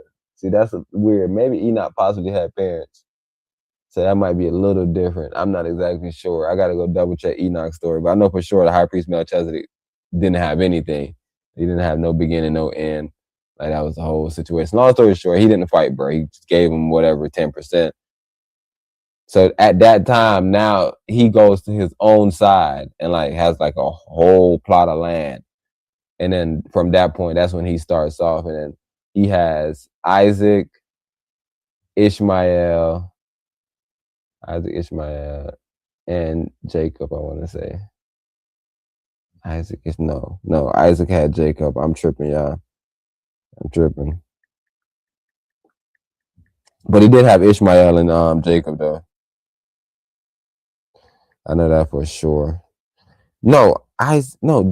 Isaac had Jacob. I gotta stop saying that. He had Ishmael and Isaac for sure, nigga. Let me not say Jacob. Yeah. Okay, so yeah, that was the main two people. Nevertheless, so like I said, I was trying to think about another son, but the main two bros was Ishmael and Isaac. And like I said, with the Abraham Accords, it's about Ishmael and Isaac getting under 1 John in accordance with Abraham. That's what it means. So it's just like I said, when you just take words and just don't even matter about the weird in accordance with Abraham. And who is Abraham? Abraham is their father. So if Ishmael and Isaac, which is the Jews, and the Muslims, which is Ishmael, which is the people of the desert, and then we're saying that Isaac is the Jews, they need to get together. And that would be the whole nation, because everybody else is under them. So, you know, like I said, Isaac had Jacob, Ishmael went off, had his people and did his John, and from Isaac is Jacob, and then you get all the different bros. And then, like I said, eventually you have like splits where Esau splits up, but Esau eventually, like I said, he's still under Isaac, so he's still a Jew, still probably like a red man Jew. So like either way, everybody is, like I said, there's only two sides in a sense. So yeah, whenever you hear him talk about the Abraham Accord, that's when they try to get all the fucking Muslims and all the Jews. The Jews are already in it, nigga. Like I said, it's their shit. They always claim, because in a sense, Abraham stayed with Isaac. They made it as if like Ishmael was a runoff. So Ishmael didn't like the way like he was being treated. And he didn't want to cane the situation. So he's like, bro, I'm out of here, bro. I don't talk about y'all. So he literally just left. That's the story of Ishmael. And then, like I said, Isaac ended up being his favorite. But they say he did have other sons. After the death of Sarah, Abraham married another brother and fathered 6 more sons. And then these sons were sent eastward, spreading Abraham's lineage across the world. Even when brothers are divided by the shadow of the past, this is something that I'm saying. Matter of fact, I don't want to say this yet, because I actually saved this one for another part. The truth of their origin eventually brings them back to the same soil. Deviousness may scatter a family to the winds, but accordance bring them home to honor the root. That's just something that I wanted to just tie in. Right? So that's what I kept on stressing to you about what accord mean. Like, it's just in accordance with the story. So like I said, I don't want people around me that believe other shit. I don't want people around me that research other shit. I don't want no other shit around me. So like when you're hearing the Abraham Accord, it's not you, and that's why so much people get so upset. It's because like a person is simply presenting like, no, it's just we're just trying to do business with the Somaliland and all the people. Like, nah, bro, you trying to fucking make them people you. And it's like, yo, the people that's going to trying to be me and trying to be a part of it, they're going to tie in. If not, then they're going to say, yo, we're doing the Ishmael Accords. Or we doing whoever fucking Accords. But, right, so that's the whole angle, bro. But I just want y'all to understand that the only way that the light, or the only way there's a shadow, is if there's light. So we have to make sure that the people with the justice, the people that do know the story of Abraham and Isaac, and they just hear these fake words, they're like, yo, I don't care about the word. Because like I said, when I use stuff, I use it in biblical definitions. So biblical definitions say that, nigga, the Abraham Accords, nigga, is whoever's under Abraham. And who's under Abraham? The whole world. So this game they playing about getting the Muslims, you don't understand. That's the only other side. That's what's so fucking weird about it. Because everybody else is now under this umbrella, whether it be Ethiopians who's quote unquote Christians, but they also Beta Israel, so there's that weird split over there. But if either way, you still fall under that same Isaac. This is like, and then he also sent other sons. He had 6 other sons that he sent scattered around to the eastward. I guess those would be some Asians, maybe. I'm not sure where it's eastward from where he was at the time, but maybe it's Asians. Right? I'm just saying, bro. He demoted this. It's what it is, bro. So yeah, they trying to get everybody in their bullshit. Like even like I was saying earlier when they got the Knesset, with just simply meaning Hebrew, the gathering. like all of these words, when you go back, you understand, okay, they're just using biblical definitions. They're not even getting like super deep with it. It's like, nah, this is what the Bible says. It's like they was in a Knesset. What was that? Like, how do you know that means the gathering? Because it says it right here. The people was in a Knesset around the fire. Okay, what that mean? The Knesset of people, Okay, that seem like talking about a group or something. That might be a group. You think that's a group, y'all? And then that's what the fuck we say. Yo, that's a biblical definition for it. But now you can go to like Webster and all these people. Maybe they might give you something else funny. I don't know what they might give you. But I'm just saying, like, if we just simply just going off what the word means and how it's said, we already figured it out. They're trying to take them people over. And I'm okay with it because I'm not okay with them taking the people over. Let me clarify that part. I'm okay with people having one accord. Like, even that part. Like, it's supposed to be one accord. And now you got another chord. Nah, bro, I'm playing chord C. I'm playing chord D. Like, hold on, you bugged out right now, family. But yeah, let me run this John right here. And then, like I said, I'm really supposed to be out of here. I was supposed to do my last little freestyle. So hey, 4 hours. I ain't been live in a little minute. So y'all deserve the 4 hours after this weird day. Imaging abilities, which are a significant step up from night vision. Thermal can detect heat signatures through walls, through dense trees, even through your curtains at night. Third, the Explorer comes equipped with license plate readers. They're constantly scanning every single car that they pass by and checking those license plates against a crime database. Fourth, there are audio sensors that can pick up sounds and conversations in the area. And lastly, and the most significant piece of tech, is the ability to launch drones. Aerial drones with thermal cameras that give police a bird's eye view during active situations. The Miami-Dade sheriff, Resi Cordero Suits, says that this is the future. She said to quote, "We are setting the standard for what will become the future of law enforcement in this country. Right now, there's an officer sitting in the front seat during this one-year trial, but she's already said that the goal is to let it patrol completely unmanned after they get enough community feedback." Privacy implications are pretty concerning. The 360-degree cameras are constantly recording, not just when someone is doing something wrong, but at all times just because the vehicle is there. The thermal imaging is even more invasive. In 2001, the Supreme Court ruled in a case called Kylo versus United States that the thermal imaging on someone's home without a warrant is unconstitutional. The rationale for the decision was that thermal imaging reveals details about what's happening inside your home that would normally require the police to physically break in and see. But the Pug has this technology mounted on the drones that can fly overhead. Experts are asking, does launching a thermal drone over private property violate the same rule? Legally, the answer isn't quite clear yet. Then there's the license plate readers. These just don't scan license plates of suspected criminals. They're constantly scanning every single vehicle. The data gets stored and can be used to track where you go, who you visit, and what your daily patterns look like, all without a warrant or any suspicion of any wrongdoing. Florida actually has laws that are supposed to protect its citizens from this type of surveillance. The state requires police to get a warrant before using drones on private property. However, there are some exceptions for active situations. Jay Stanley from the ACLU put it bluntly: "We don't want our communities to have police drones overhead constantly. People end up just feeling like the police are overhead watching them all the time." Florida attorney Raul Gastesi added, "No one wants to have a drone sitting over their property filming what they do. I have an expectation of privacy when my daughters are sunbathing in the pool behind my house." But it gets worse. There are no clear rules for how long the footage, license plate, and thermal data is stored and kept, who can access it, and when it gets deleted. Public documents don't specify data retention policies. That means that everything the Pug records could sit in the database forever. Now, what I personally find most concerning is that right as Florida is launching the surveillance vehicle, the state also passed a law that basically destroyed civilian oversight of police. As of this year, 15 civilian police review boards across Florida were shut down or stopped operating. The new law says civilian boards can only look at cases after the police finish their own internal investigation. They can't conduct independent investigations anymore, and every civilian board has to include at least one retired cop.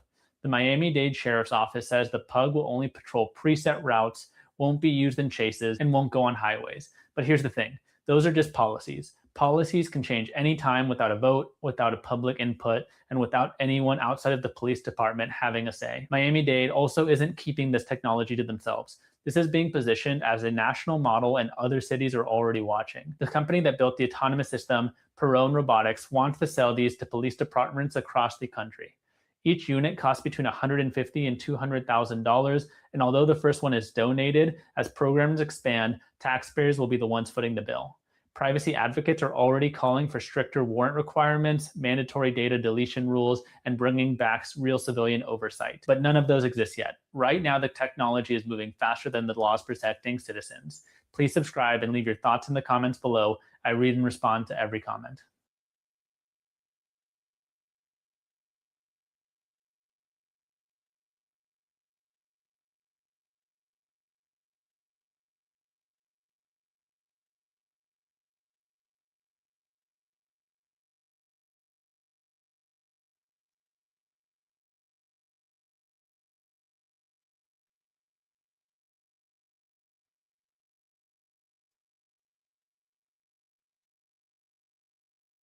Telling words, but bro, I always remain a student, right? So like even right now, where I was just like, you might be like, man, T serious about that word? Like he went to school for fucking English or some crazy shit. No. I got a phone, and there's a word that was said, and I was like, damn, I thought that word meant something else. And I typed it in just to make sure I was wrong, and I was right. And the word was like, nah, T do mean something else. So I just wanted to clear it up. So yeah, bro, I'm always a student, bro. So even if y'all tune in, maybe y'all might tune in at the wrong spot. Y'all be like, yeah, that nigga T know a lot. Because I heard that nigga saying you don't listen to nobody. I heard him say he's the greatest trader. You probably hear all these things. You hear all these things. The word greatest means something too. We can actually research that word. It don't mean that I'm better than you. It don't mean none of that. It don't mean none of that, bro. Y'all don't even know what words mean no more because words fuck y'all up. Y'all is like, yo. All right, so I'm just gonna keep my word wars to myself. Right, I'm keeping to myself. But bro, if y'all know anything, y'all know something, and y'all know that the Most High, Yeshua, Yahweh, all these bruhs that had titles use titles on purpose. Like the word Solomon wasn't probably his name. That was given to him to represent his function. David is a functionary word. A lot of these words was just for function. I'm just telling you. Like I said, Yah is a function, right? So a lot of kids will have the Yah in front of their name or something to that sort. Words are functionary, bro. So I don't know. I don't think we use words right? But like they're like words are like bad vehicles. It's like buying a car that can't drive. It's like you jump into some shit and it only gets you down your street because I guess on your street people use that word wrong. But as soon as you turn off on the real street, it's like your car don't work no more. Or it's like maybe you was driving in England, you was on the left side type shit, or whatever side y'all drive on in England. The left side, you was on the left side driving. But now you got to drive on the right side and you got your left brain in still. You feel me? So, bro, just be serious with words. Matter of fact, don't even be serious with words. Just don't read NBA articles without a dictionary near. I'm just playing, bro. I'm fucking with y'all, bro. Everybody do their thing, but don't worry about me, bro. I don't care, bro. No, don't need to worry about me. The article was perfect, bro. Everything Eric Spoelstra said was completely wrong by my standards because nothing that happened that he talked about was the worst, right? Because I didn't hear nothing worse, bro. I'm telling you, there could be worse things. Matter of fact, think about this. It could be the playoffs tomorrow. It could be the playoffs tomorrow. Matter of fact, Empress brought up CJ. CJ, it didn't bring the worst out of him. He could have said it was the worst thing to happen on his birthday. The worst thing that happened on my birthday is that I got that news. But then I still have some pushback on that shit. But that was the most unpleasant news for today. So I'll rock with that. Right? When he says they bring the worst out of people, I don't really know how to rock with that. It's a tough situation. But like I said, it's neither here nor there, bro. People believe in shit. I don't. Right? Look what my shirt say. The earth is flat. I'm just a simple man, bro. Like I want to figure out what you're saying. I want to figure out the proof. Like the reason why I say the earth is flat, because if I walk down the street, like I've never went up like a weird little curve and like came down. Like I've never like was on the side of the ball walking. Like I've never did any of those things. So I just say, yo, it's flat. It's flat surface, bro. Like, yeah, it's probably hills. It's hills everywhere, right? And Montana got hills, I'm pretty sure. Jamaica got hills. Everywhere got hills, bro. Right? And my last statement on that one topic. I'm done. I ain't got nothing else to say about it. None of the word. Matter of fact, next time somebody use the wrong word around me, I want y'all to be watching the cast too. Next time somebody use the wrong word, I'm just be like, yeah. Just remember this day. This is the day that I made word a big deal. What day I think is 26. on the I'm 27th right now, but yeah, you was right, 26. So this cast was on the 26th. This was a Sunday cast, but you know we still going live right now, so the day done changed, right? We're an hour into the cast, goddamn. So the time done changed. But just on this day, I made it a big deal.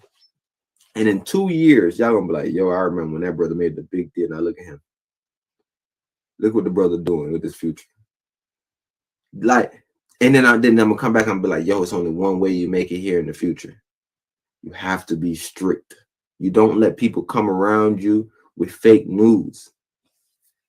Bro, think about how a lot of us got, bro, they tricked us so bad. And this is what I want to get into in a little bit also. Yo, they convinced you, and I spoke about this multiple times. I spoke about this thousands of times. They convinced you that you didn't need cops in your neighborhood. Meanwhile, you always fucking calling them and tell me how long it takes for them to get into your neighborhood. That's what y'all told me. Man, but they never come. Cool. And now these motherfuckers convince you that you don't need them because they don't come. Okay. Because the nigga probably hit you was like, yo, the worst thing that can happen is you call the cops and they late. Ha ha ha ha ha. Ha ha ha ha ha. Joke's on you because you used the word worse wrong. Right? The worst thing that can happen is not that you call them and they don't come. The worst thing that can happen is you can't call them and they can never come. Because even if they come late, they came. You can call them and they can never come. Say they don't have no resources. Say they don't have no cars. They need an Uber. They had to catch a lift here. That could be the worst thing. The worst thing that can happen is the whole police station blow up and they got to drive. It's like, it just, bro, shit could get bad, bro. Shit can get very, very bad if we keep on using this word worse, bro. So what I want to say is a bad thing happens where we'll call them and their response time is very slow. That's a very, very bad thing. But then we did something even worse. Something even worse than the bad thing. So something even worse than the bad thing. So I'm not saying it's the worst thing. It's just more worse. It's not, that's probably even a word. Let me research it. I don't want to say nothing that's nothing because then y'all like, yo, I heard you say more words. You say more words. That's for sure a word, bro. I'm just playing with y'all like I don't know words, bro. Come on, bro. Like, Empress, you can run that video for me. Mm-hmm. Let me check out if more worse is a word before they all crack on me. Right now, the search is on for a gunman after an argument over a seat at a Buckhead movie theater led to a shooting. And as Fox 5's Angelique Proctor reports tonight, the gunfire sent everyone running. Atlanta police say this shooting happened about 10:45 last night between the instead of just see, shit could have went from bad to worse. And yeah, you can't say more worse because you already said bad. Nigga, I'm ready. More is point. So that's what I'm telling you. That's why they use the word most to describe it. So like, it'll be the most bad, which is a stupid ass word. But you can say that. I'm pretty sure you can say that. I'm pretty sure 1,000% bad. Black mama mentality shit is time to war. All my niggas on the jack. All right, so it's just. I don't know, bro. You remember that? I guess the word worse is subjective unless we use it correctly, right? And it just means the most. I think the worst is very subjective because what we've been exposed to as people who have lived in the hood probably isn't going to be the same experience as someone who hasn't lived in the hood. So their worst to our worst doesn't even compare. It's like, what? He just snapped and you said, oh, nah, he's angry. That's all that is. So I thought he was gonna punch me, man. It's like, what scary ass. Like, okay, so I see a narrative though, just the people and what's worse to them. Like you just like I think any little small white man seeing a black man spaz out, not being able to play basketball, he'll think that's the worst. It's like, nah, you know he could actually kill you, right? Like, what are you talking about? Him crying and being emotional is the worst that he's brought out. Like him being like passionate about the situation and being like, bro, there's nothing wrong with me. Like that's the word. That's where it becomes like. People want to teach you a bunch of like popular shit. Like if you go on things, there's categories for popular and there's categories for ratings. Meaning that something is good. It may not be on the popular list. It may not even be top 10 pop. Like if you go through the first 10 pages, nigga, it's not there. You like, damn, the fuck? This shit was number 1 on the fucking ratings. Number 6 at least. What the fuck is it at? It's now gone because they don't have nothing to do with ratings. Popularity is about trends. Yeah. Right? It may be a time that we just think this popular because it's stupid. It's popular stupid shit just because it's so stupid. You're like, yo, this the popular shit for the moment. Think about all the meme tokens. That's what I see. Empress already stole it out my mouth. All the viral people, all the memers, it's all about popularity. Nobody walks around like, yo, man, this is top.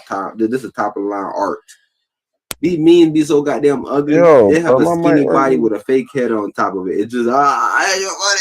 Look at Drake. You said memes or NFTs? Oh, NFTs are the worst. I'm talking about memes too.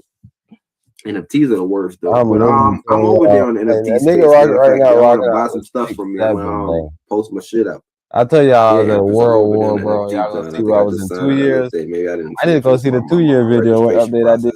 Yeah, boy. I ain't mint nothing yet, but I'm on a site. I'm on a site that's saying I can mint. Right? I'm on a site that I already used to trade crypto. Right? I'm already buying Luna and buying, different things on these sites. So you already know that I'm over there. Right? You know I'm over there. And then right now, matter of fact, let me throw something out there while I'm sitting here talking about being over there with some shit. Hey, Luna's at $100+. Bro. That shit. I just want to let y'all know. Because I shouldn't let y'all know that though. I shouldn't let y'all know that. Because then y'all know that it's time to What get you in. saying? The moon's going to the moon. I gotta go back to fucking Luna, bro, and figure out what happened to them, bro. Who stole that money again, bro? And that shit, right? Did them niggas get arrested? Listen to me. And then did a lawsuit ever come up about that shit? We got a book coming out. Right? I was thinking about it, Empress. Like 4 years ago, when people get the course, because what it's gonna be is on the Patreon. That's what we're gonna do. If people say, "Yo, yeah, y'all got something they pay for."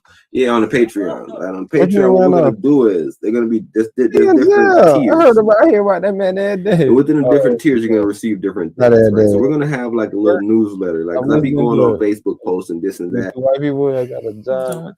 Yeah, I might throw some stuff out, some vague stuff. It's all gonna be vague. Everything that I say gonna be vague in the fuck shit. Right, I'm just gonna probably post results where it's like, man, I'm gonna hide the pairs, I'm gonna hide the stock, I'm gonna hide the ticker symbol, hiding everything but the results. Numbers is all you need. Numbers don't lie, right? They're going through it. But within the Patreon situation, you're gonna be getting the newsletters, and you're gonna also be getting like stock picks and like we come on here sometimes, like a lot of times we do it even on the cast because the cast goes so long. So if you watch a 2-hour video, you done your share work, right? So you get a little bit sometimes, right? You'll hear us say, yo, you compare Theta and the other one, T-Fuel. So T-Fuel could also go with Theta. You put both of them Johns together and them bitches run together, right? You could damn near look at something like Rune and like Vitor. Buy these shit together. Right, there's things that you could buy together, and what we're gonna do, like in this newsletter. Like I was thinking about it today. I was like, man, you know what? I need to start writing these shits. I need a newsletter, y'all. Y'all hear me? These are nice peers. You could pair them together. Like, see, I can't even say peers, because when I say peers, I don't mean peers. I mean pairs. Right, Empress? Pairs. Yeah, but being from the islands, bro. I'm an island boy with an island tongue. Yeah, I can't do no pairs, bro. Yeah, you know what somebody said? Why I'm saying that is in a funny way. I'm saying it in a funny way. Uniswap is finally doing a little work, bro. It ain't doing nothing amazing though, because I got 2 of them bitches, and I bought them each at $40. They're not even at $20 right now. And this should be at like 50. It's so underperforming. Be at $16. It's underperforming ass guy. This is Uniswap though. This is Uniswap. Right, y'all know about Uniswap. Y'all know about sushi swaps. Y'all know about the swaps. So you understand. So Nah, the line imagine judge me. can possibly I'm be telling lying. people. Also, Look, remember I told you, if one nigga lying, you a lie, then you a lie. If two niggas lying, you a lie, then you a lie. Don't align with no lies, cause you a lie. If you a lying, then you a lie. the judge in the courtroom can also be lying. So that's a double Right? entendre. Right, and that's what we were saying, like with bars, because like I said, the first He time I wrote it heard though. that bar, like it's even a bar that Look, I yeah. jammed and I didn't get it until Empress came around me, and I was like, what the What fuck he got? does that mean? And he was saying that I'm just waiting on my just trying to get my Will ticket, like call. I'm waiting and will call. I'm like, what the fuck is will call? Like, I never cared about it because I got the context. I was like, oh, he waiting. This is for what the I'm trying to tell y'all to this he day. waiting. Like when I say with word wars, like because I never let life get me, anything somebody say, I know what it means. Cause I'm not smart like y'all. Like y'all hear words and y'all start thinking. Y'all want to like figure out what fucking Webster got to say, what Bloomberg. I don't give a fuck what Webster or I don't give about none of them. What the Most High got to say. And then once I know the base.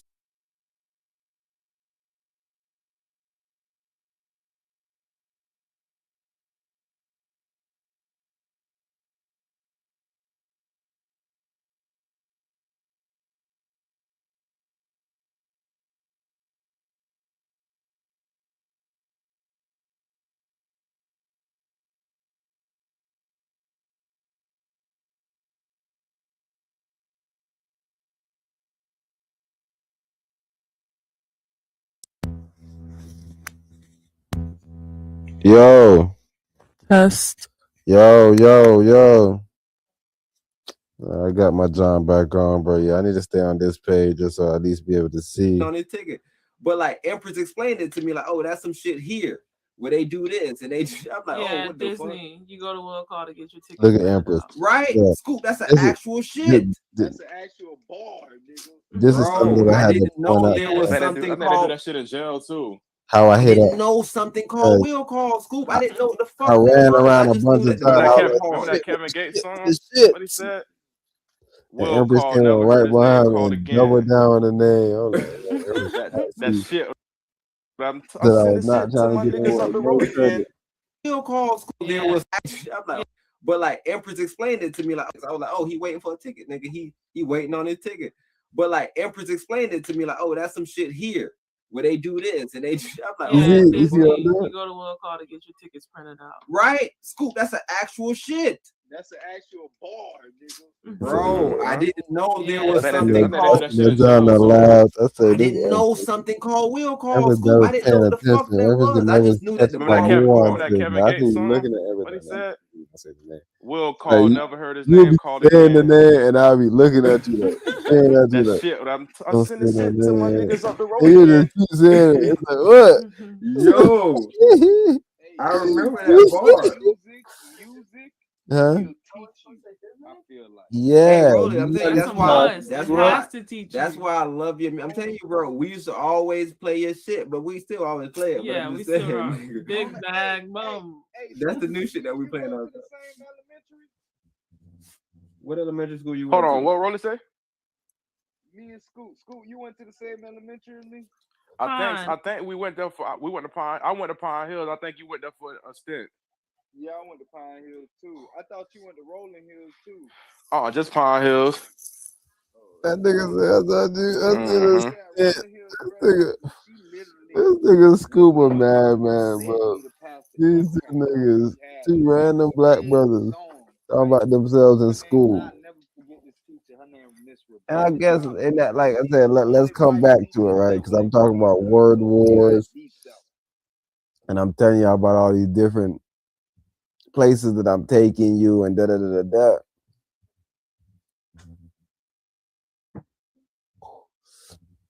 Let's think about what I'm telling y'all with word wars. All right, because you gotta really listen to what's going on in this time. Because I'm telling y'all about word wars, but Is y'all listening to what's going on in the gas? Though? It's literally going down on what I'm telling y'all about with the word war. So this cast from 4 years ago is almost like it's like a old me saying some ish, but it's the new me that said some ish today too. Damn, that's terrible. Bro, she literally made songs with the That's fucked up. what do you call those? Like, all right, you see the charts they give you for math, where they got all The bar graphs. milliliters. Oh, the metric, the Metric conversion, system. the convert. Yeah. Bro. Dog, she made a song about the whole metric system, bro. That's how I learned the whole metric system. She made a song about pi. She made a song about. Oh yeah, we were talking about word war and Scoop, nigga. And I was actually judging Scoop. I'm like, look at Scoop. He's so institutionalized. He talking about, oh yeah, I thought you did a little stint. And I'm like, why did I associate that with prison? And every time they go to jail, nigga like, nigga, I did a little stint. It's like, nigga, all he did was a stint. Like, yeah, it's like, nigga, that dude in jail. But then now I'm thinking, I gotta go figure out what's a stint. Cause I don't know where that word came from. So even though I do know what the word means, I know what the context is, I don't even know where that word came from. That word sounds nasty, a stint. You ever did a stint? No, I ain't did no stint. What you mean? Oh, I thought that I seen you over there. So you ain't. No, I ain't never. I don't know over there doing no stint. So I don't really like the way that Wait, word. so Rolly, do you remember the one with the 50 states? Nah, see, she ain't made no song about no state. Hey, well, shout her out for believing in you. Nevertheless, bro. Hey, Rolly, but that goes back to the concept because I never really heard none of these ones that y'all talking about. Like I said, I probably was in Jamaica when y'all was teaching each other this shit. But when I came here, she personally made those songs and recorded them herself. One thing that stuck with me was never eat sour worms. I never could understand how the compass go. I didn't know what was at the top. Waffles. People had to never eat soggy waffles. It was different ones. I like the sour worms because I'm a sour worm eater, and I was like, even though I eat them, I remember sour worms. I don't know the fuck sour waffles is. Soggy waffles. I don't know what none of that shit is. I stay away from that shit. So it was like, bro, these songs are amazing. It was another song that I had to remember some math shit. My show is done tonight. I'm not sure if Empress John got any battery, because Empress John was left in there longer than mine, but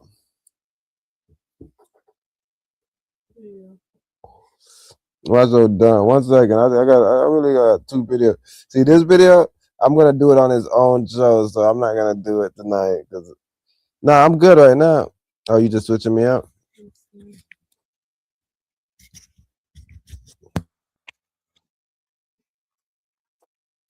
Yo. And the reason why I want to run these 2 videos, I feel like they're fitting for this show. So the other one I'm gonna save for tomorrow, but I'm listening. Lights, which is dampening their Christmas spirit. So we have a little gingerbread family. They have their, tree over there. And also with mom and dad, you have the little kids. James and Janet Hayes get excited describing the hours it takes to come up with a theme and hand make some of their holiday decorations. I feel like that brings me joy to see other people kind of happy and then enjoying our decorations.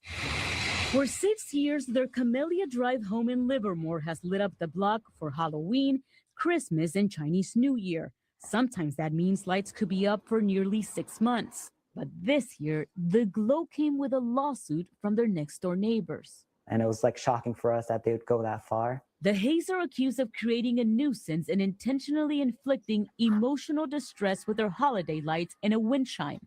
They basically took something that was supposed to cheer us up Yo. and made it something where... Remember, I was talking about deception. Let me put my logo on the screen. 1 second, y'all. But I was talking about deception, bro. And I want y'all to really, really understand what I be talking about, when I be talking about it, and why I be talking about it, bro. Do I care about holiday lights? No. Do I care if they up? No. I think people should put them up. No. But deception is a problem. And it happens all across the board. And it's such a problem. This is the problem. Do I believe him and his wife? Yes, maybe. Do I believe the other guy and his story? Yes, maybe. I don't know. They both saying something. Hearsay. So now they made me fucking mad. Both of them made me mad. Number two, I guarantee this ain't about some fucking lights. I guarantee once we play this story, we're gonna find out something else happened between these two neighbors. It's no fucking way I hate you this much about your damn stupid ass lights you got outside that's wasting your damn bill. Yeah, I look outside. It's kind of fucking bright. I don't like it. Why I got my damn window open at night? Fuck, I'm trying to see outside at night. Am I trying to watch the block or something in my neighborhood watch? Keep your damn eyes in your damn house, dude. So that I'm not giving bro a pass on if it's too bright. It's not too bright. It's at nighttime. Fucking close your window and go to fucking sleep. Like I don't get like if they lights all like it. Is they light like all around your house? Like how big is their house? Is their house like a circle big house, nigga? Are you like in the cul-de-sac of their house? Like I'm very, very confused. Why would you be so that you now it's a lawsuit now? And also, why would you be so messed up, or either both of y'all, that now it's a word war, which is something that I hate and I've been trying to speak about for 4 years now. And now I'm actually more intent on it because I'm seeing the devilishness of it. And I don't want nobody to change no word that I say. If I say one word in your cast, don't edit my words and say that I said another word, bro. I want to say the specific words that I've never misspoke a word. If I say a word, leave it right there. If I said a incorrect word, then correct me. I don't care. I could be talking publicly. Hey, bro, I know you said it's a public nonsense. It's a nuisance. I'm not sure if it's a nuisance. All right, like if somebody says something wrong, help them. But I guess a public nonsense could make sense because a nuisance is nonsense. So sometimes you ain't got to help them publicly. Depends on how bad it is. If they stuttering, but then you got to be around them. Do they stutter when they finish words? Is that how they speak? Because now you might be making them look like they don't know the word. So it's all these different nuances. So I'm telling you, same thing with this story. That's why I got this Chinese man with his face like this. It almost looked like as if he's smirking at the story. But he's not. He's not besmirching the situation. But what I'm saying is, but the fact that him and his neighbor is eroding hearsay, I don't like either two of them. Because I literally want somebody to come like, yo, your lights are too bright, turn them down. But then I would ultimately think, my light's too bright. The fuck does that mean? Am I playing music? Like, what am I doing that's distracting you that if you're in your house not looking at my house? I don't know. Let's fucking see, bro. Maybe he gonna fucking tell us some fucking crazy shit. Now it's just nothing good to remember about it. The lawsuit follows months of tension after the neighbors moved in 3 years ago. The Hayes admit they got up to a bad start. Just told y'all I ain't gotta be no damn rocket scientist. It said this comes after months of tension. This new set of people moved in 3 years ago.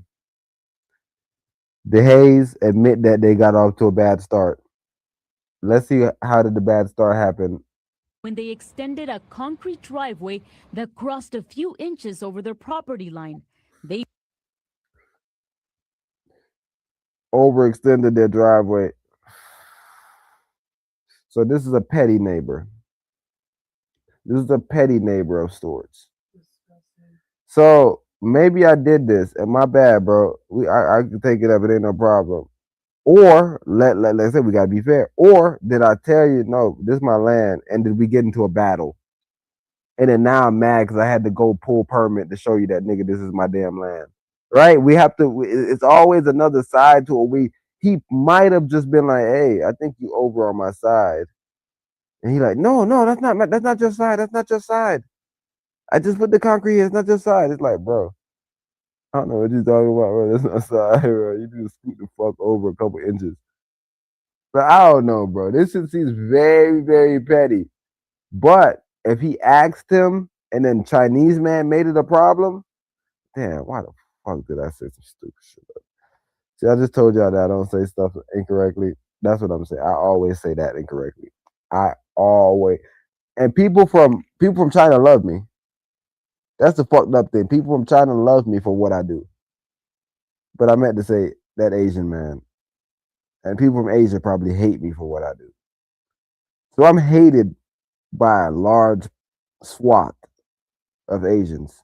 And I'm loved by a large group of, I'm loved by all Chinese people on the planet. So, my bad, brothers. Though I didn't mean to do that, though. I'm not trying to show my alliance to no Chinese people, but I am loved by all the Chinese folks.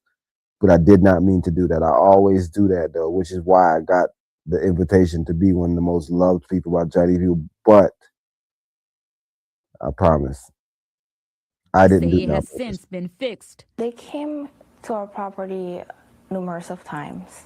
And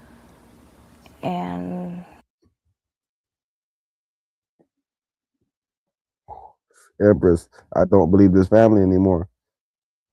And let me not say that. I don't like the way NBC presented this report. They're making the family look like they're divulging things as thing goes on. Hey, but I asked the neighbor. He said it was something about y'all had concrete over there. Yeah, he came over here a few times. Hold on, what? I thought it was the concrete, and then y'all handled that real quick. No, it's something else. We had our fence blocking them. Oh, what the fuck? Hold on. Is it the lights? Hold on, bro. I thought you just said it was the lights. I don't know who's fucking tricking me, bro. I'm mad, bro, but I'm mad, bro. it was not a good interaction. The couple says Look, the they exchanges keep intensified on coming in the look, Hayes-Sutter restraining intensifying. order against their neighbor that was never granted. And early this year, they were hit with a lawsuit over the holiday lights. Did they ever come to you to tell you that they had an Okay. issue with your lights or It's with the war wind chimes, against for war. example? Hold on, let's go back. Action. The couple says the exchanges intensified in the Hayes-Sutter restraining order against their neighbor that was never. Right, Empress? I'm telling you, when you hear fuckery, we have to follow logical fallacies. We have to make sure that there's no gaps in the logic. We have to put on our psychological fucking helmets and our psychological glasses and look at stuff and blow like, what? It's just your lights? And he reported you. That nigga a piece of shit. Oh, no, it's not the lights. Hold on, what? You try to get a restraining order on him for what? Hold on, why he kept coming back over here? Huh? And why they didn't grant it? It sounded like bullshit to them too. So you bringing it to the news to get sympathy? I don't know. I don't know. But I'm telling you, I don't want people to erode the whole hearsay thing. And right now, you're going to the news and you're doing this hearsay thing. But in the fucking papers, in the documents, it's showing that you was the first one to take out a bullet. You was the first one to take out a bullet. And they shot your shit down. And Brett said, okay, y'all want to play with me? Y'all want to play with me? Okay. Fucking. Hey, see, I'm not even going to say what he said. But Chinese people love him too. Were granted. And early this year, they were hit with a lawsuit over the holiday lights. Did they ever come to you to tell you that they had an issue with your lights or with the wind chimes, for example? Never. In the lawsuit, the plaintiffs also accused. Did this lady know, or maybe she didn't know, Empress? Do you think this lady knew at the time that the Hayes took out a restraining order against this man? Because why would he come to them now? Hey, did he come to you and let you know he had a problem with the light? No. We already had tension. We had a bunch of tensions. We took out. I'm not fucking with y'all. Bro, I'm not fucking with y'all, bro. Y'all, I came to your house. You said it's tension because I'm yelling, because you haven't fucking changed the situation yet. What you mean I'm yelling, bro? We have to stop doing the second offense. Why am I yelling? Don't come outside and saying I'm yelling and I look bad. I don't look bad. You look bad. You look bad because somebody yelling at you. Don't like people try to play games with me, bro. We have to go back to the Most High. That's what I'm trying to tell you. What we've been doing is we've been demonizing hearsay. We've been demonizing witnesses. We've been demonizing screaming. We've been demonizing zealousy. We've been demonizing them, bro. What have we been lifting up? Deception. Hey, keep your personal life personal. Okay, cool. Keep it personal. Deceiver. You're a great deceiver. Okay. I'm just telling you, bro. This Hayes building a 10-foot fence that violates city code and directing bright light. Hayes done built the fucking fence too big. They done built the fence too big. Hayes, I love y'all. And I'm glad I showed that picture at the beginning. And like I said, I hope when we cut this up, we got a couple of those clips in there. Hopefully they give me the same opportunity to give me some AI clips and I'm cutting them up. But bro, the Hayes don't look good to me. I'm glad I saved that first picture where he looked like he was besmirching the situation. And noises towards their home.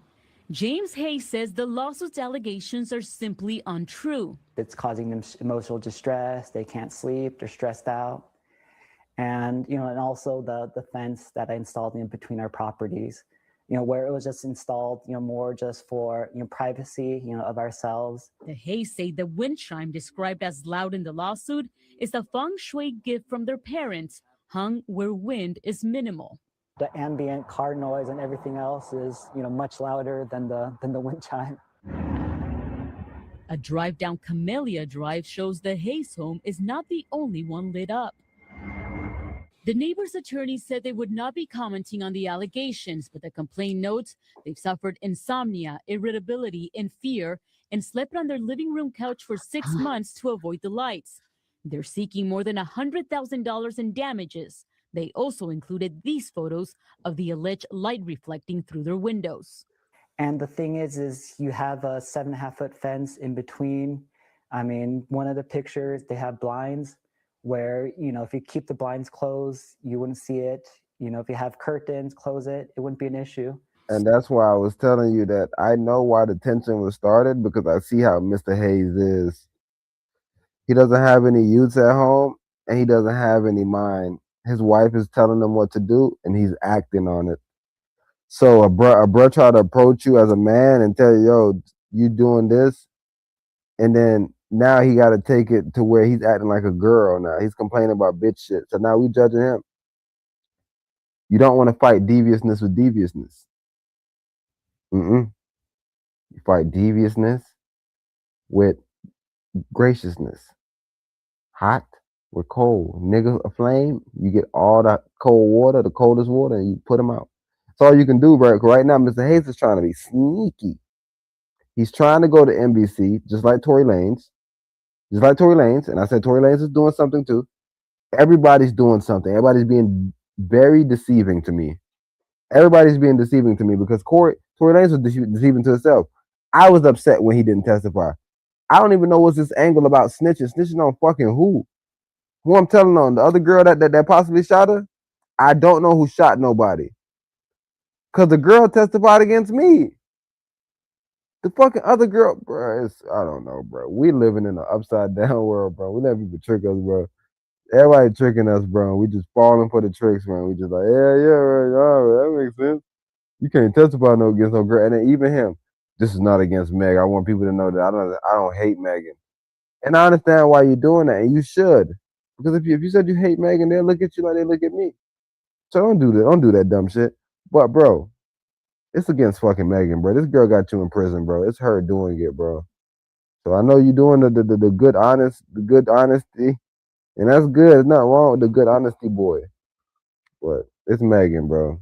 Yeah. Not getting ready for next year's crop, but getting ready for the crowd. Probably 1,000 cars going by a night. Because when the sun sets on the gravel road just north of Red Oak, electricity flows through the extension cords. Over 4,000 feet. And more than 100,000 bulbs turn on. It's just incredible how bright they are. The Baird family farm transforms into a light show fit for the North Pole. It started with the house but quickly grew from the radio tower Oh, to God. the little church, Yes, We man. built all the pews, hand built the pews inside of it. from the combine Over 50 years old, and it still runs. to a carousel. Oh, I thought you was. I thought you had that Display dressed has up. no end. Dad Okay. always said it'd take a lot counting. It's a Okay. tradition that started half a century prior by Chris's father, Jack, who had no idea what it would turn into. Yeah. I think they. Was poor back then.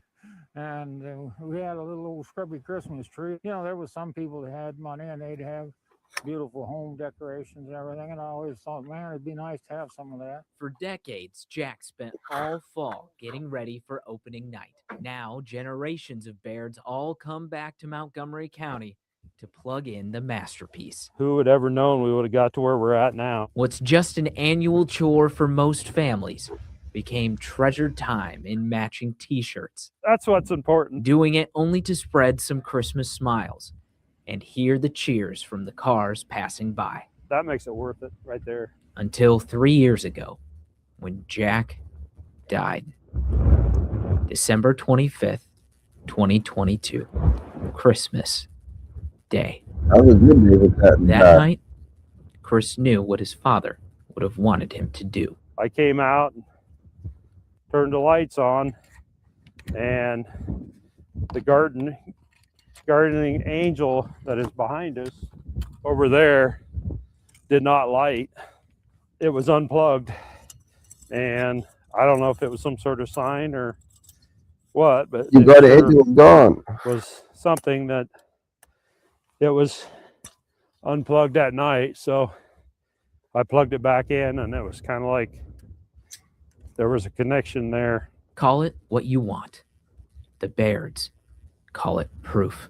Some people, you know, they wouldn't know what to do on that, and we said we're going to put him in his shirt. That's what he would like. So Yeah, we buried him love with a shirt and a Christmas light bulb in his hand. Nah, Metal stakes that don't whack. take well That's to frozen much. dirt. I They thought you drive were saying into you the put earth this- I a thought little you were saying easier. you put pop shirt on the angel after you turn the light on. You saying you put a shirt on pops and then buried him with a light bulb? That shit sounds funny to me. With two hands on the hammer. I told him, the last thing I told him, I said, we'll keep it going as long as we can get help. And so he's probably happy that we're keeping it going, but Yeah, he yeah, knows man. how much work it was. But I love the pops. he loved to work, and He loved to work. he would want us to keep it going as long as we can. That was very important to him and important to our family. That's why this section of the farm stays fenced off, surrounding the sign dedicated to him. These lights shine bright for you, Dad. Your love and guiding light will always be with us. A reminder that for some, Your wife the wrote that. holidays can be tough, Girl, but come on. those that have passed aren't lost, and there's always a light at the end of the gravel road. We always say This ain't got nothing to do with the Most High, but this is what I'm trying to tell you, OG, about that you was snapping about the lights, bro. Lights is just a bro. Lights is something about, bro. I like lights. I like seeing the lights, bro. Me personally, I love the spirit. I'm a spiritual guy. See, y'all say y'all spiritual, but y'all don't get into the spirit. Y'all play games. I get into the spirit. Let fucking Halloween come around. I'm in the Halloween spirit. Let Thanksgiving come around. I'm in the Thanksgiving spirit. I'm in the Christmas spirit, New Year's spirit, April spirit. I'm in every spirit. I'm a spirit man, bro. Y'all not really about spirits like me, bro. And that's why I'm not knocking y'all, but I'm saying it's a word war. When people say stuff, I don't think they mean what they say. They probably just saying it, and they think they mean it, and they're like, "Oh no, that ain't what I meant." So what you meant then? I was saying, oh yeah, you said something different though. I thought you was saying something else. I thought you were saying you a spiritual brother. You said you believe in Christ. You celebrating Christmas and shit. Okay, my bad. I thought you was a spiritual guy. Like, why you spiritual and you don't celebrate holidays, or you choosing a special one to celebrate? You're not spiritual, bro. Stop misusing the word, bro. Spiritual people, we get in the spirit. We get into the gnosis. We get into the knowing. We get into the feelings. I played that video. I'm pretty sure I played that video for y'all, nigga, about a feeling, nigga. Feeling, you can feel stuff before you touch it. You can feel the spirit, all this stuff. You remember feeling shit, bro. I played that at the beginning. So if y'all forgot, you gotta go back and listen to that shit, bro. But I'm about to get up out of here, bro. 2 seconds, bro. Got there freestyle Friday. I'm like I'm supposed to end it off. I ended it off with a rap and then jumped back into videos. The one that I had to play the Christmas videos. They need to get off. They need to get the Christmas videos off, man.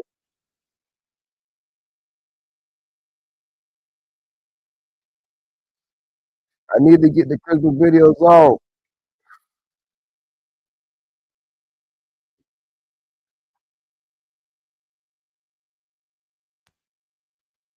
You saying bro was being a Grinch? Man, Halloween costume. that nigga was living a fake life. He wasn't trying to be a light. But I don't really know. Cause that nigga Hayes was acting like a whole fucking tall fence. Talking about his cool. Saying I need to close my blinds. Nigga, fuck you. I can open my blinds if I want to.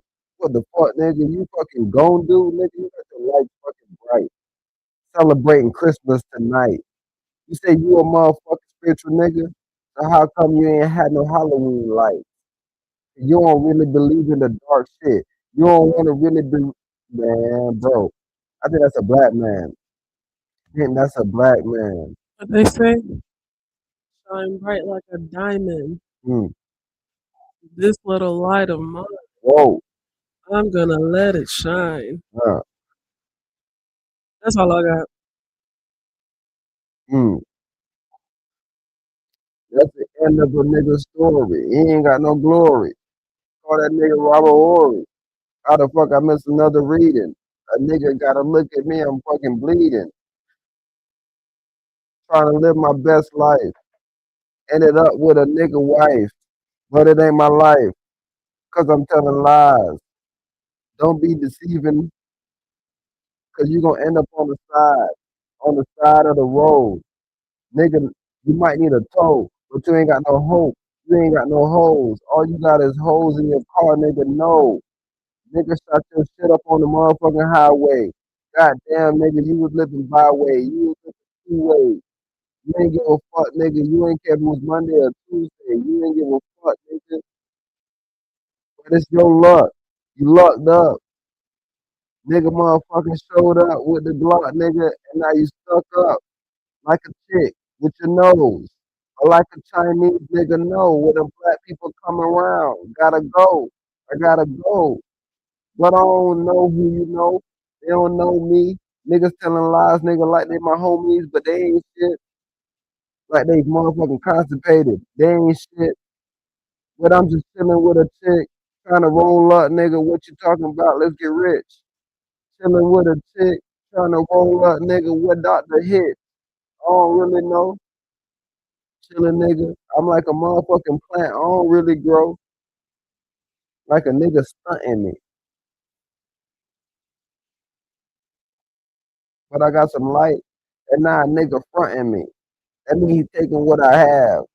But I ain't even motherfucking have a lot. I only had 2 motherfucking fruits. He said he trying to trick me into growing more. He don't want me to produce. I don't know.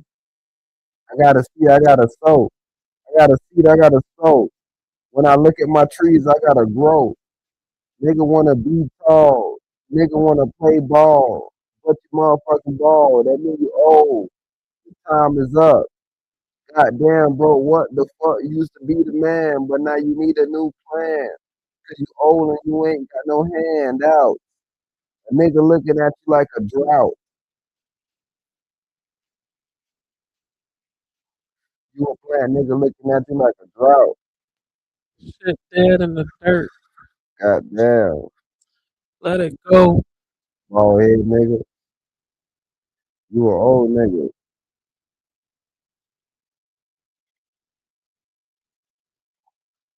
I think LeBron doing it. I can do it for sure, nigga.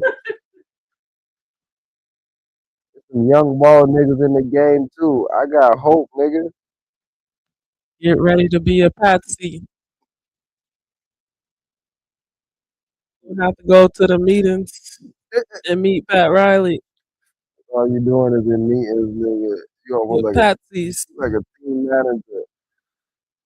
You just on the bench to chill out. I ain't got no, but that's the thing. Some people ain't got no problem being on the bench to chill out.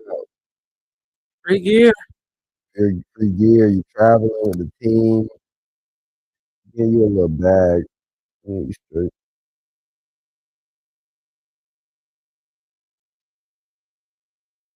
It's a lonely road. Bags microscopic. Now I'm back and I'm motherfucking doing my. Straight on a microscopic. I did the cast so long that I missed my motherfucking cell. Nigga so small. Look like a hobbit. Nigga look like a hobbit. Nigga microscopic.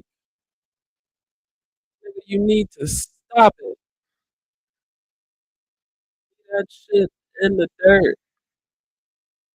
I promise it won't hurt. With time, it heals all. Secret to success. Going forward. What Lito say? You can't feel it till you quit.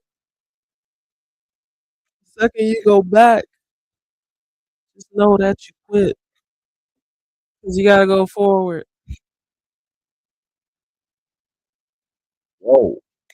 The nigga want to act like a pro, but he don't want to act like he know he must be deceiving us.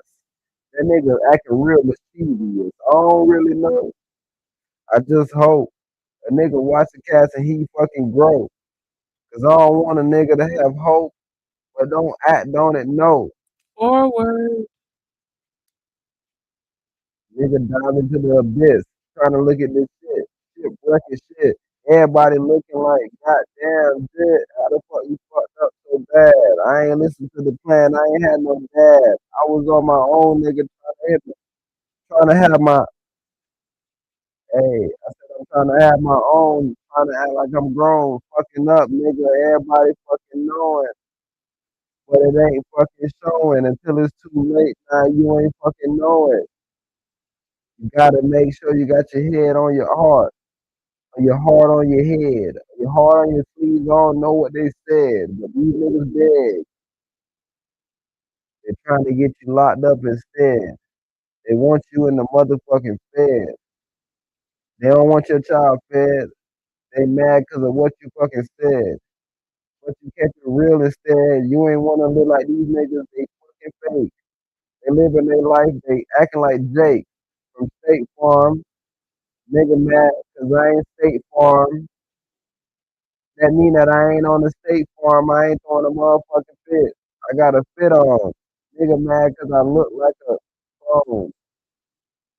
I mean, I look different from myself. Screaming out for help. The Most High came down and said, well, can't do nothing for you. You got to do it for yourself. I gave you every tool. And I'm like, God damn. Where's Uncle Sam? I'm looking for more help, and more help. I gotta figure out that I don't need no help. I gotta be on my own. I gotta act like a motherfucking king on my throne. You niggas cold, but it's a lonely road at the top. I seen an old nigga get shot. I seen a young lady get rocked by a motherfucking rock nigga in the fucking top. I she got knocked on the head. But it's okay because what she said was fucked up. So that nigga that he looked like a Trump. And that nigga said, okay, that's what's up. But he didn't take it lightly. Took a light beam and hit her with it in her head. Now she light beam. Light years ahead of everybody, she light speed. That's what we told her. We wanted her to recover. She in the hospital, nigga, undercover. But the police said brain guilty. Cause the chick ain't the mom, yeah, she filthy. It's fucked up. Thought you was in luck, but you lucked up. Ran into the right man. He was the motherfucking right hand to the white man. Thought you got you a brother, but he was a white man. But he was black. He was really the right man or the white man. Ashkenazi who? Ashkenazi black man.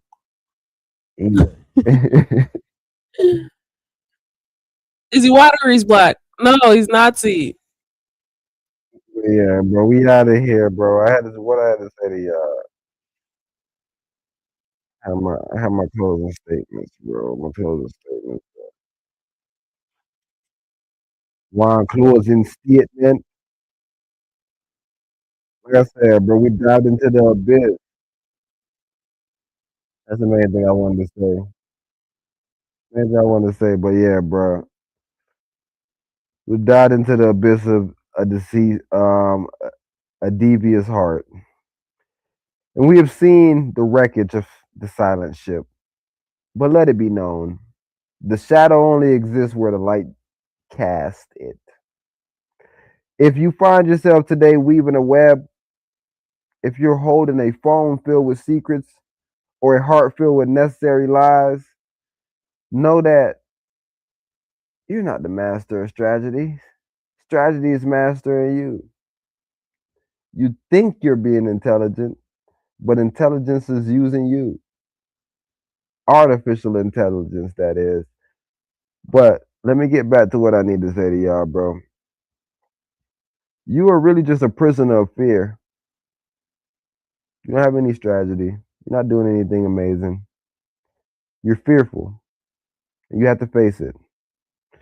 You're starving your own soul of meaning and engagement that is your birthright. Do not let your birthright be taken. Right? But you cannot walk the path in a mask.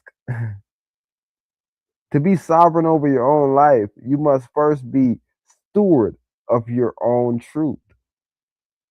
You must have a bravery to let the world see your failings so that it may also see your redemption, which is why I always talk about catalog. You can see where someone started. You can see where they're currently at. That's why what I did today, I went back to a catalog. I said, I'm going to play these two casts.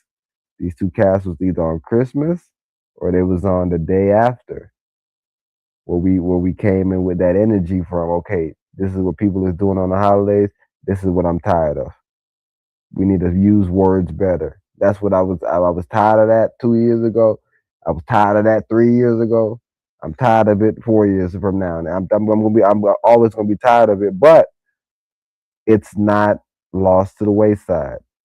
Because the more people that we have that's getting into the battle and actually figuring out what's going on, actually doing these excavations on these different ships, these different wreckages, these different casts, these different characters. Like I explained, David is just a character. Solomon, all these people, they denote a function. You can use their function and say, yo, I'm Solomon. I remember my original YouTube was, this is my John right here, even still, Rasam Salute.